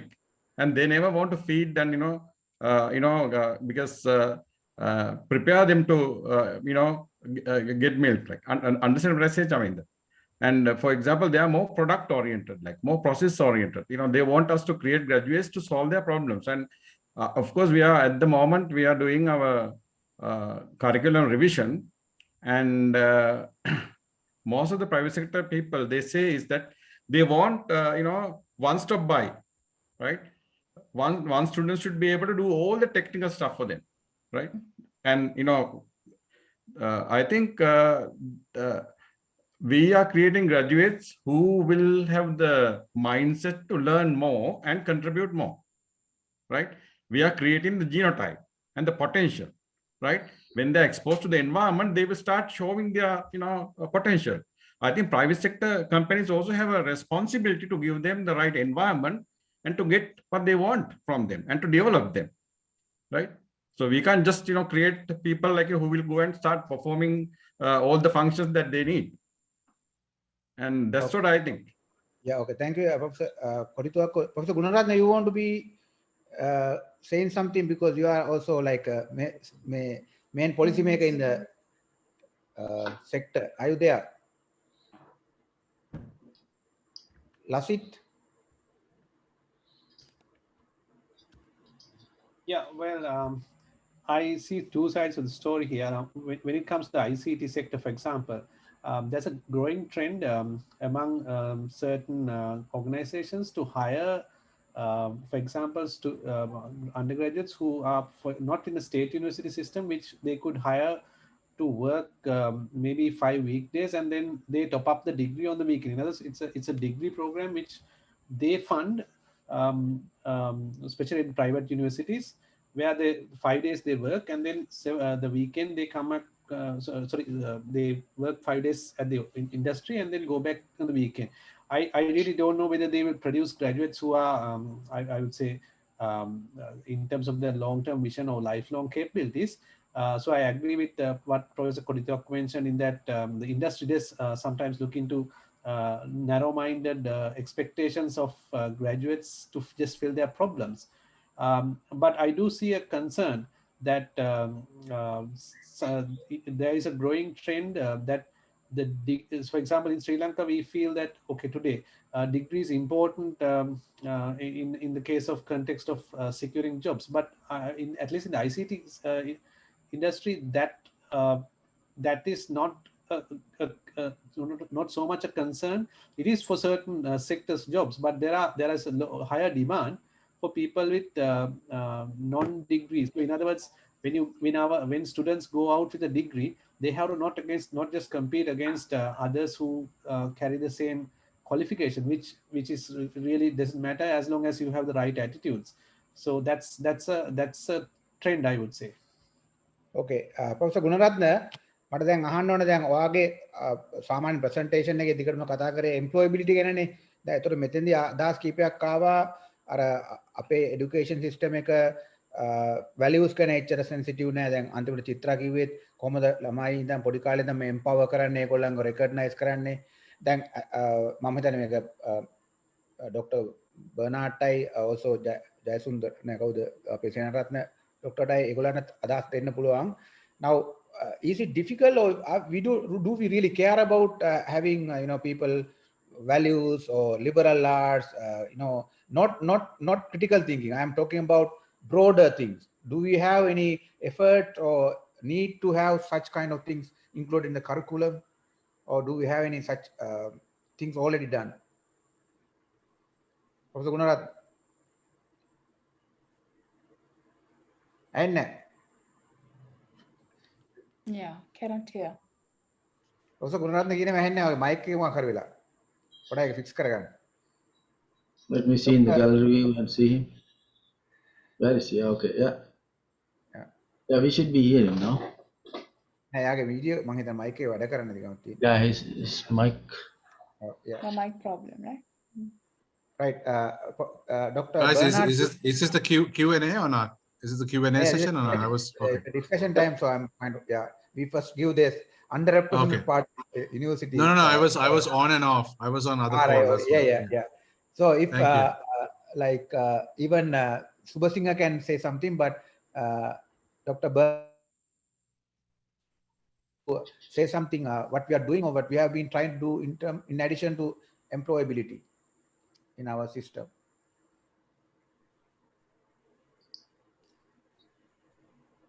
Mr. Bernard, get me a mic muted. Can you hear me now? Yeah. We can hear you, Mr. All right, yes. I have some factual correction. Somebody said that the government allocate money and the system is not using. That is not factually correct. But when you see the figures, yes, government allocate. But what the problem is, doesn't release the money. So now also I check with the system. Higher education budget is about capital expenditure 9 billion this year. Is about 9 billion capital expenditure is allocated. But the release is only 1.5 billion. But the pending bills in the university system is more than almost close to pending bills in hands is about 2 billion. So you can see the situation that you can give the money in terms of budget papers, but that real release is not happening. When you try to get the money from the treasury, there is a real issue. So therefore, at the end of the day, allocation is there. That is like that it's not spent, but to spend, you should get the when you see that every government change, they say we are paying the last government bill. They have not settled. That is the real issue. Every government, every time they in the budget they allocate, they don't release the money for the job. So that issue always there. Therefore, when you say budget is allocated 100 billion, but the real expenditure is like maybe 25 billion or 30 billion or 40 billion. That is because of they don't really release money. that issue is always there in government. Sometimes there may be small mismatches. Even they issued release. Now I know the government ministries and department now with their bills in hand, they are eagerly waiting until government or the treasury is releasing the money to settle their bills for the contractors and other things. So that then when the contractor stop the job, so then it's not continuing. It's like that in Sri Lanka most of the time, my experience. So therefore, you can say budget figure looking at, okay, they have allocated this much, they have not spent. It's not that real issue. So that second thing, Chaminda, this our university is like that. Not maybe we academics most of the time, or the universities are maybe objectives are not aligned with the payment or other things, so that we are paid. What we are supposed to do is we may ourselves define, but say for example this is university system is completely supply driven system. Today that doesn't work. Say that university students are selected by the grant commission and sent to the university. Some money allocation and salaries are determined by the university, the government, and decide that everything. So that supply driven system, maybe however much you work more or less, that is not reflected in this system. You get your salary at the end of the day. So how to make it a demand driven system? Say I suggest different type of things. Universities, even vice chancellors, registrars, and the dean should be managers to some extent. That doesn't mean that it's not a privatization. I doesn't mean privatization. Say the government should government should not finance the universities. Government should finance the student. Okay, students say that you have shown this much good, or your performance good A-level, we allocate this much for your education. So it is the student to use that, then students should be attracted by the university. Then universities, academics and all that, their survival depend on. So student, if my course is not doing well, they might not apply next time my course. They will go to the other university. Then universities have to compete to get the students into this thing. So then the dean has to think about how many students are coming to my faculty. Then I think salary matter also. You can give to them. Okay, you to some extent you can give some maybe incentives and all that decided by the university. If that is happening, maybe then the students will decide where to go. The government, still the government is spending. The way that they spend has to change. That is now complete supply driven. So that kind of reform is necessary in the system to boost this system, because this is not incentivized. Maybe the work and the pay and everything is not aligned. So therefore, that those who the personal passion, some people work very well. Some people, there is no personal passion in the system. That is not only university. Most of the public organization, this disparity can be seen. So that therefore this private institution sometimes might not be able to survive like that. They have to do something extra, this thing, because they have to attract the student. If they are at the end of the day, their graduates are not employed, they have to be responsible. So that, but the university sometimes this argument, there are pluses and this thing, but that kind of system sometimes. But in Germany, that type of countries, when the traditional universities are doing well, they top of that, okay, you do your way, your liberal way, you do that, because that they have enough surpluses. Because those countries, if you take any European Union country, they have huge sovereign fund. They have invested all over the world. They create wealth. We are not creating wealth. We are borrowing. We are sovereign lenders. Throughout the world. We don't have any sovereign fund. We don't create any wealth in this country. In the finance industry, the huge industry. Norway, if you take those countries, huge sovereign debt. We can't compare the system in those countries. But only thing is that I think the biggest problem in our country is, on the other hand, maybe when you talk about the jobs and all that, economy is not growing sufficiently. It is the job to be created, economy should grow. So economy should to grow, that there should be a right policies in the country, right policies, right investment priorities and all that. So Okay. then I think there will be employment problem will be solved to Okay, some extent. just thank you very much. And I would like to go to Kingsley Bernard and Kalkanda Senaratna, but after that, if you want to talk, please raise your hand so that we know the order. Thank you, Jaminda. Yeah. Thank you, Jaminda. With regard to this mismatch between what industry requires and what the university is providing, I think this mismatch has been accepted by both parties now. That is the private sector as well as the universities. Now they have taken some steps. So there are some progressive things happening. If you level this allegation 10 years ago, I would agree with that. But things are happening. Private sector is helping the university students, and they are sending their specialists and giving them some kind of workshops, lectures, and there is a collaboration between those two parties. So therefore, I think this allegation is not 100% valid right now, because things are happening. But only thing is whether the pace of taking place these things, whether it is sufficient or not to satisfy the industry and to satisfy the country's need. So that is one question. But things have taken place, things are taking place, and also progressive steps have been taken. That's one.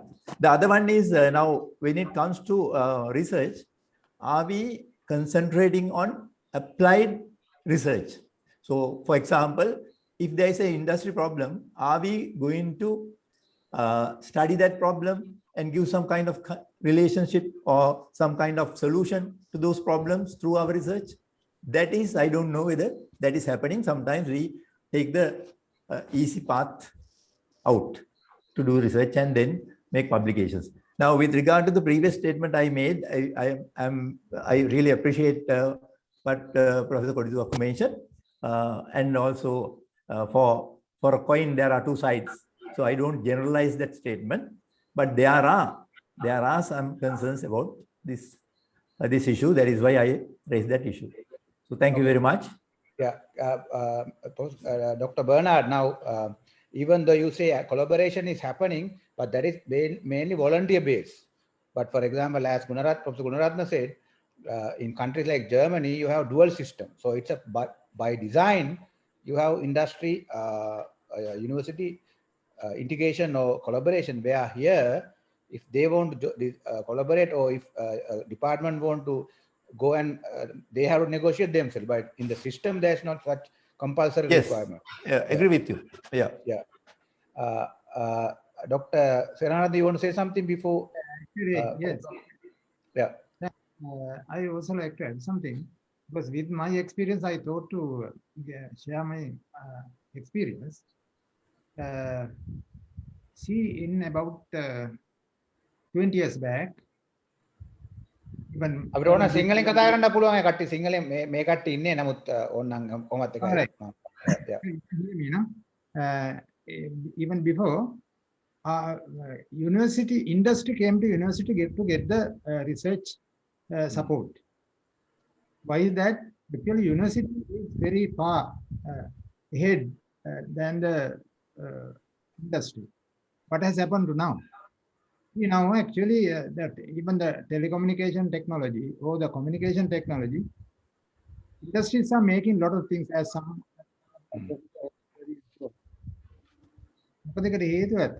Industry එක අපි දැන් අපි ඔය ඉස්සර වෙලා ගිහිල්ලා තියෙනවා. ඒක යුනිවර්සිටි එක ලැබි. යුනිවර්සිටි එකේ අලුත් රිසර්ච් කෙනෙක් දැන් උදාහරණයකට මම දන්නවා මම කාලයක් නිව්සීලන්ත හිටියේ එඩියුකේෂන් එකේ හිටියා ඉන්ඩස්ට්‍රි එකේ හිටියා. නිව්සීලන්ත තියෙනවා යුනිවර්සිටි එකේ there is a fund called PBRF, Performance Based Research Fund, PBRF. University will get the money based on their research performance. Every lecturer is a researcher, must do research and do the publications and participate to the international conferences and write papers and supervision. Not only the teaching contribution is considered as very low level. All are others. Sri Lanka, එතනයි ප්‍රශ්නේ තියෙන්නේ. ඇත්තටම research karapuham, that researcher is the one who is actually delivering. Yeah, so delivering knowledge or education to the students. terma දැන් සම්බන්ධ වෙලා ඉන්න එක්කෙනාට උගන්වන්න නම් උගන්වන්න එයා දැනගෙන ඉන්න ඕනේ හරියට. අලුත් දේවල් දැනගන්නේ නැත්නම් රිසර්ච් කරලා ඉන්ටර්නැෂනල් කොන්ෆරන්ස් වලට යන්න නැත්නම් එයා කොහොමද දැනගන්නේ? එයා කියවන්නේ නැත්නම් හරියට. So therefore the researcher will be an international product, internationally engaged with many networking contacts. So we are lacking on that. Unfortunately, as Professor Gunaratna said, government is not supporting for that. But there, the government is supporting. Actually, government is supporting the university as well as the university must get the show the performance and then get the PBRF funds. With that funds, it is going actually in a positive circle. Okay, your point is taken. So, Professor Guna, කොඩිතුවක්කොට මොකක් හරි provocating එකක් කියන්න ඕන නම් කියන්න නැත්නම් අනිත් දෙනාට chance දෙන්න. No, I don't have anything provocative because I just want to add to what Professor Gunaratna said. You know, he kind of rightly spot on. And the problem is that, you know, we start, you know, this procurement, it's a very cumbersome procedure we have in the university, like procurement, basically. And we start this, you know, calling for quotations and by about, you know, it takes about, you know, 4 to 5 months to complete that. By that time, you don't get money, right? And then when the money comes, we have to again, you know, start calling for quotations and, you know, that will be the end of the year. So we have to send the money back. So that is now, one of the... Sorry, I have to intervene here now. Professor Gunaratna, Professor Kodituakku, you guys are talking about procedural, legalistic issue you have as managers, for example, with the government. Now here the audience is the guys from Canada and US and other No, because, you know, there's this allegation that we are not... But for outsiders, now the university system, their problem with the government is still internal problem. So it's we take that as when you're talking about, you know, education system in Sri Lanka, we cannot forget the frame conditions, right? True. Exactly. Because, that you know, the point. There's a responsibility for the government to let me finish, Chaminda. You know, government should create a conducive, you know, framework. You know, policy should be there. Now, for example, now we simply cannot sign any MOUs with the foreign universities. Like, you know, I have this research program with Leeds University. And, you know, they are asking us to, you know, send the signed document still at the Senate. Okay, so now that is the point. What I'm trying to tell you is that although, you know, the people who are, you know, outsiders see that we are very inefficient, you know, we are like, you know, we are struggling, right? Because we don't have a conducive environment to perform. And that has to be understood. Yeah, that is the point I want to summarize here. Now, even though we talk about industry 4.0, work 4.0, all these things, the guys who are working here, they have their own limitation because they have to negotiate with the government. Government doesn't have money. As Professor Gunaratna said, they have allocation, but they're no real money. So you have to also understand that the guys who are operating, they have their own limitations and procedural and legal and other issues. Okay. So go back to outside customers. Roshan, Ernest, maybe Tilak later, and Nilan.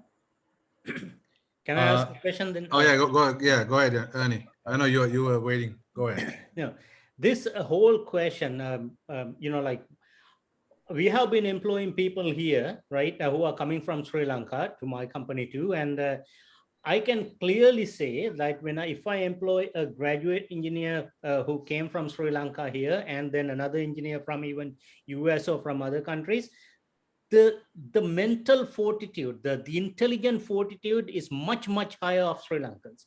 And I have seen that, and they have the ability to grasp something very quickly. And unfortunately, we don't see that in Sri Lanka, right? And I have experienced that here. And I should be praiseworthy of the universities in that regard. But I think there is one thing that we are lacking here. We have completely misunderstood the concept of the university and the vocational training. And if somebody is trying to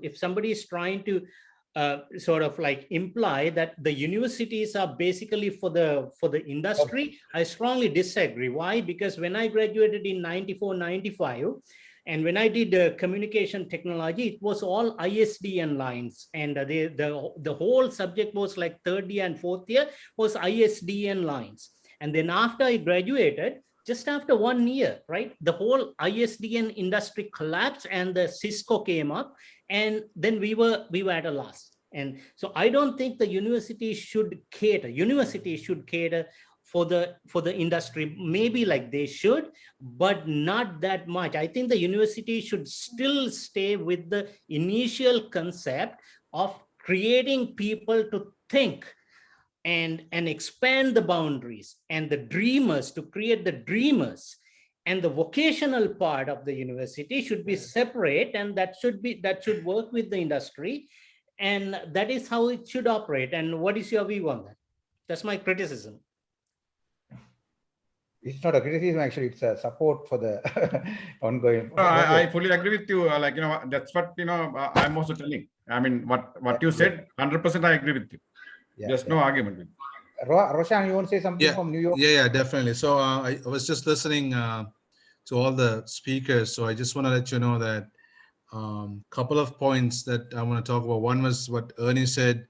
In US, most of these technologies are with the military, which is something that you and I can agree, and they're very advanced. You know that, Ernie. So I agree with that, and obviously they have a lot of money, so they do have the futuristic technology, and they hire the best people to develop technologies, and do the research. I know Sri Lanka did have, during the war times, we did have a research wing under the Ministry of Defense, and one of my good friends used to work there. He was a Harvard professor and an MIT professor for robotics. Now he moved to UK, but we did have some skeletons there. We were working on a couple of mine what do you call those, Johnny Battukil, mine, those landmine detection through they were creating something like a mongoose to go and actually detect the landmine. So it was there, but unfortunately it probably got scratched off. And I know we did manufacture those FACs, those boats for the Navy. So we did have some of those capabilities, but I don't know where things are right now. And also coming back to Dr. Gunaratna, I think he was hitting on a very important point of allocation of resources based on performance. I think I totally agree. Not just in university level, but also in early education. In New York City, schools have every child has to. If you're in a public school, you have to take a test. Every year you have to take the test. Based on the test results, if the school does well, you're going to be able to get more funding to the school. So they started from elementary level to university level. The other one is what I think Dr. Korituaku said. Continuous assessment, right? I think you talked about that. Was it you or? Actually, I was talking about the lifelong, giving the opportunity for them to learn, lifelong. Right, because I'm in finance, and we have to take every year, yearly and mid-yearly exams, testing, just to stay up with the industry. So those are very important points. So that's it. That's what I want to just outline. Tilak, if you're awake, you can speak, and then Nilan maybe raise also. Chitra, make a function. Go ahead, Tilak. Yeah. Tilak, you can go ahead, then I'll wait. Yeah. Because you're sleepy, right? You have a raise function. Okay, you wait. Okay, you go ahead. No, you go ahead. You're sleepy. I'm daytime here. Yeah, night. And he has the button. He can switch off everything. So Nilan can wait. Yeah. Okay. Actually, the now I think that the most important thing is now we think that our education has some problem, right? And to think about the future, and that is what we have to think. That is we are just discussing, because the government doesn't have education policy, because they think other education is useless. Okay, now because those who get educated people, and they have to develop a policy, and they have to help to process it, right? And that is what we have to do. Then I know this year all the capital works in stop in university system this year, right? In because of this is the government policy, but university people doesn't have the system to overcome that. Okay, to overcome that, we have the university system. We have to have some process, but we don't develop it, right? That is why we are facing this whole problem. We are, in 1985, the University Act come to the university and put up a UGC. At that time, no one talk about this, and they people want to go to with the certificate, they want to get the position, right? That is what they are using this position. Now we are crying, right? Now we are crying. Now what we have to, because I think what we have to do is now to develop the human being from from the education system. Now we don't have human being. When you go to in Sri Lanka, I think, right? When our people go to abroad, they are work very well. Why? They have everything with them, because if they want to do something, they have all the facilities. But Sri Lanka, for the education, because all the people, those who come because of this the free education system, the most of the people come from the lower income level people come to the top places. What they try to do is, they are not concentration of the development of education system with the sustainable, with sustainable, because that is why we have no problem, right? Because with the sustainable system, if we develop, and it will be because we need not to talk now this happening, that happening, because the sustainable system we don't have. Why? Because we did not develop it. Because up to now, my point is, this all problem created in the system Sri Lanka because of education. Now you see this all the kind of people. Now this COVID situation, even they try to show they are we are the top, we are the top. No, because they are not human being, right? Then they are the part of this society. They have to work for the society, and they are not thinking that they try to show that we are the top, we are the heroes. That is the problem. Tilak now දැන් අපි පොඩ්ඩක් ඉනවා දැන් අපි දැන් ඔක්කොම දැන් මෙච්චර වෙලා ගොඩක් කතා කරානේ. ඇත්තටම අපි අපේ purpose එක තියෙන්නේ problems කතා කරලා එකකින් උඩට යන්න තමයි. හැබැයි අපි මේක නිකන් complete කරන්න ඕනේ හින්දා විනාඩි 15ක් විතර ගත කරමු. solutions මොනවාද කියන එකට නිකන් as a suggestion. එතකොට දැන් ප්‍රශ්න අහන්න එපා. දැන් අපි ප්‍රශ්න කතා කරලා ඉවරයි. ප්‍රශ්න ගොඩාක් තියෙනවානේ. government problems, system එකේ problems, financing problem ඔක්කොම. දැන් ඕගොල්ලෝ ප්‍රශ්න අහන්න හැබැයි කමක් නැහැ. හැබැයි මේ වෙලාවේ මම කැමති ඊළඟ විනාඩි 15 ඇතුළත solution suggest කරන්න කෙලින්ම ඕගොල්ලන් හිතන විදිහට කොහොමද අපි ඉස්සරහට යන්නේ කියන එක ඒක අපිට කියන්න කියලා. One solution I would suggest is now Tilak very correctly pointed out that the system is not sustainable, right? And if the system is not sustainable, and Sri Lanka's economy for the last 10-15 years, it's only about like $82 billion. And if the system is not sustainable, what is the problem? Now, what is the problem? We ask people who can afford to pay. And right now, like we ourselves get bamboozled that we think it is a free education system. It is not a free education system. It is funded by the taxpayers right now. And so in that context, right, we know that, and we just misguided by ourselves, get bamboozled actually.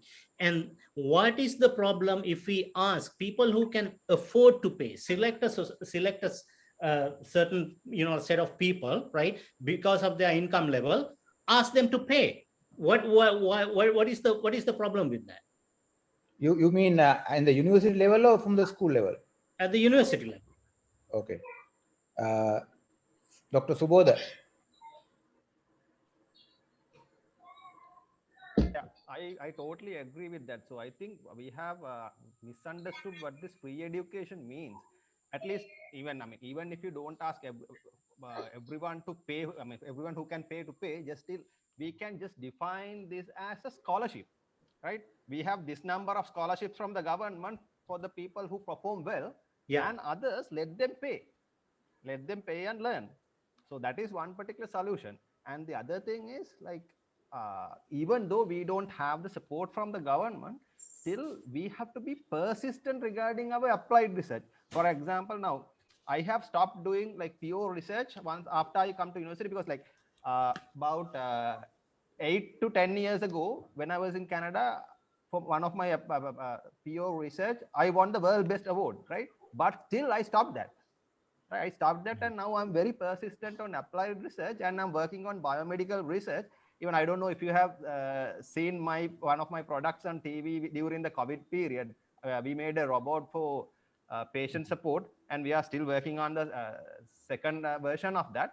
So we are being persistent. Not only that, like we have several other products, so we are persistent. But I'm not going to stop that from like after one particular set of students. Once they complete, they will graduate and they will stop it, right? But I'm not going to stop that. I will be persistent, and I will be carrying on to the next year, and then we'll be carrying on to the year after, like that. Probably, if I try 10, 20 products, I will be successful in one, right? So you are basically suggesting a focus on applied research.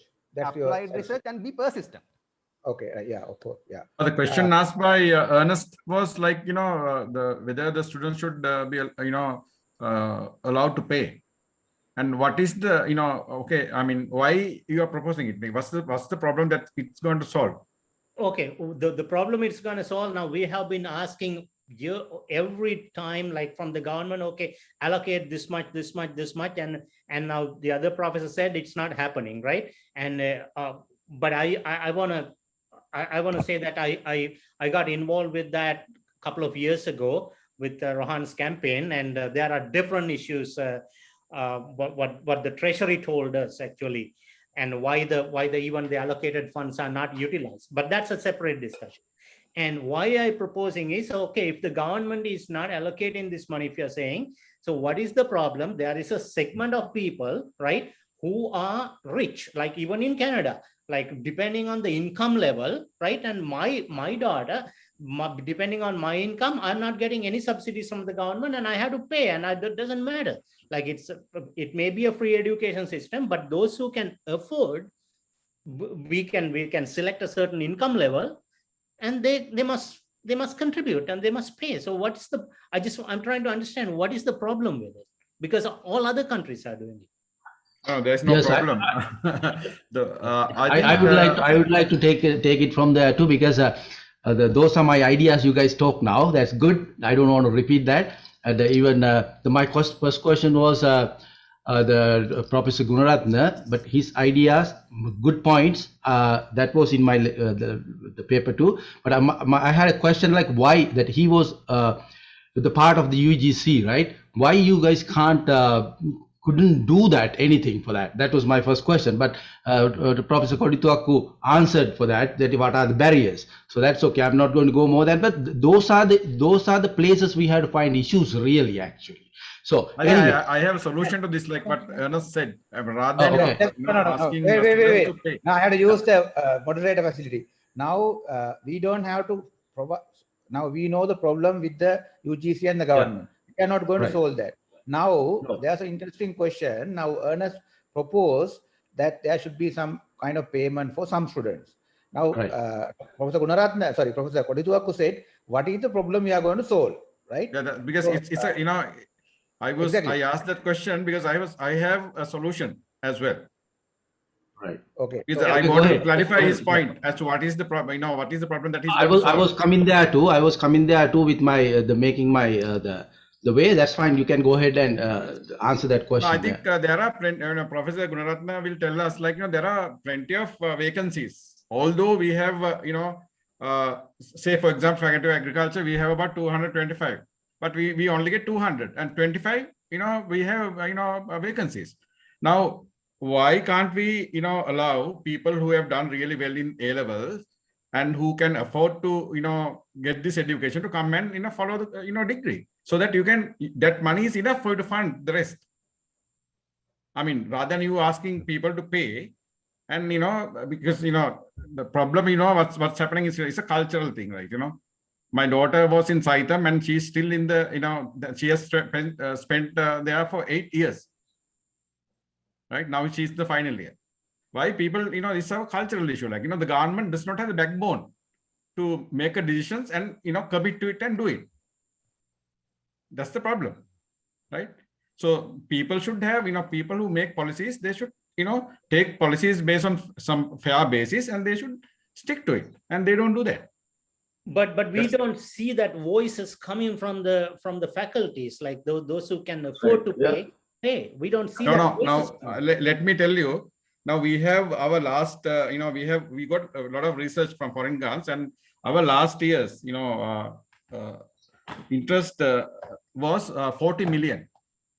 Right, last year's interest, Faculty of Agriculture, 40 million, and we wanted to use this money to develop the, various labs and laboratories. Like, our bursar does not allow us to do that. He says he cannot do that because he is not authorized to do so.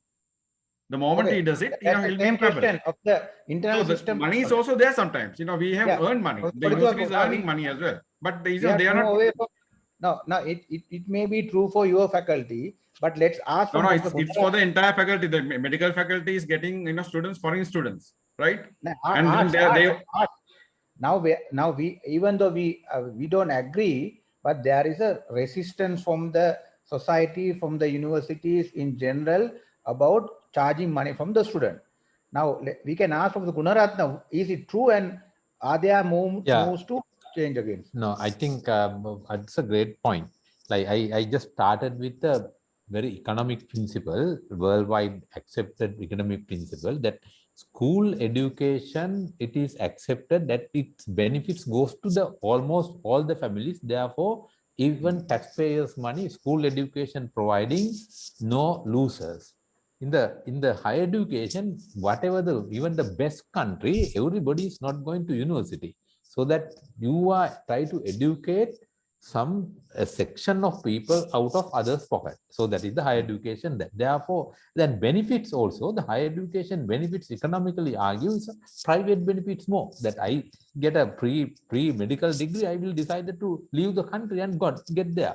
Therefore, the justification is that but only thing is, I am not saying that everybody should pay. There should be equity in the higher education. That equity is, therefore, those who cannot afford, there should be a system, but affordable people should be allowed to pay and contribute to. Then the state can support more poor people. So that is my argument there. The second thing is, this current allocation system won't work. Universities should be given enough freedom to manage their fund. Their numbers, based on the numbers, based on research performance, based on performance, funds should be allocated. Those who are doing well, if the students are more and more attractive to a particular issue, there is a reason, because they are doing well. Other universities then try to do the well because they want to attack, they want to survive. Then even they can pay more for their staff. That freedom should be given. Unless these reforms are bringing, the government should have the backbone. I was in the UGC, that now I am not no more with the UGC. That is all a 5-year, this is an experiment that we can do only experiment at that stage. Then by the time we try to do something, politicians are not agreeing, and also very difficult environment. So that is there. But one thing I would like to say, like that the Sri Lankan higher education, countries like Malaysia look upon Sri Lankan higher education. That is the one thing that they should learn, that our professors, they recruited initial medical faculties and all that developed by our professors, then Malaysia. Now what is happening? Now you see that our educational market is exploited by not only Malaysia, but even Bangladesh. Our educational market, because we have not created system to get the education here. So that is because we have failed to bring the right reform. That Professor Kodijaku said the right point. The heightened failure is maybe that because of the, but a lot of pressures coming from the society, medical students, those who are not paying a single cent, they are opposing. This may, what is this doctors union, that Padani and all that? Okay, but we have that voice here. Do we have that? What is that? What is that? What voice is not clear? Chaminda got stuck, like, you know. Yeah, that's frozen. Yeah. Who that maybe that what I'm saying is that the doctors union fully on the road regarding these issues. So that is that even very difficult. Even the maybe that government is in the side of like the retaining power and all that. Maybe sometimes they can't stick into those rules, that they have to change the thing. But this right reform, I think we have to convince the society the reform required, otherwise as a country we can't go. Like today Malaysia exploiting our educational market. Earlier our teachers used to go and set up faculties, set up medical schools, set up other faculties there. Now Malaysia, how they have done, what are the reforms they have brought? So everything is in line with that. But we are lagging behind now. We are sending to Nepal, we are sending to our students to that our educational market is exploited by the poor neighbors. Okay, that point is taken. Now we will ask if there's anybody to defend the idea that education should be free for everybody up to PhD level. No, my last point, the equity should be maintained. Therefore, I think those who are not affordable, there should be a system that government should look after them. That while doing that, maybe to accommodate more, that affordable, those who can pay should pay for the system. Yes, that is my listing. But now I see here there's a perspective. Just a minute. Now there is a problem with the lack of diversity. Now in the country, there's a big demand and big campaign for making education or protected free education for all levels. So that voice is not heard here. So we are agreeing on that. Wherever I go, I just wanted to the mention that that this free education, this is not actually, we mentioned the free education because in Sri Lanka we don't have free education. That even from Montessori, right? From Montessori to A level, even now I heard in the before come to the university, you free university, some system they are they have the tuition, then they have to pay, but because we are showing that we have free education, but that's optional, Tilak. That's optional. Yeah, nobody has to take it. We have free education in Sri Lanka. No question about it. I am telling that people has this, but you see what the cost. The one parent has 3 children, and they are, if the 2 children they are paying for. No, that is fine. Now right? We are talking. No, you are raising a existing reality, but now, but actually, as Roshan said, now we have theoretically at least somebody. There are examples. You don't have necessarily pay. You can go only to your class, school, and then university and PhD, and nothing. You pay for the by yourself. It doesn't mean it's free for everybody's taxpayers' money. That's true, but it's like highway roads. Right? Some countries we charge toll, some countries don't charge toll. So same way, now we don't have to dilute the idea that most of us are actually free education products. Recipients, Maybe they are actually, Chaminda, I just wanted to say that because we are spending a lot of money and pay for the tuition, but I am telling that we have to have the real free education system. That's what I want to tell you. Not to that I want to inform that system now what is happening. That is not going to answer. I want to say that no, that is not we have to have free education system. All right. Exactly. Yeah. Now Ernest said we need to have a systematic approach of charging money for some selected people at some level, right? So in general, we have agreement on that. But when you talk that in the public media, in the policy, there's a resistance. So I need that resistance. Why it's coming from? If somebody want to talk about that, that's fine. Otherwise, yeah, Chitra, yeah. I think it is high time. for us to take this to foray, and we I'm should gonna not jump be in at some scared to point. talk this. Give up on my hand Okay. raise. Okay. Yeah. Can you, Chitra, maybe do the gender Okay. quota and then. Okay. I can point out one thing that I Nice see one, Chaminda. different here than in Sri Lanka. For example, like kids go to school, they don't have to pay anything until they go to university. And then the selection process for the universities is like the same. It's like, so you have to have basic like qualifications like GPA and certain other things like community activities or whatsoever to qualify for the universities. And then there is a second factor that affect how much the parents have to pay to send the kid to the university. So certain parents don't have to pay anything, but the other parents have to pay. But I don't kind of agree with the fact that, let's say, like, as somebody pointed out, like there are certain number of spots, and then there are certain spots that doesn't get filled, that you can get private students. I can think that it would, I think, cause a lot of corruption like things. So I think the basic qualification should be same, and then the financial aspect or the economic, like what you call that, the parents' income level should be a second factor that affect how much they have to pay. That was the only point that I wanted to point out. And the second thing is like English education. I think the primary language in Sri Lanka in education should be English, because I think that lack of English affect many things like throughout life. So those are the two factors that I wanted to point out. I mean, the practical knowledge of English is not enough. Like Indian students like fit in with the rest of the world really faster than the Sri Lankan students. Even though they are bright students, they can fit in with the rest of the world as fast as the Indian children can. So those are the two factors that I wanted to point out. Chaminda, can I respond to what Mrs. Fernando said? I think she has misunderstood what I said. No, it's okay. It's okay. You wait for a while. Sorry, Roshan, please. Yeah, sure, Chaminda. So first of all, I want to thank you and Nilan for hosting this, and everybody else. So my solution, Chaminda always does this solution part, right, which is important. So my solution is, I look at Apple, right?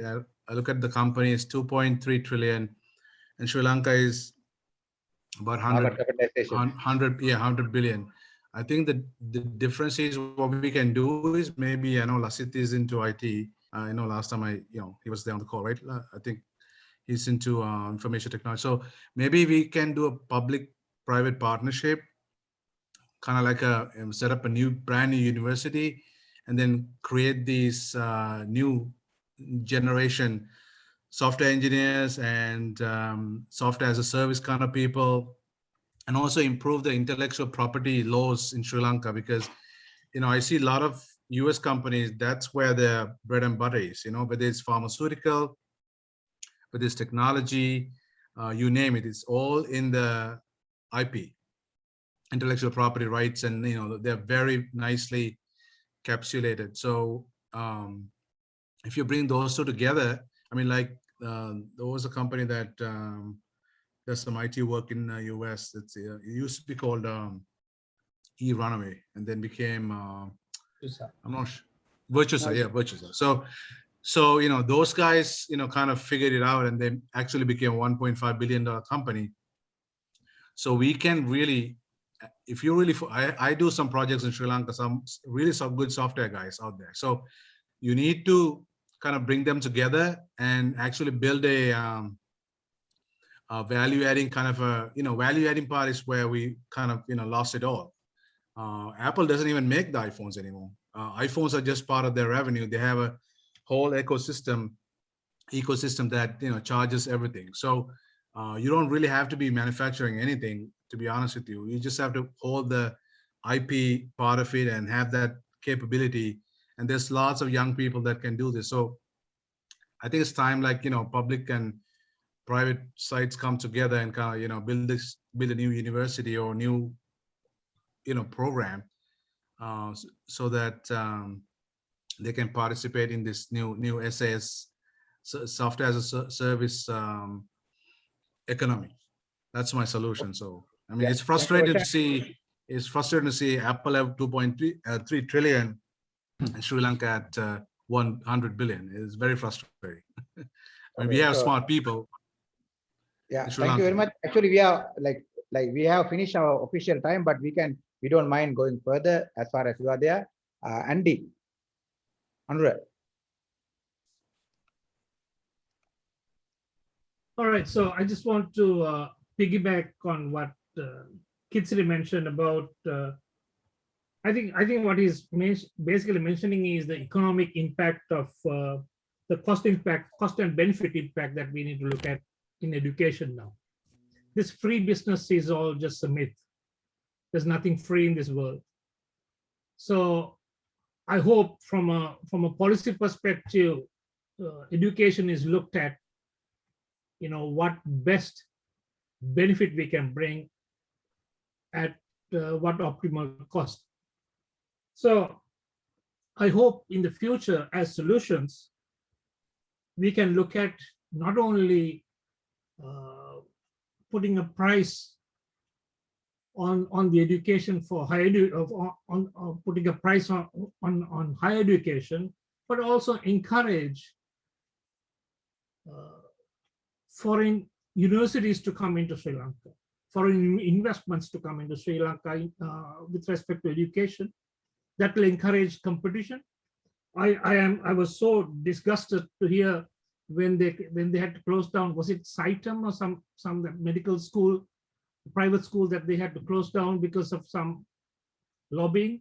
When the country has a shortage of doctors, I can't imagine people fighting to close down education center or a factory. Let's call it a factory, as they said, to produce doctors. What's wrong with that? So if the issue was quality, quality can be addressed in a different way. So as solutions, I like to see private universities, hopefully students from other countries coming and studying in Sri Lanka much more. That will encourage competition too. And also, if you're talking about cost benefits, why can't we have multiple sessions in the existing universities and encourage double the number of students entering it?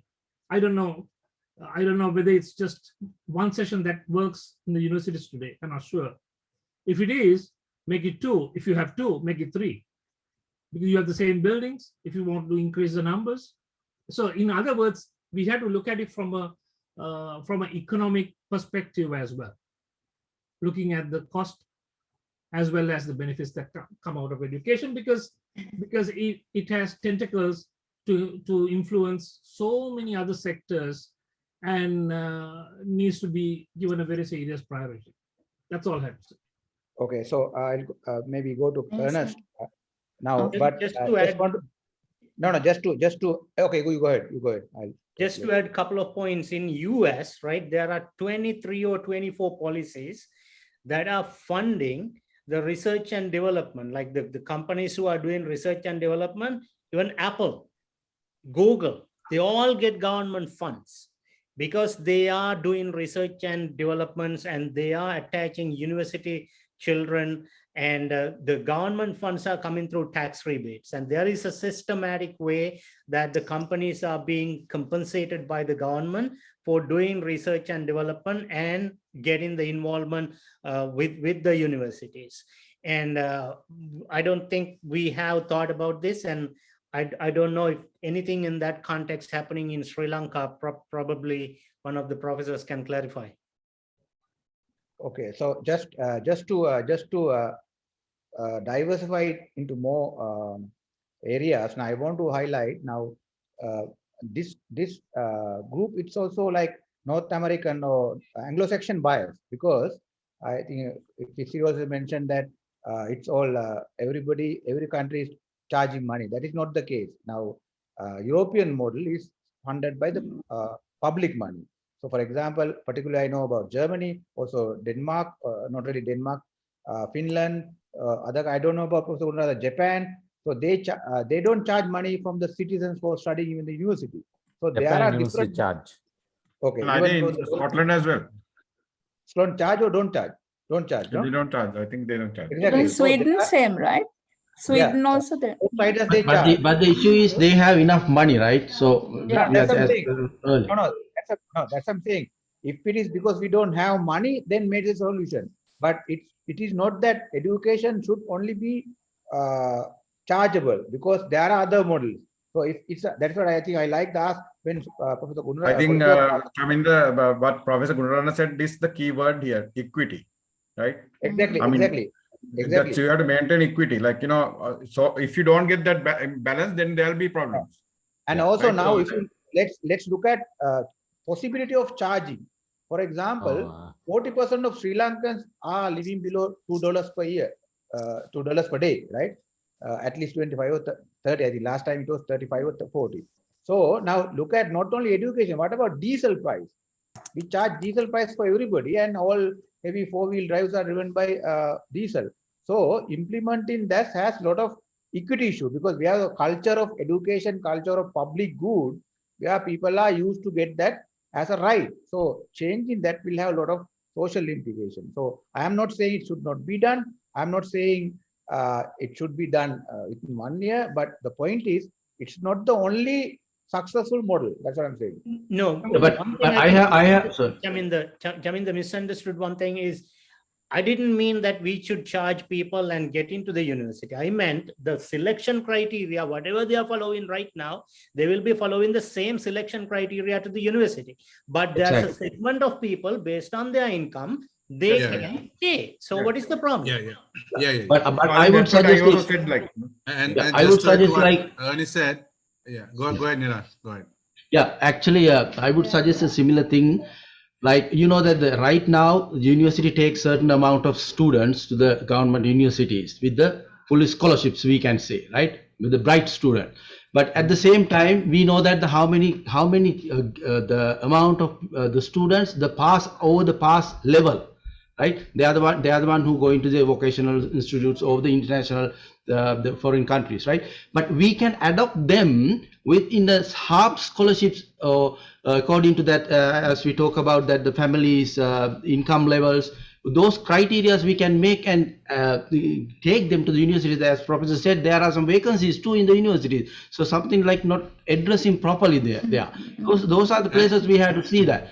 And also, yeah, but I would like at the same time I'm telling you the private universities is we will have a problem with the quality and the maintains with the same department like UGC. But that's what I'm telling you, that the same government universities can have that part, can do that part with the half scholarships, quarter scholarships, but the government can fund for them as a loan or something, and there will be some grants. There are rich people in Sri Lanka too. They like to give scholarships to people. So there will be so many things. Like, I think those areas we can fix this problem if we talk in that area. Yeah, Chaminda, just one more point on what Ernie and Nilan said. In US, in also in Canada, I think nobody is not going to college because they don't have money. There's always a way to go to college. If they don't have money, it's gonna get 100% funded by this university, and based on the income level. I think what the problem is in Sri Lanka is that, it's almost like Samurdhi. Everybody's getting Samurdhi. Even the rich Mudalal is getting Samurdhi, the poor guy is getting Samurdhi. There's no way to track the income or anything like that, right? So that there is an additional issue for Sri Lankan universities. If you go based on incomes, it's going to be very hard to prove who's making what, because as you know, everybody gets Samurdhi because so Mudalal is getting it, rich guy is getting it, poor guy is getting it. So my issue is, I think what Ernie and Nilan says is true in even US. If you don't have money, you can go to college. If you have money, you still go to college. There's nobody is being held back because there's no money. So it's not free education per se, but it is supported by the university, has their own money.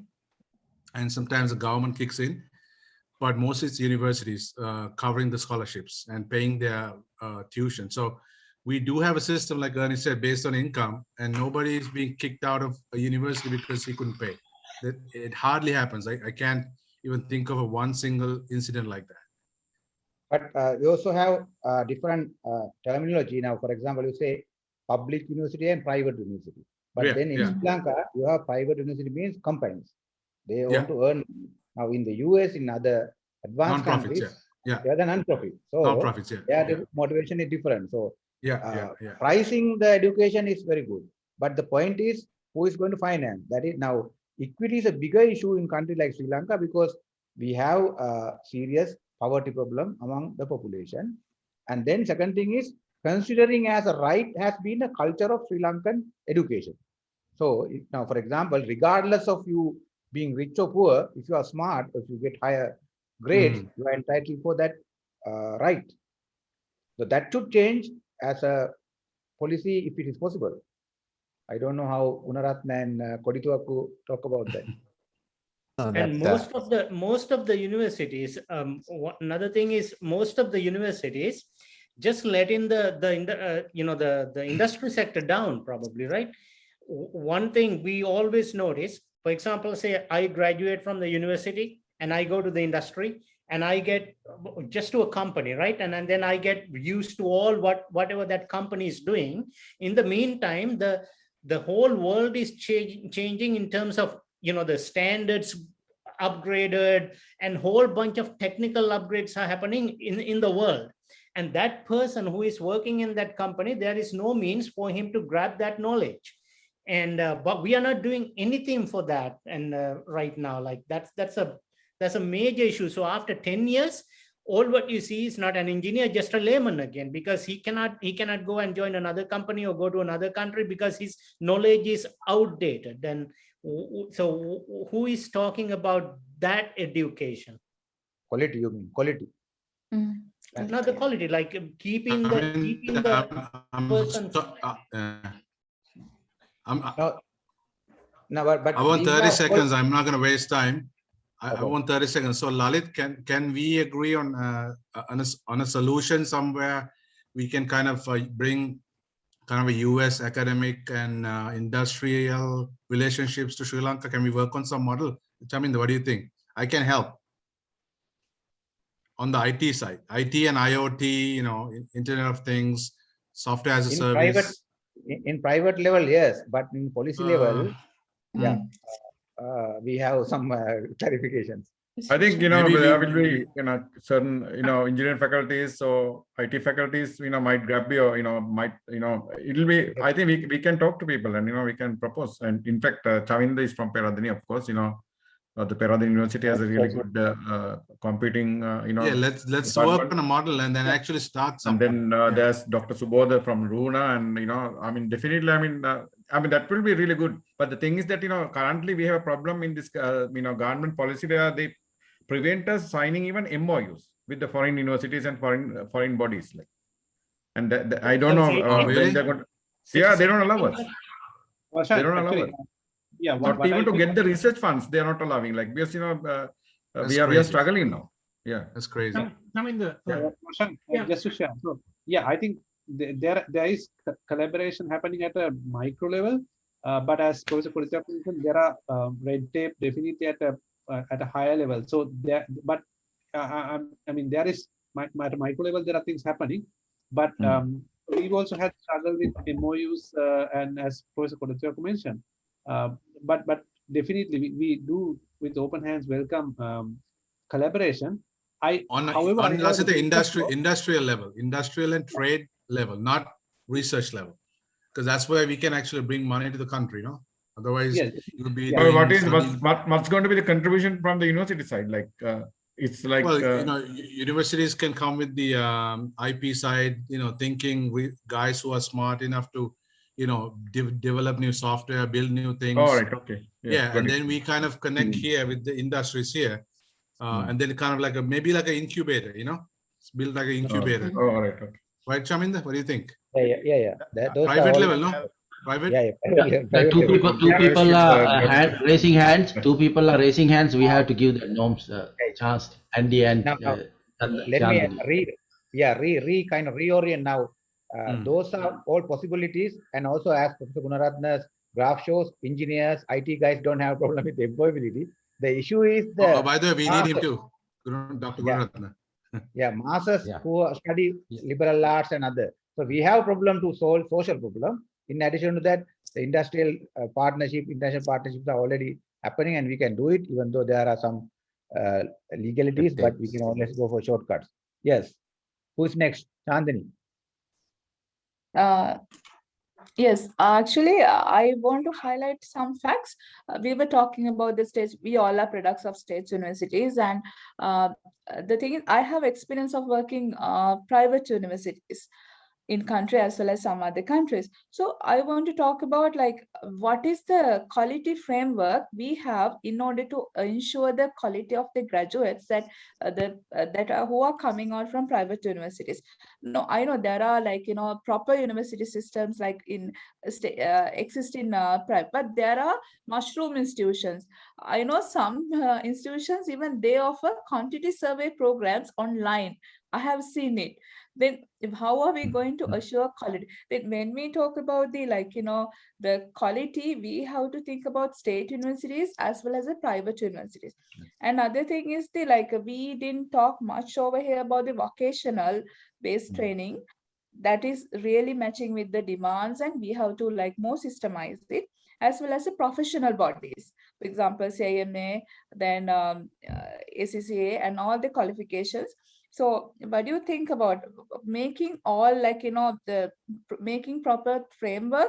I know UGC is working on private universities. They give something recognition, right? They advertise as the UGC recognized. But the thing is, it's really UGC recognized means it does it ensure the quality. So these are some concerns that I'm having. I feel that we have to address these issues as well as since there is a high demand for private university programs, as well as the recent trend is doctorate, just honorary doctorates are being distributed to many people.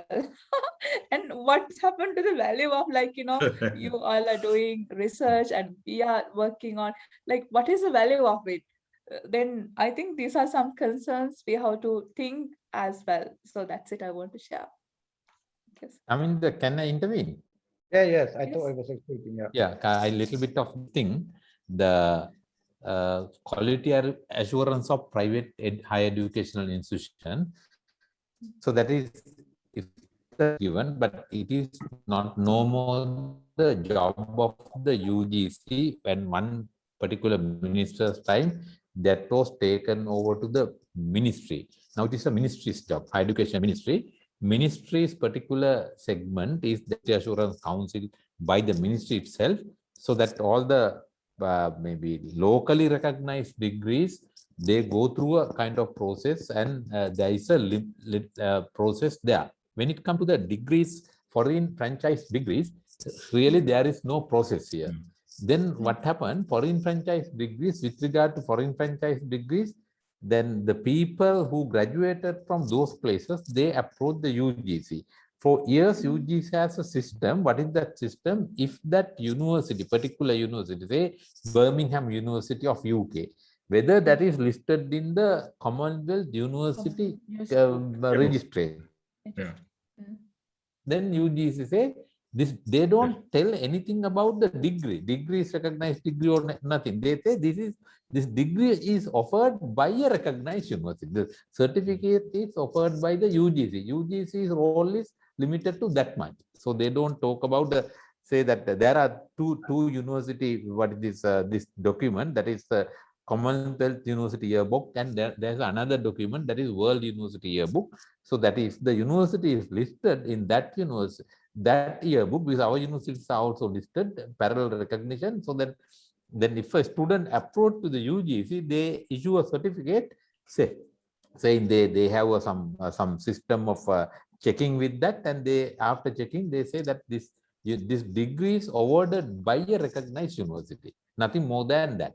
That is the currently, but then this is misinterpreted by the franchise degree awarding institution. They use it as a frank and they say this is the UGC recognized degree. This is not the degree. UGC recognized the university, that university. So this is the current level, but then the previous UGC tried to prepare a comprehensive document, even covering what you said is honorary degrees. Honorary degrees, not the proper universities, outside different agencies started offering honorary degrees in Sri Lanka. To control everything, that we work closely with the lawmakers of the Department of AGA department, Attorney General department, but that was went up to the cabinet. Beyond that, it didn't go. That was the status of that quality assurance list. Okay, sir. Thank you. Chaminda, can I also add to what Chandni said? And actually, what she raised a really valid issue. And I mean, the problem is that, we are trying to improve the culture. Say, for example, our MBA program in Peradine, like, now there are two. I mean, we are trying to, like, it is not easy for them to get it because they have to work hard, right? And what happens is, like, once they kind of do the coursework, and then they have to do research. And when one day, some students, of course, they have three like fronts to take care of, like family, education, and the job. And then sometimes they tend to postpone it. And then finally they kind of they simply don't want to do it again. And then there's this institution I know. We charge 250,000 rupees, right? But they charge 700,000 rupees, and they just get our transcript and they transfer credits and they just give the degree, right? And in the interview they asked, do you want us to do your assignments, or you are going to do it, right? There are plenty of private sector tutors who does the assignments and everything, right? In Colombo, most of these private sector universities, that is the case. And there are people who do paraphrasing, right? Assignments and things like it. It's a totally different business altogether in Colombo. Even in Kandy, it's the case. No, but now even sometimes they advertise it as well, isn't it? Advertise on papers as well. They advertise, even we get emails to our email box, like we do assignment guru and various people, like and so this kind of there's a big issue on that postgraduate level PhD. Now also we should not forget that still getting into the university with the A level is a merit-based criteria. All other level you can get commercial based, all these top-ups, and then private university PhD. Now what is happening here is that when somebody get a degree from outside degree, for the recognition, they sometimes register with the postgraduate degree with for a fee for the state universities. State universities is also that I would say that there's a high university A to university Z. So that is in postgraduate program also.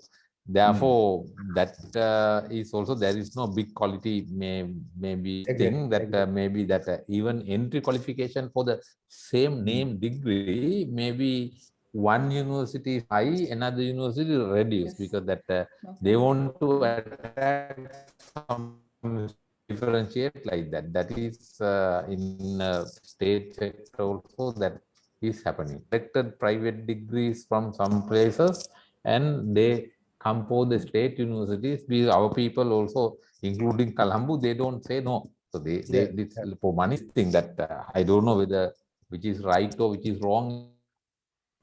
But sir, as far as the outcome-based education is concerned, if they fulfill all the criteria, I mean, of the degree, they can earn the degree, right? Because if the entry qualification is equivalent to a degree, and once they come in, like not all students who get into the programs are not completing successfully. And the problem is that when they don't complete, then they will do audit queries, like why they are not completing. They're asking us why these students are not completing. All these are possible because, as you said, there are side door entries for postgraduate and upper level.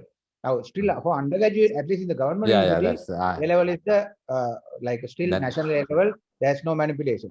But however, that is also a challenge now because there are big number of people who are studying for London, UK based school education.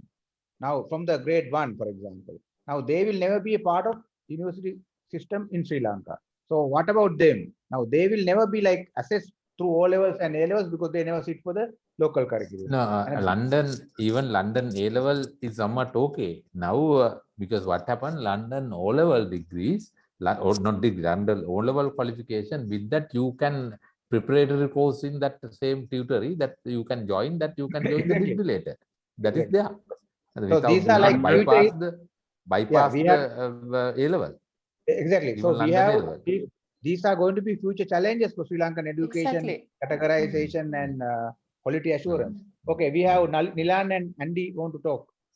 Maybe we can finish from there, right? Okay. Yes, Yeah, Andy, go ahead, and I'll take if we have time left. Just a quick comment. I think the final leg somehow we started only focusing on the university, trying to find solutions. That's it. But I think let's not forget that's only 20%. And we should also remember that the real foundation is pre-university that we'll have to focus at some stage. But I just want to highlight, now that we are talking about universities, just want to highlight as in this new direction that we're talking about, increasing quality, increasing the quantity of education as well. I think the initial step we'll have to take is, as a solution, to give independence to the existing universities to manage their own affairs. That will give them the ownership, the responsibility to improve their own universities with respect to funding, number of students, quality of the program, and probably the UGC or some quality assurance body to stand independently and monitor all universities or all education centers that comes into the country. If CIMA UK can manage CIMAs across the world remotely, I don't understand why a local quality assurance body cannot manage the quality assurance of various educational institutions. So that's Andy, you raise a good question or point, but we also have to have another reality here. Some universities don't want to be independent. They want to be a part of, let's say, for example, Sri Pali campus was kind of given the autonomy or something. They want to be part of University of Colombo. Chaminda, this mentality of trying to be dependent is something that we have to move away from.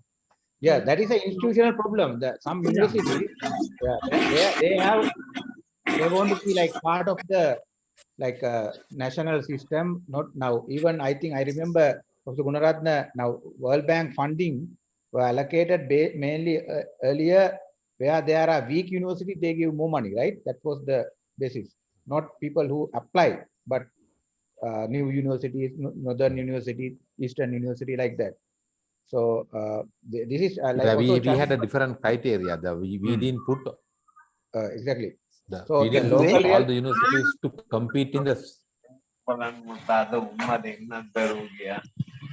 Now, what you Andy, what you said, it's a individual mental is depending on, for example, government jobs.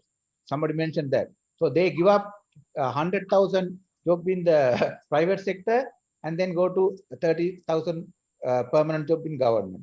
Same mental to some extent are also existing in some universities, at least some faculty. So we have to take over that issue when you are talking about independence. That is a general problem. Challenge we have across the country. I think there is still a population that is still dependent and wants to live that, I hate to say, the slave-minded life, then trying to become independent and be useful for everyone. So, okay, Nilan, you want to say something? Yeah, I will go quickly, and I wanted to raise actually some ideas about that. We talk about the higher education, but the real issue, real roots are at the primary education here too, right? So mama singalenu dala kiyanne then higher education එකට එන්නේ root එකේ ඉඳලා primary එකේ තියෙන problems තියෙනවා ගොඩක් අපි we have there, and competition, and with our younger students, younger children. So that's why I mentioned, like, we already kill that human part of the students from the beginning. But 0 to 7 years is that our behavior program building time, right? So at that time, what teachers say, what is the environment gives us, we build the man. After that, they are the one who going to the private sector, government sector. All, as somebody said that the private sector is trying to milk people. He said, yeah, who are the private sector's people? They are also once a student. So the problem is then somewhere at the beginning. So my thing is, number one, our teachers, we have to fix our teachers. Teachers must be good paid and good professional, high professional we have to hire. So that's one thing, because today there are good educated, first class, knowledgeable students not going to the school teaching. They like even teaching, they have a passion, but they don't go because of the money. They go to the private sector or somewhere and they go there. So that's somewhere we can think about, like we should think about, teachers must be paid. And another thing, we have to find the passion for from the student at the beginning. What is he really like? What is his conflict of interest? Why they are going to go to somewhere else? Because of money or because of the social, the building or something? So because if the passion is conflict, we make that suffering person. Like, you know, that as we said, the Canadian slogan always say the happy worker is a productive worker. So that's a Canadian slogan. If there is how we create a happy worker if they don't like the job? Because that's why we had to focus on passion. And those things I wanted to take that, because that lady, Dr. Fernando said that in USA somewhere, that's where that these countries build kids, students from the beginning to become concerned humans, concerned citizens. So as Tilak said, the British system create our education system. That's true, because that time they wanted to clerical and the administrative people, but we are still there. That's the problem. But Canadian system also created British. But last 10 years, 20 years, I see that what are the development? They take ideas from us too, and they really change. And that's where the problem is. So what I see here, we have to start from the beginning, from younger kids, and develop their human side, conscious side, and learn by the research-based environment. So that's the conclusion I can give from my side. Okay, so we want to go to Chandani to do a small brief summary of what we discussed. But before that, we can allow last 1 or 2 very short comments, if anybody wants. No, just one keyword which we are lacking in our country is the meritocracy. Like, you know, the people who can contribute, who have the ability to contribute, are not allowed to contribute. And our system is such that, you know, that you just, rely on people who are not qualified to do the job, right? And I think that has to be there. If you don't have meritocracy, you can't create a system. And I fully agree with what Dr. Fernando said, where, you know, our students, our kids are like being from the beginning, you know, they are in a rat race, and their parents are also in a rat race. And there are plenty of examinations. Like, you know, you have to, at least when they come, until they come to at least grade 6, you should abolish examinations. I mean, this is what the students are being killed, like, you know, and they are not being taught values. And I know, let me share, you know, finally, my, you know, one of my experience with my daughter, who went to one of the leading schools in Kandy. During the examination time, I mean, they kind of tell, like, you know, you have grown fat and blah, blah, blah, blah. And then, you know, sometimes they steal books, and sometimes they, you know, like take certain pages out of the notebooks. And that's what the kids do, right? And it's a competition, nothing else. And, you know, you have to, this competition is one which... Sarah, just to add, that happened in the university times too. I remember we only had very few books of chemistry and other certain things. People would put them in Janasannivedana chemistry book. I mean, you know, that's a culture. I mean, that we have to change from the beginning. You're right. Yeah. Yeah. From the kindergarten, that's, you know, the values should be taught. Okay, Yes. time up. Chandani, sorry. Yes. In summary, I'll just say like we talk about mainly tertiary education, state universities, like, you know, what are the major concerns we are having currently, and what are the challenges because if we go ahead with these concerns, what are the challenges, and also like what are the possible solutions, like what we can do, as well as the primary and secondary education point of view. We were talking about there is a gap in our education, primary and secondary education system. That's about the value-based and attitude, like, you know, positive attitude-based learning. It has to be inculcated to the system, as well as in terms of the other like private education institutions, like quality monitoring.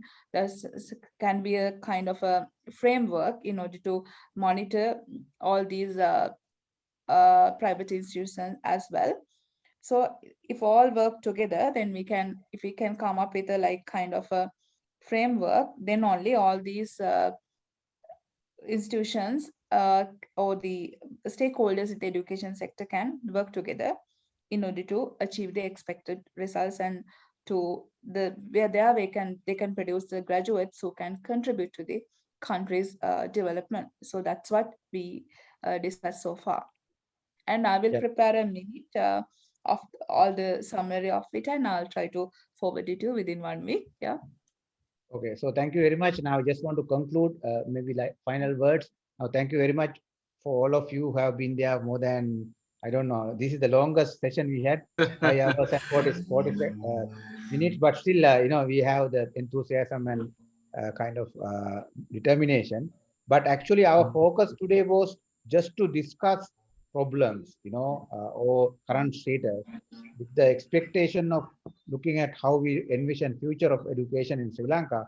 But in our discussion, we talk a lot of things about financial problem, legalistic problem, and then why universities are sometimes doing well, not doing well, and all, you know, international examples.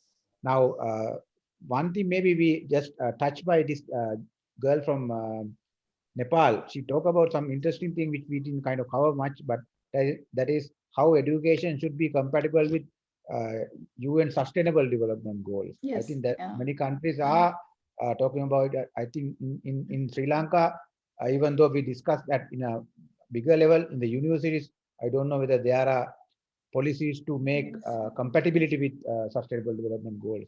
So that will be important. For example, getting funding, international funding, as well as, you know, meeting national targets. So maybe we should talk to the new UGC to have some policies to be compatible with UN Sustainable Development Goals.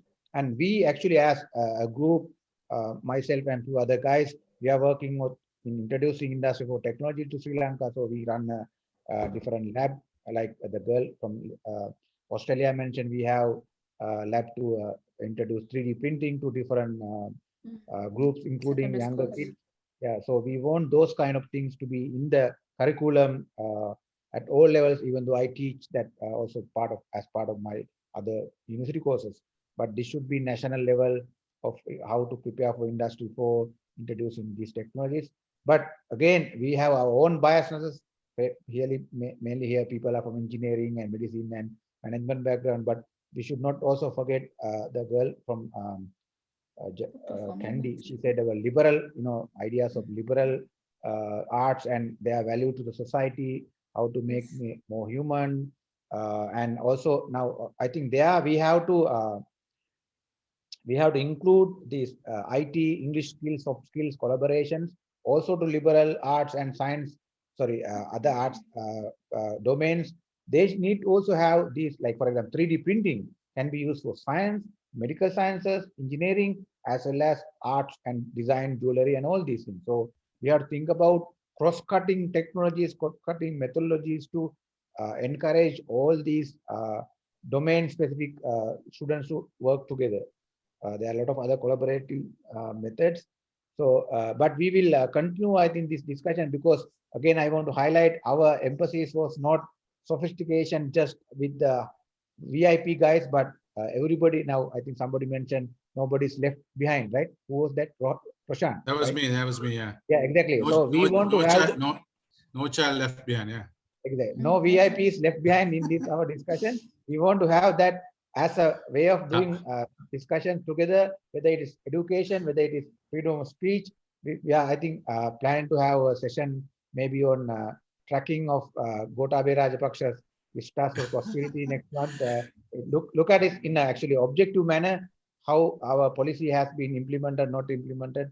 So everywhere we want to have diversified groups talking about diversified ideas, regardless of their status, education, or even where they are. So thank you very much again, and I personally thank all of you for joining and stay connected. Yeah. We'll have. Sorry. Yeah, thank you. Real quick, I know you talk about funding. Funding can also mean that we can collaborate and with businesses and bring actual income. We should not discriminate. I think Dr. Gunarathan would agree. Money is money, so we can beg for funding, or we can actually say, you know what, we are worth this much. Give us the job, give us the project. We're gonna earn our own money. And also on a personal note, I think one of my friends, I sent this last session, Chaminda and Nilan, to one of my friends, and they recognize Chandani. It said they are friends with that's Lakshani and Janita. Oh, is it? Yeah. I was like, oh, I don't know. I said world. You're from, yeah, I know, right? I said, you're from Brunei. No, I didn't know that, but I sent the link to be published in Sri Lanka. I think Lakshani works at the embassy, isn't it, Roshan? Yes, New York City. Yeah. So Chaminda, I don't want you to hate capitalism. Let the money flow in. We don't have to go with the begging bowl all the time. No, Sri Lanka is bigger than that. What do you say? No comments. That's it.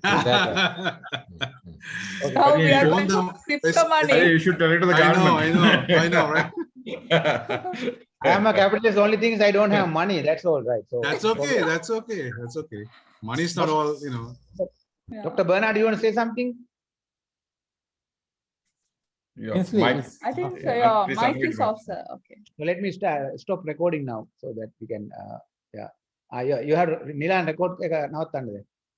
5 minutes we can go. I mean, these are the hardcore players, right? 5-6 hours.